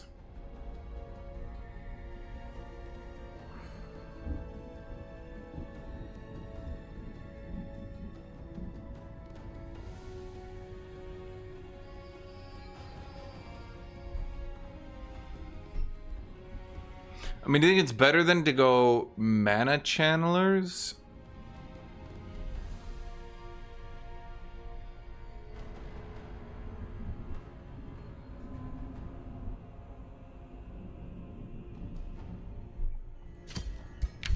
Choose your first tome of magic. Okay, we're going champion because Reveal yourself. I just looked not as good yet. There we go. So much better. And now we can grab that badass cape. Look at that. Oh god, that's so much cooler. Wait, do I do clean shaven then?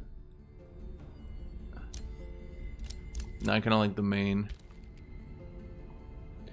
Can we do a better crown as well? Nah, I don't like that one. No, mm-mm. Nuh-uh. Ooh. Honestly, I'm kind of...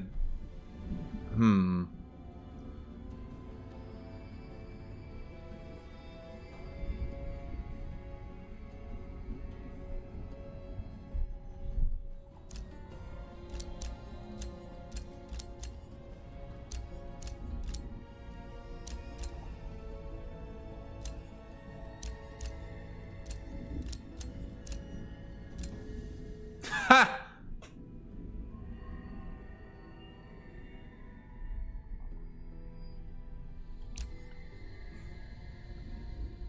I kind of like this one because it's silly.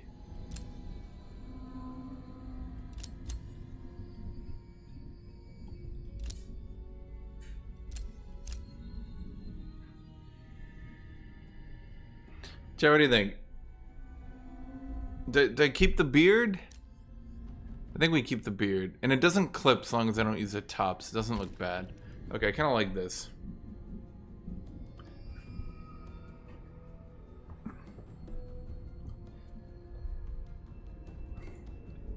A naked lineman just wearing a regular helmet.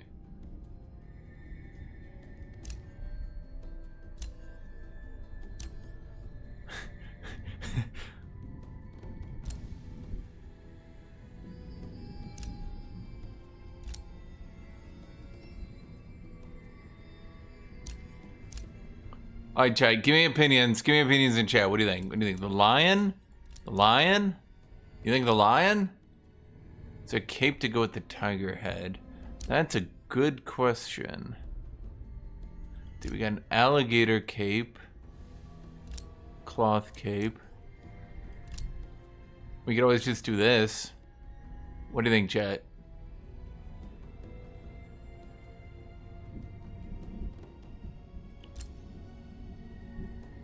I mean, I think it's looking better. There is a cat cloak.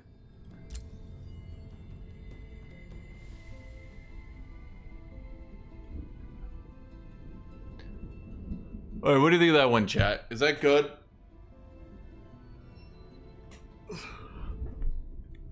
And so the outfit, we could keep the loincloth because it's funny as shit. Or we could do like that. Or like more loinclothy, you know what I mean?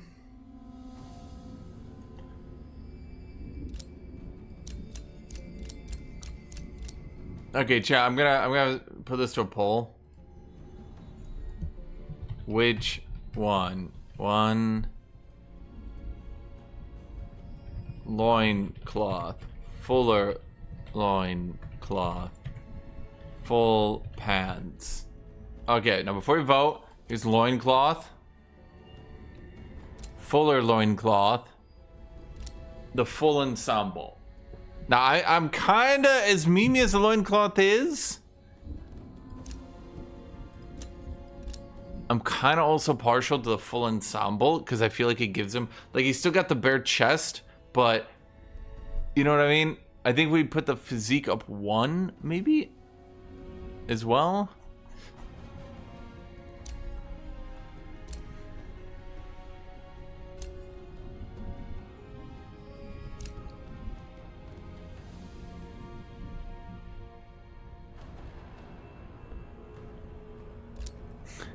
You see the leather face of furries?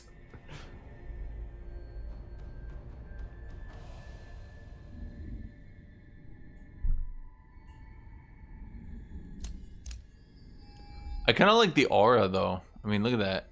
Actually, I wonder, okay, what if we yoink the cape entirely? Okay, what about...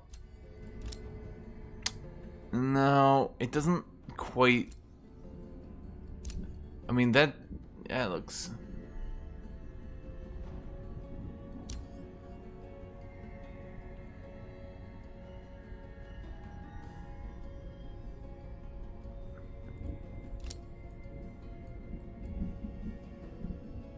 I'm not sure if I like the lion cape in retrospect. No, it looks like crocodile too much. Let's crows. Crows are kind of good, I guess. A little dignified look.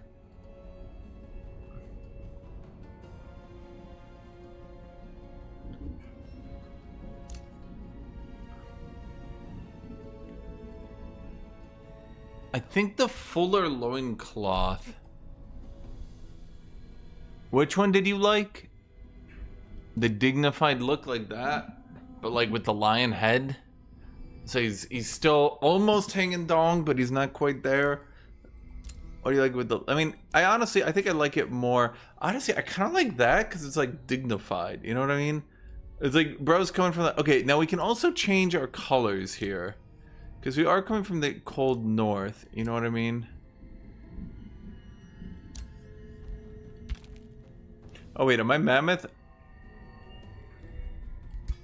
Oh no, I'm Stormcrow. Origin culture. Oops. Reveal yourself. Honestly, if I'm doing that, I kind of almost like it with no cape.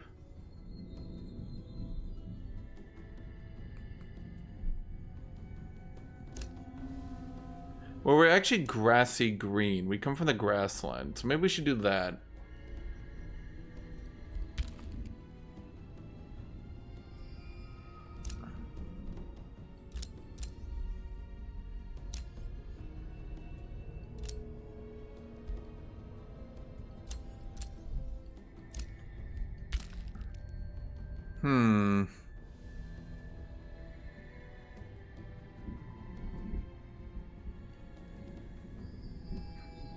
I think chat is kind of partial to the fuller loincloth look, but I think with the fuller loincloth, we also then need a little bit of the over the top, you know, like that. But does that look better? I mean, that's the question. Does this look better as like a dignified look? Or do we go for that? Do we go for the full-ass saber tooth?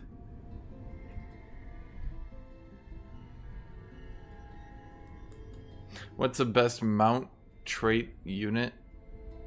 Really depends on a lot, actually.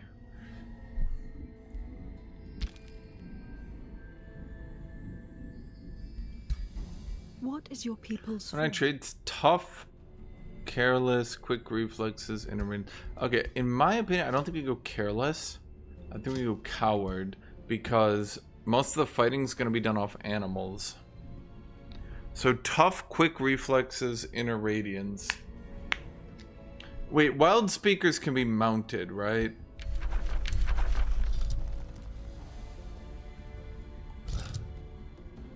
Or are they mounted by default? Well, it shows that they're mounted by default.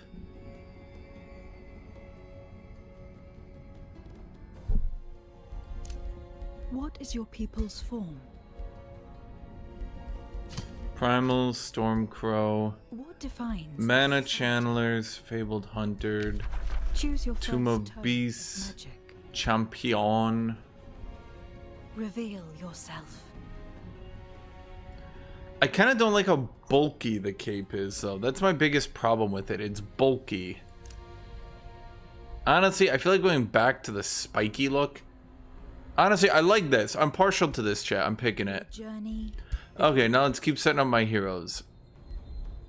Berylun the Astral. Berylun? I don't like the Astral, though. You're a Shepherd. You're a Ritualist. Staff of the Stormcrow. Okay. Berylun the Astral. But you look really dumb with that stupid cape.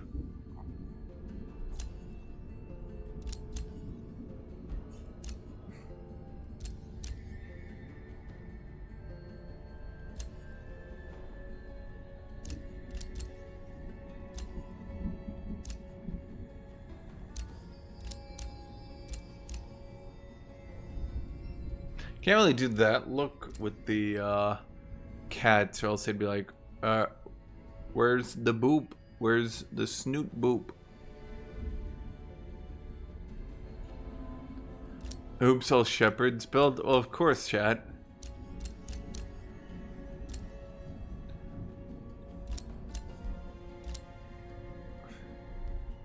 Armor color. It's armor's like too. Well, I don't know.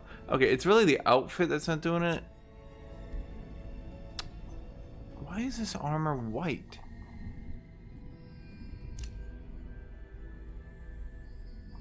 I don't know if I like that cape though. That cape. I don't know about the cape.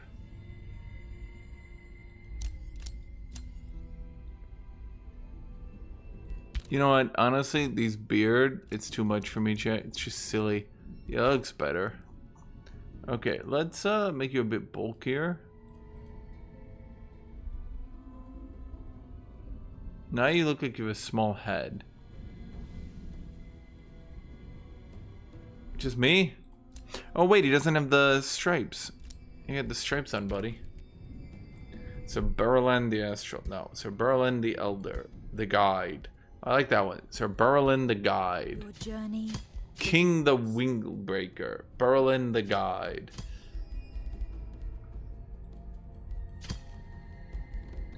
Okay, so then we gotta add Lewis the Defender. Okay, I got an idea for this one. Staff of the Stormcrow Ritualist. Sir Lewis the Defender. The Knight. The Shield. The Disciplined. Lewis the Disciplined. I like it. No, chat, we're not going for a gay nightclub look, okay? Just because that's what you guys see. Okay? But that's not what I see. Chat, I see a bunch of healthy. I actually kind of like that. Your journey begins. How do you look? You look stupid as fuck. Why do you look like that? Get in the loincloth. An alligator helmet. An alligator helmet? Come on, buddy. What are you doing?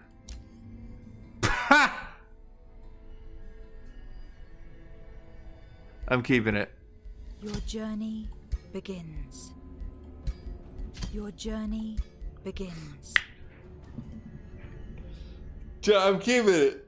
I'm keeping it. And they all need a pose like this the whole time. It's like mandatory, okay? That's like the only pose we're allowed to do.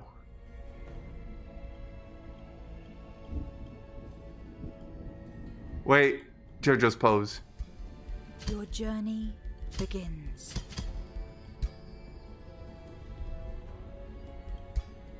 Your journey begins. No, it doesn't. Our journey ain't even started yet. Your journey begins.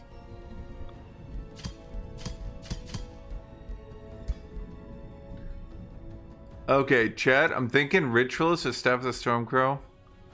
So Fergar the Golden Handed. You know what? I like it. Body shape, yes. Voiceover, I know, that's good. Beef up a little bit, buddy. Skin decoration, get on the stripes. Get out of that fucking outfit. He can have the advanced cloak. Actually, I kind of like his look. Maybe like a little bit of a... No, honestly, I kind of like it like that. No, that's actually better. Your journey begins. Yeah, actually, I kind of like the advanced loincloth now that I'm looking at the differences. Yeah, that's way better. Your journey begins. No. Get the advanced loincloth. Your journey begins. Okay, now what are you doing for you? Yeah, you gotta get the advanced loincloth too. It just looks better. Your journey begins. Okay. Now we gotta go back for a second here, chat. Oh, head size is customizable. Finally, a head almost as big as mine. Okay, I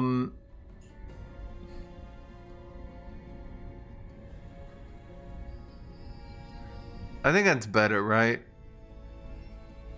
This one versus, yeah, this one's better. I like that one better.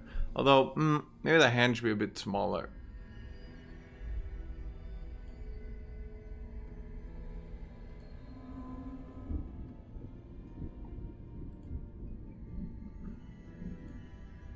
Yeah, I think that's better.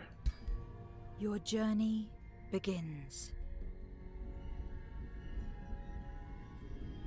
I can just spam the primal summon. Good.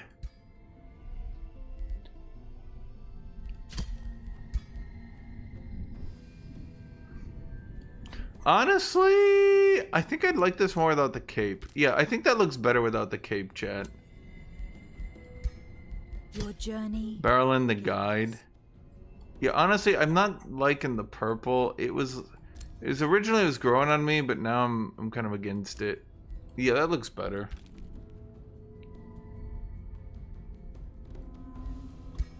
Your journey begins. Did I do your things? Okay, scholarly shepherd. Journey begins. You'll never believe this. Shepherd, scholarly. Your journey As for you, begins. shepherd, scholarly. Your journey begins. Chat, what don't you like about him? Yourself. What don't you like about him? Okay, this is working out absolutely perfectly.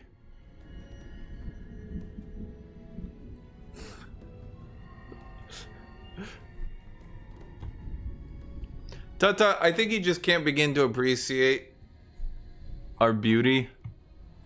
Actually, I kind of like the armor color when it's like in there. There we go. Ooh, maybe a bit darker. No. Yeah, I think that looks better.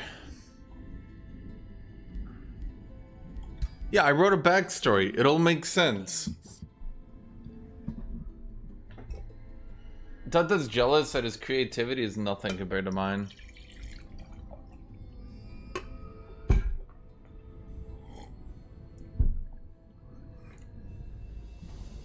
I wrote a backstory. He's got a full dialogue and everything.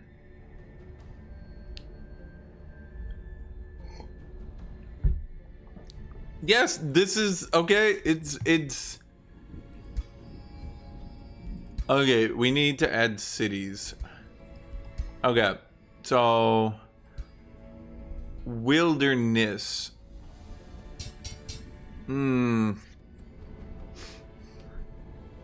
Okay. I'm going to use ChatGPT to come with names. Okay. Okay, what are good city names for a lion? No, sorry, cheetah dressed with a lion's head on him, who is a ritualist druid, isekai'd into a new world,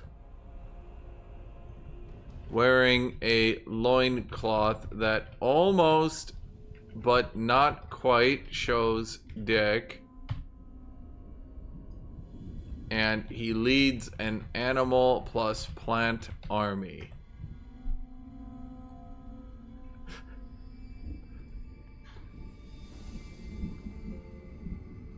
That's a bold and rich concept. Its names suck. I like Wilderness because it's just so stupid. It's so stupid. Okay. You know what, chat? Okay. This is a bit lame. Oh, I like that one better. Lion Sheath. Oh wait, no, we're cheetahs. Okay, we will call it, oh, I like that one. Bearthorn. No, you know what, chat? It's perfect. I like it. I like it, ChatGPT.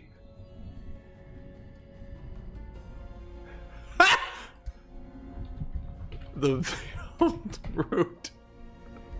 No.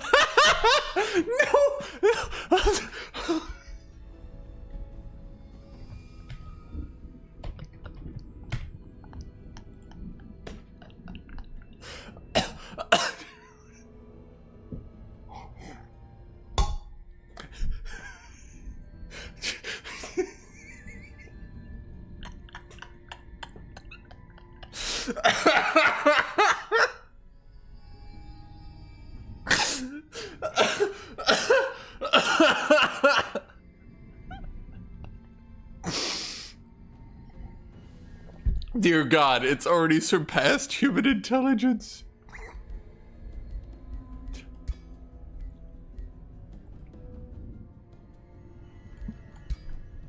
Okay, so we got Bearthorn, the Veiled Root, Drew Wood. Can we make them looter, but like in a subtle furry way?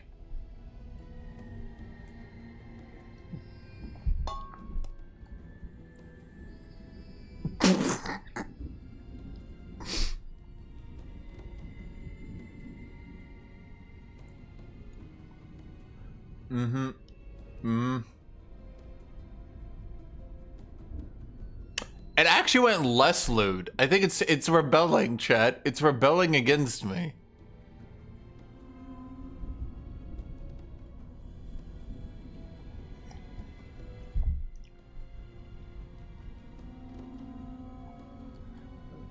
No, you drew away from the dick references. You have to make subtle dick references.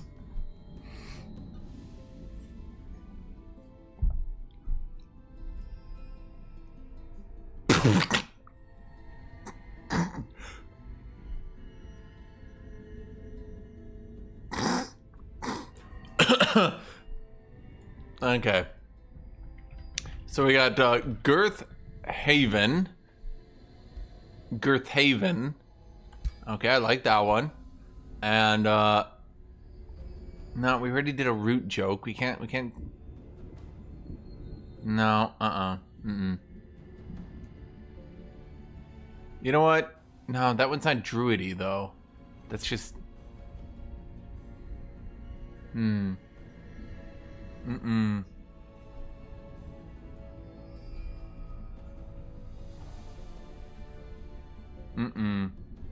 Did I already do? Yeah, we'll do last one will be Sheathmare. I don't intend to go beyond 5 cities, so it's perfect.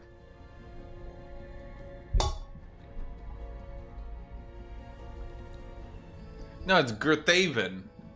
Girthaven. It's all one word. There's no joke here. It's just Girthaven. Don't make it weird, Chet. It's Girthaven. You know what? I like it. It's perfect.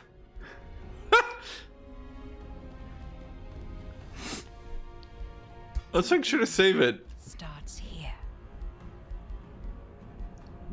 Why do I have two of you bitches? Get out of here.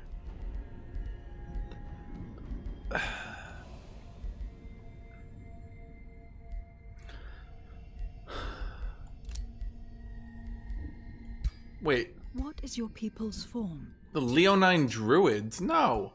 The Purring Wild Spirits. Oh, no, that's perfect. Journey. I didn't have to try for that one.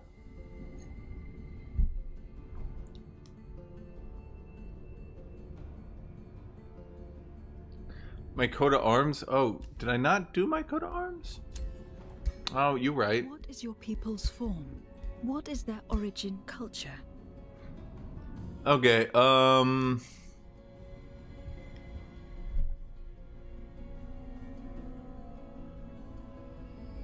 we're doing planes.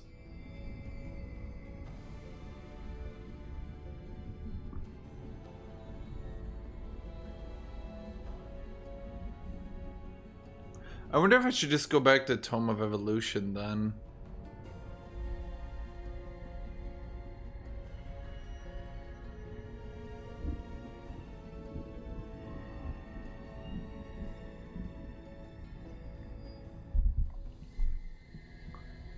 Let's just do a cat. Your journey begins. Okay, so let's think of the differences here, chat. Tome of Beasts. We get Animal Kinship, which does nothing for me, and Wild Speaker. We won't be using Wild Speaker late game. Tome of Evolution. Rapid Evolution. Oh, but then we can't summon spiders. But we're not doing spiders.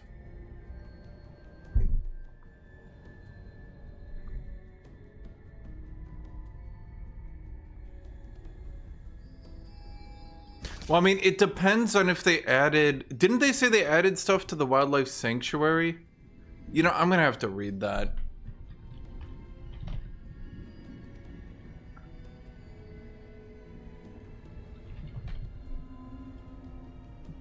Tome of Beasts.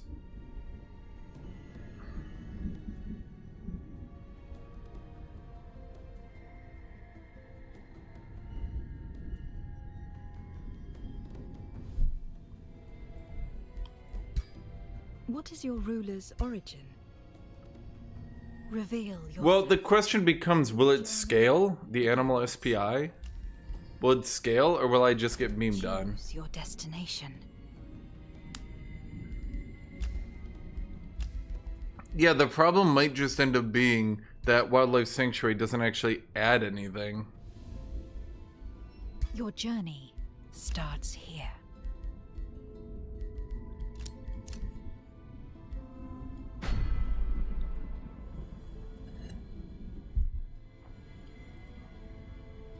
And that's the problem, evolution. I mean, it comes down to the Wild Speaker, if he's actually good. I mean, the Wild Speaker will be good, but I'm also kind of over-clipping. Well, hold on, wait, dude. Fuck, there's so many things in this game you need to check, dude. Yeah, that's the thing. I think if the SPI scaled a little bit, but it just kind of...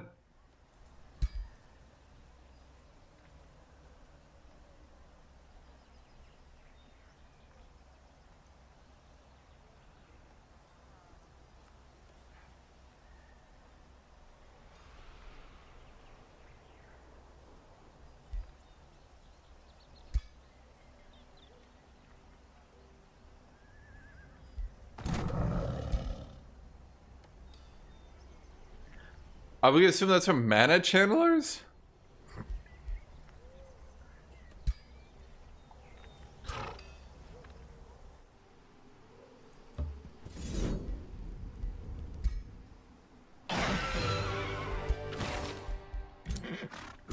I got an entwined protector that early?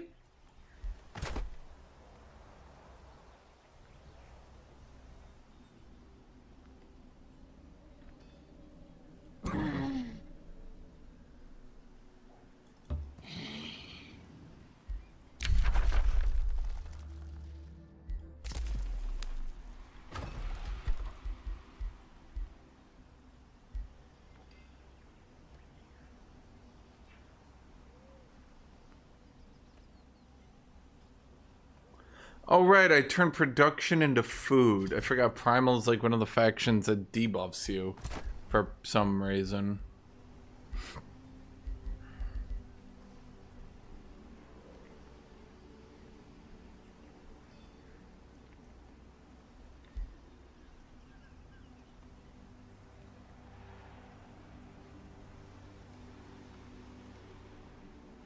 Okay, so we get the entwined thrall here.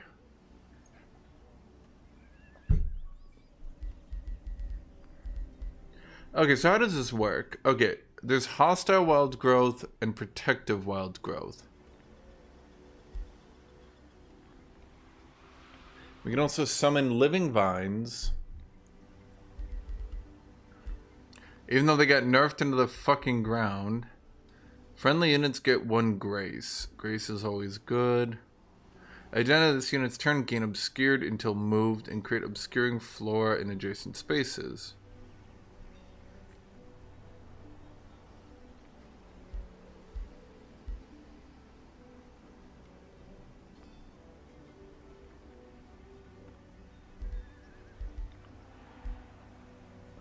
Protective wild growth gets, friendly units get 1 strike.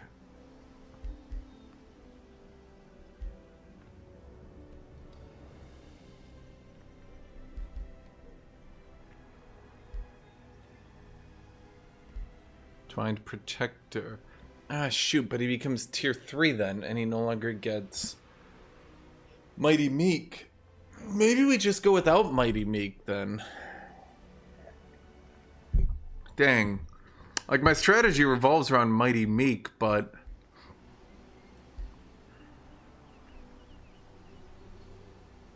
the problem with this path for Ritualist is he takes so many turns not doing anything.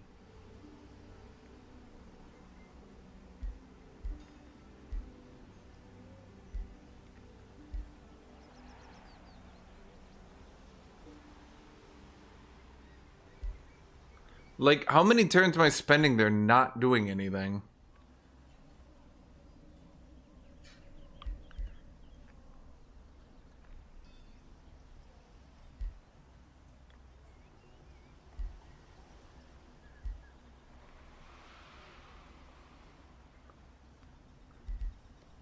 Tier 1, we summon this. Oh wait, and this is a triple action. What the fuck?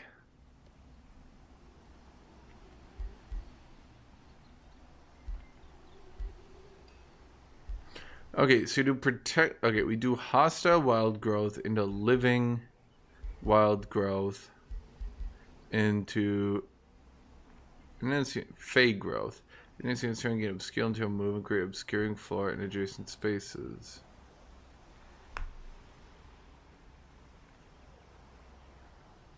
Fey growth. At the end of this unit's turn, gain obscure until moved. But then he would just be permanently obscured. It's not like the enemy can attack you on your turn. That I know of.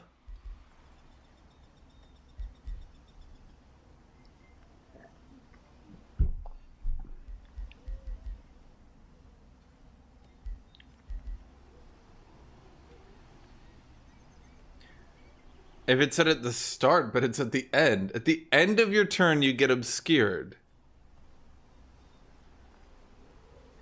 I mean, I could just effectively get people with the ring and with quick reflexes.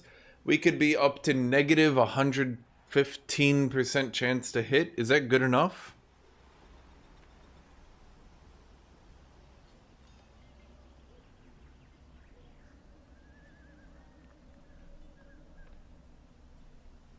Reincarnate, though, is once. Oh, no. No, Actually, it can be used multiple times.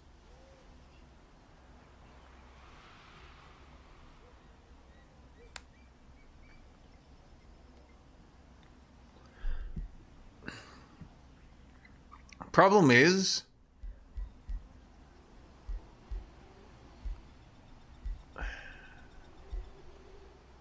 I think the problem with the Ritualist now, this Obscuring Floor uses too many turns. Like, okay, so turn 1, I put down Obscuring Flora. It creates mist. Okay.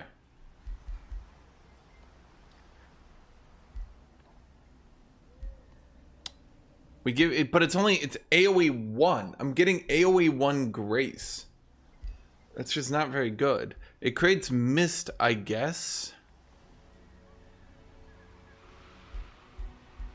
Then we get a Grace. Then I just become permanent Fey Growth. I'm not really sure what that does for me. Well, if I become permanent Fey Growth, that does help some spells that use. Well, I could just eat the food. I'm not sure. Then we get Awakened Entwined. Entwined Protector.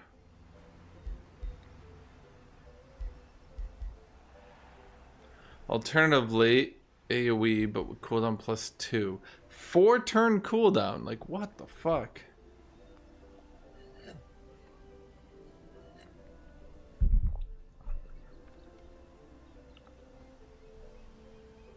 What level exactly do you think I am?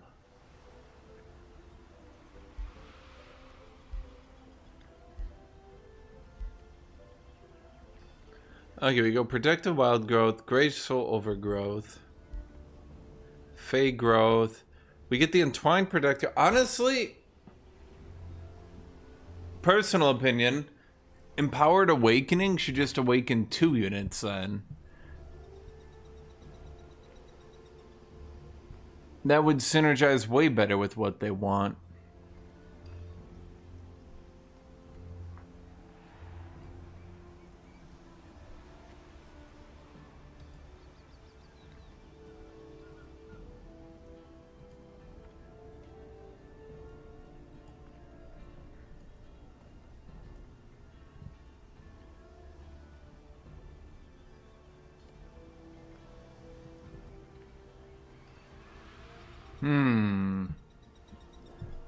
The problem isn't resets, the problem is how many turns I'll be spending not doing anything.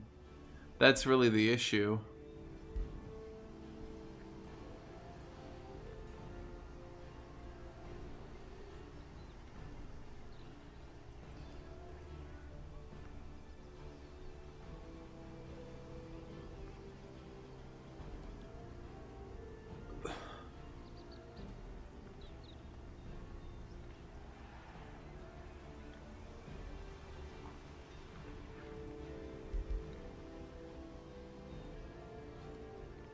Yeah, this part of the tree, like... Okay, so the problem is, this part of the tree works very well. You just go, like, here's Restore. And I'll be honest, I'm not really sure Restore even needs this part, because, like, goddamn, how much do you need to heal? Yeah, so we go Restore, Restore Strength, Decompose... Yeah, I feel like it should be summoning Floral Stingers. Like, that's what I want. You just... I don't know, you're not getting anything... The problem is it's like a druid tree, but you're not really getting anything. It's like a druid tree, but... I think their idea was that you could get the Entwined Protector... I guess that was the idea. You could just spam the Entwined Protector. But it's still a combat summon.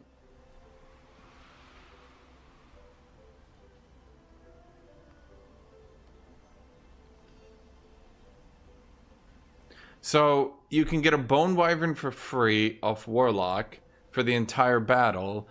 Or you can spend 2 turns summoning down an Entwined Protector that's not even permanent. And I guess it'd be overpowered if you can summon them down permanently, sure, but like... Man.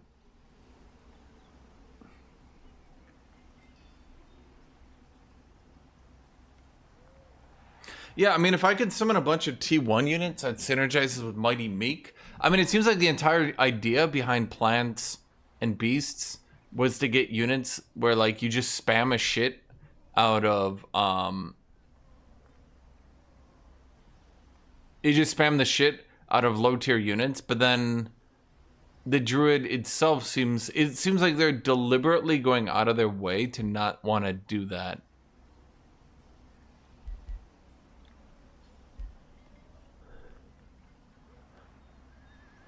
Okay, let's look at this.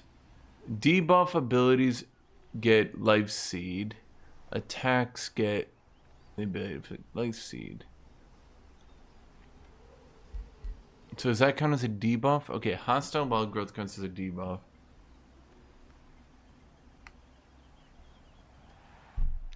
Well, if this was any other tier 3 unit, I think I would care more. But like, it's an Entwined Protector. You can walk away from him. He doesn't do damage. Jed, they don't want you to know this, but you can walk away from Entwined Protectors. What is Life Seed? Life Seed. When this unit dies, it heals a unit on the caster's side. It heals a unit in range 4 by 20. Eh.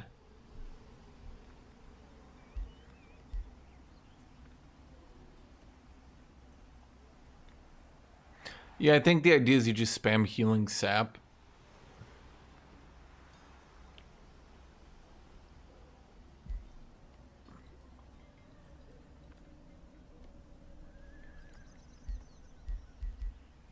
It's 20 HP for everyone? No, and it says a unit. I'm pretty sure that means a unit. Okay, so this path is pretty bad. I don't know what I could really do to try to save this path. I think the problem seems to be it's all about summoning a shitload. Like, okay, so Protective Wild Growth summons the Living Vines, right? The Living Vines, because they're combat summons, they don't really seem to get anything.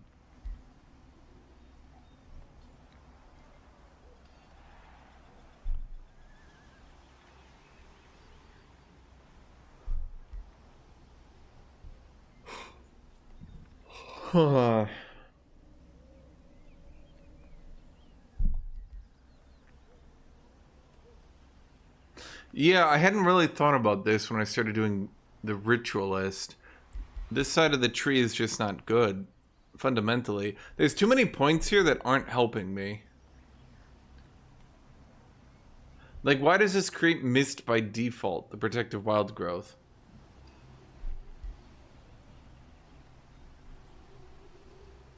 Why is Protective Wild Growth here even by default? It's literally an anti-range tree, but, like, no one uses range.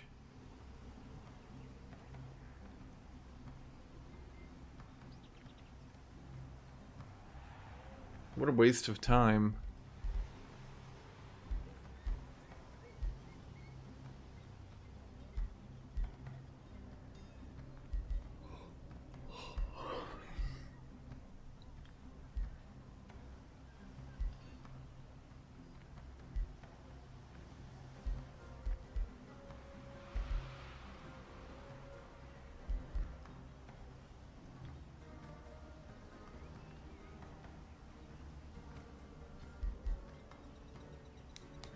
I'm gonna have to think here for a different class, but I don't think anyone else summons stuff, do they?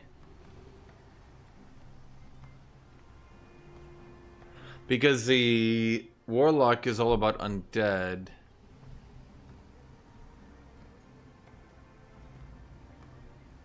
I'm trying to think, chat.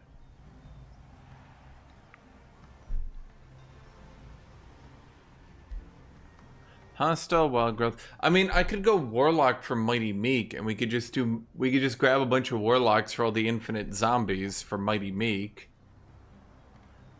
That might be a bit annoying, though. Not gonna lie.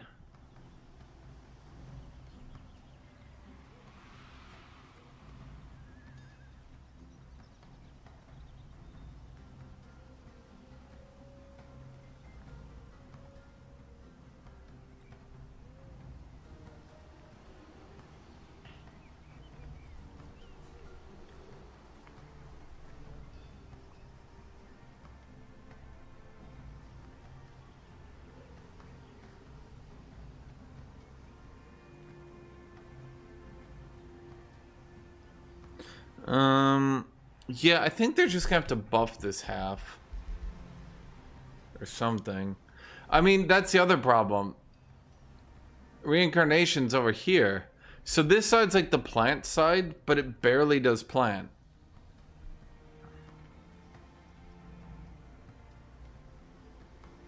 And this side is the better side. Especially because, like, if I go 1, 2, 3, 4, 5, 6 points down here, that feels a lot better than going 6 points down here, because the first point does, well, nothing. The first point does nothing at all. The second point, I guess, helps. The third point, we just create a lot of plants. Well, we create flora, which we could then use by this stuff, but then we're putting 2 points down into creating an entwined protector.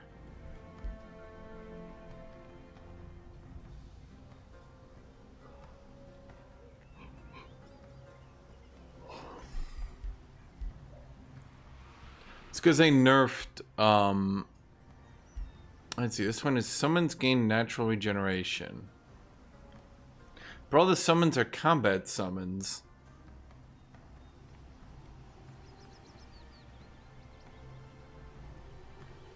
The only time this would matter is if you're, like, cheesing the shit out of an AI who keeps hitting you. I don't know, I don't like it. I don't like it, chat. I don't like it. Shoot. Yep, all summons. All summons.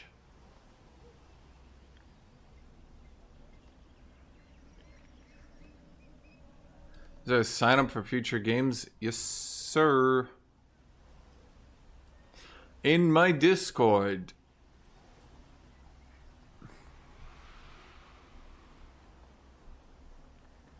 Okay, ban everything Tut Tut plays is winning. Alright, Tut Tut, I'm gonna need a list of every faction you created.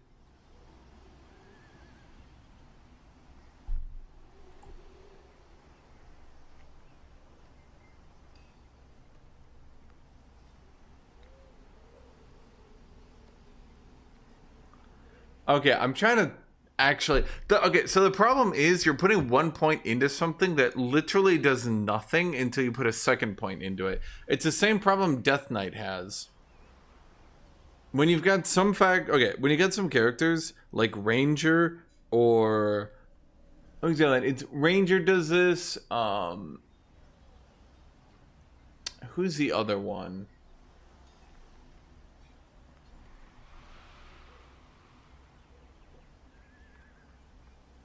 What can I think? Ranger puts 1 point in, gets a lot. Elementalist puts 1 point in, gets a lot. Warlock puts 1 point in, gets a lot. And then you've got some classes that need to, like, sink 9 points in before they get anywhere. Spellblade, Death Knight, Warrior, Defender.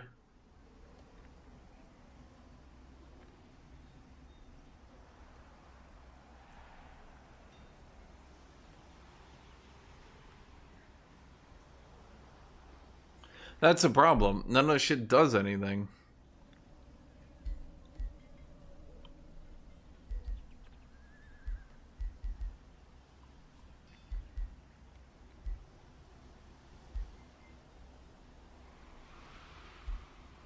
I think we would do restore, restore strength. Now decompose. I guess the problem here is, why am I creating this floor obstacle? Why do I keep creating plants, but then the plant shit is locked all the way down here?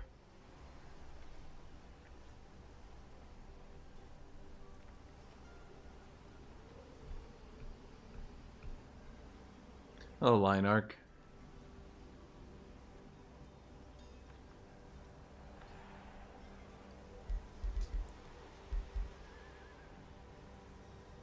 I think the only decent way to do this is hostile wild growth, although it doesn't scale worth a shit. It's not even considered magic. Why is this not even considered magic?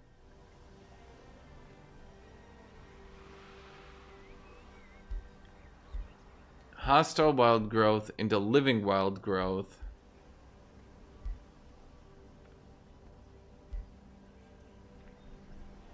That's not good. That's not good. I'd have to go Fey growth, so it'd be hostile wild growth, living wild growth, Fey growth, awakened, entwined, empowered awakening.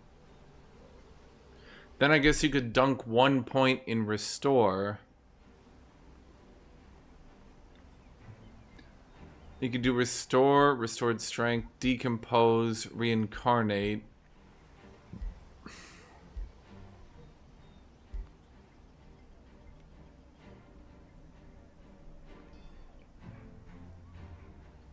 I mean, we'll see if people sign up, tut-tut, I guess.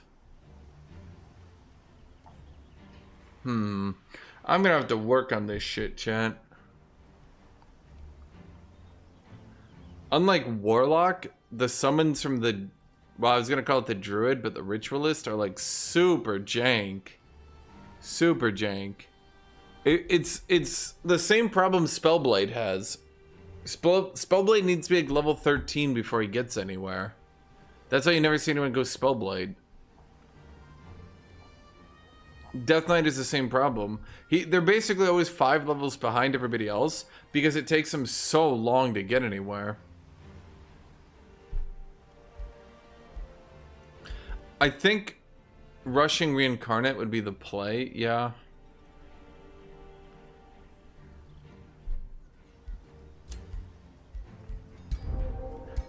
I don't know, it's just not good. Because basically I'm trying to sprint to make my starting units good rather than, you know, making them good. This would be an awkward start because it's obvious that my second city would be down here, but I would also need to be up here clearing. And I'd have to spend 2 turns here. I also got a weird-ass entwined protector.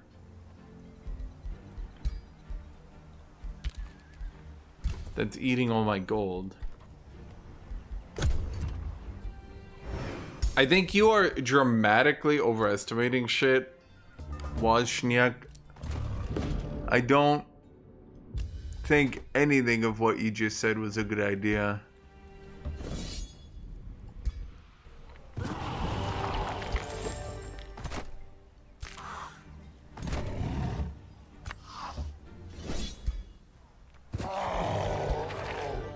Well, I didn't get an entwined protector naturally. I got it.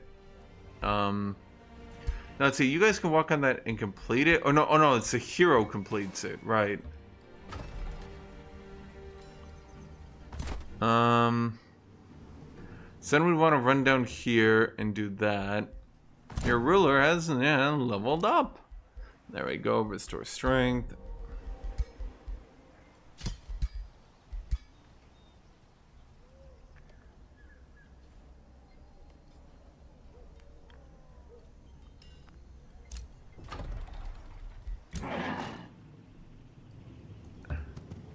Tata, did you never actually consider giving your guys a magic item on a magic caster?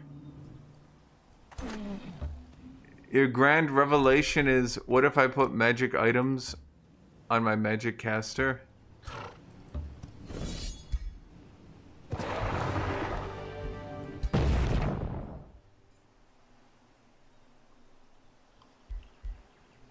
Yeah, for abilities. Have you never done that? That's what I did on my Warlock. That's how I spam AoEing you. I went curse, AoE, curse. Wild Speaker. Alright, yeah, we do need to get that, don't we? It depends on what the item is. You're probably using the wrong items because you're not thinking things through. If it says a magic attack, you need a magic item. If it says a debuff ability, you need an item that says a debuff.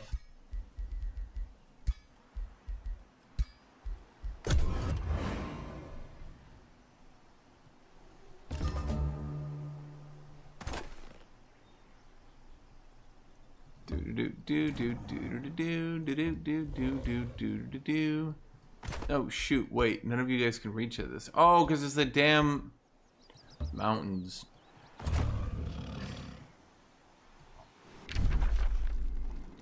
Well, huh. I probably should have been building a spirit tracker this whole time.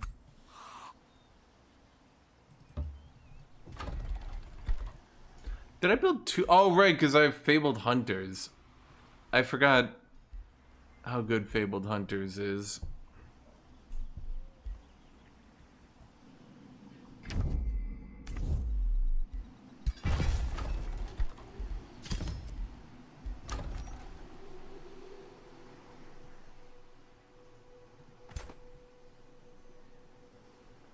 Yeah, if you get a high level unit that quickly, you'll kind of just screw yourself, unironically, because you won't be able to upkeep it.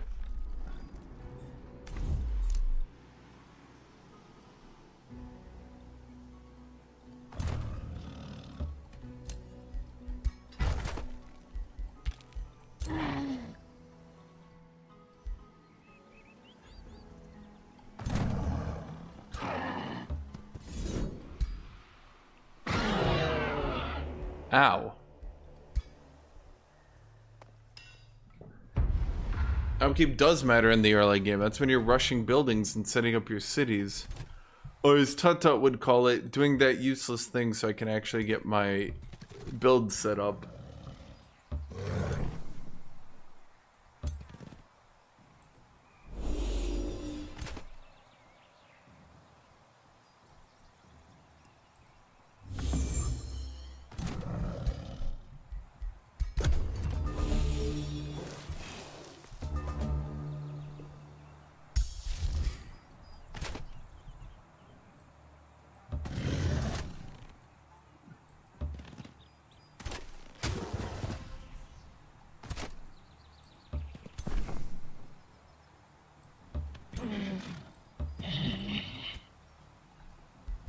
Man.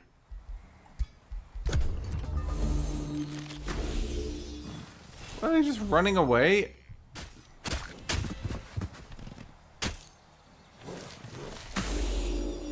There we go. Okay, sap strength. It doesn't really do anything, does it?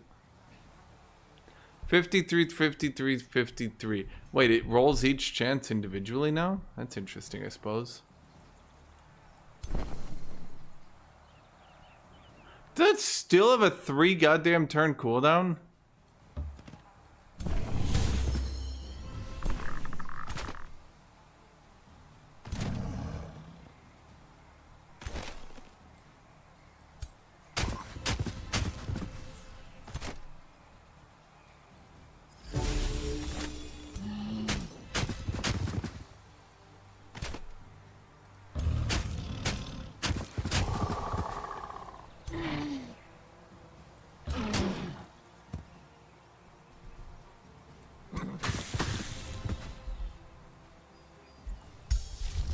Mark is prey. Oh, I guess I could have done that earlier.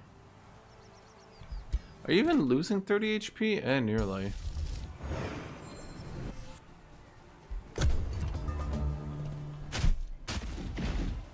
Oh, I thought the AI was skirmish with skirmishers.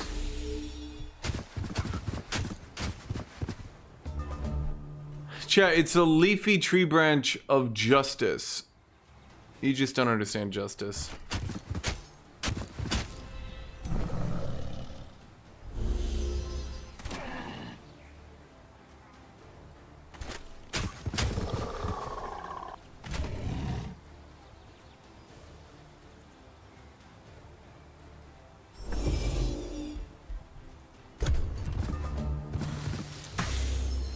Ah, I've been grazed twice.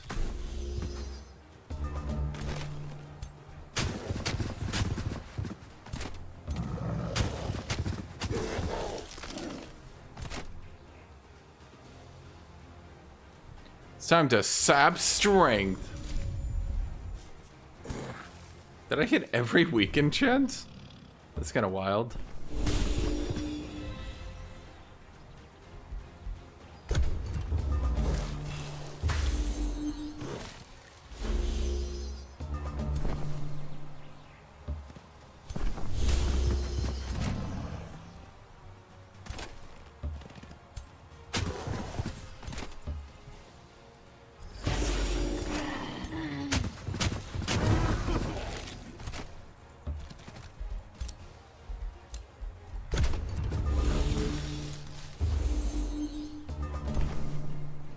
Come out, Stormcrow! Stormcrow, Stormcrow. That's a Stormcrow noise, chat.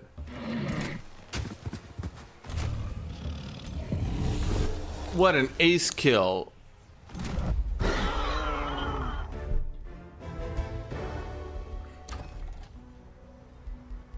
Do do do do do do do do do do do do do do do do do. Do do do do do do do do do. Your ruler has leveled up. Okay, so what does initiate initially do? Well, army leader, all animals in army. What the fuck, bro? Even more reduction to their upkeep. Wait, I don't even need to be druid then. Wait, that's wild. Shoot.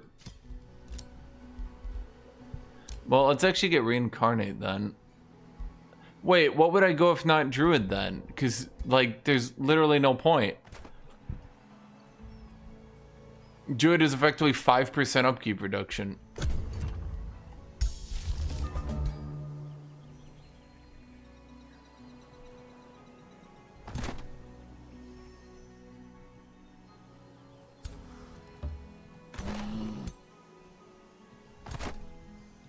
Oh, right. Yeah, my dudes died.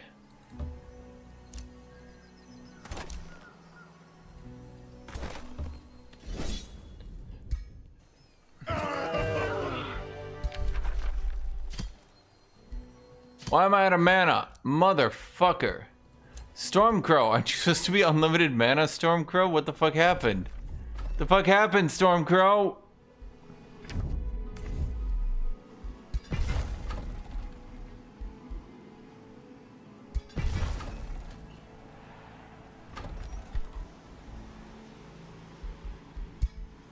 Huh.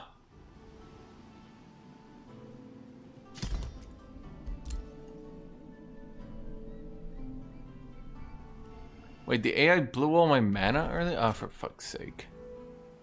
Well, okay, I kind of get the idea here. But now I'm starting to wonder, why am I even going...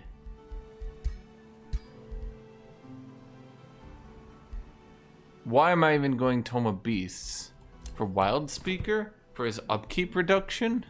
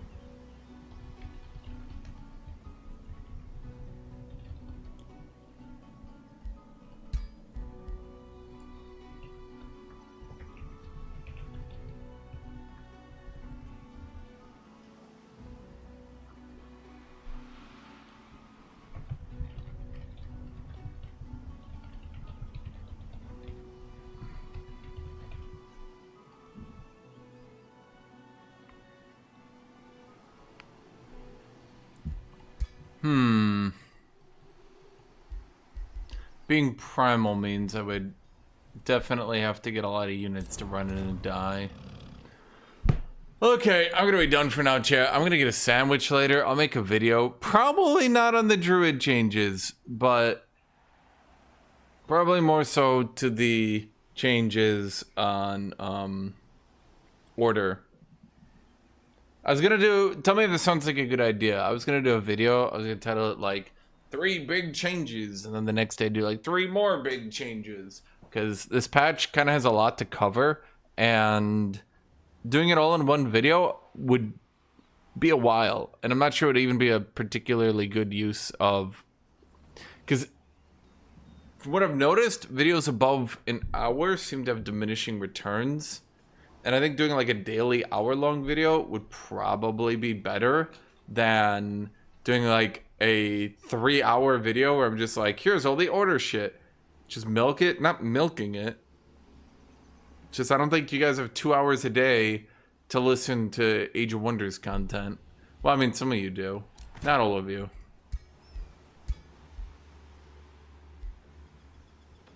Alright, I forgot I had decompose.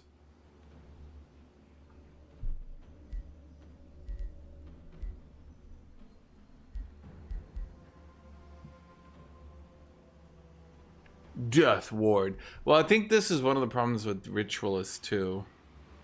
Now, I don't know if Ritualist is even that good though. We'll see. Well, army leader, all animals in the army. So this buffs the animals being led.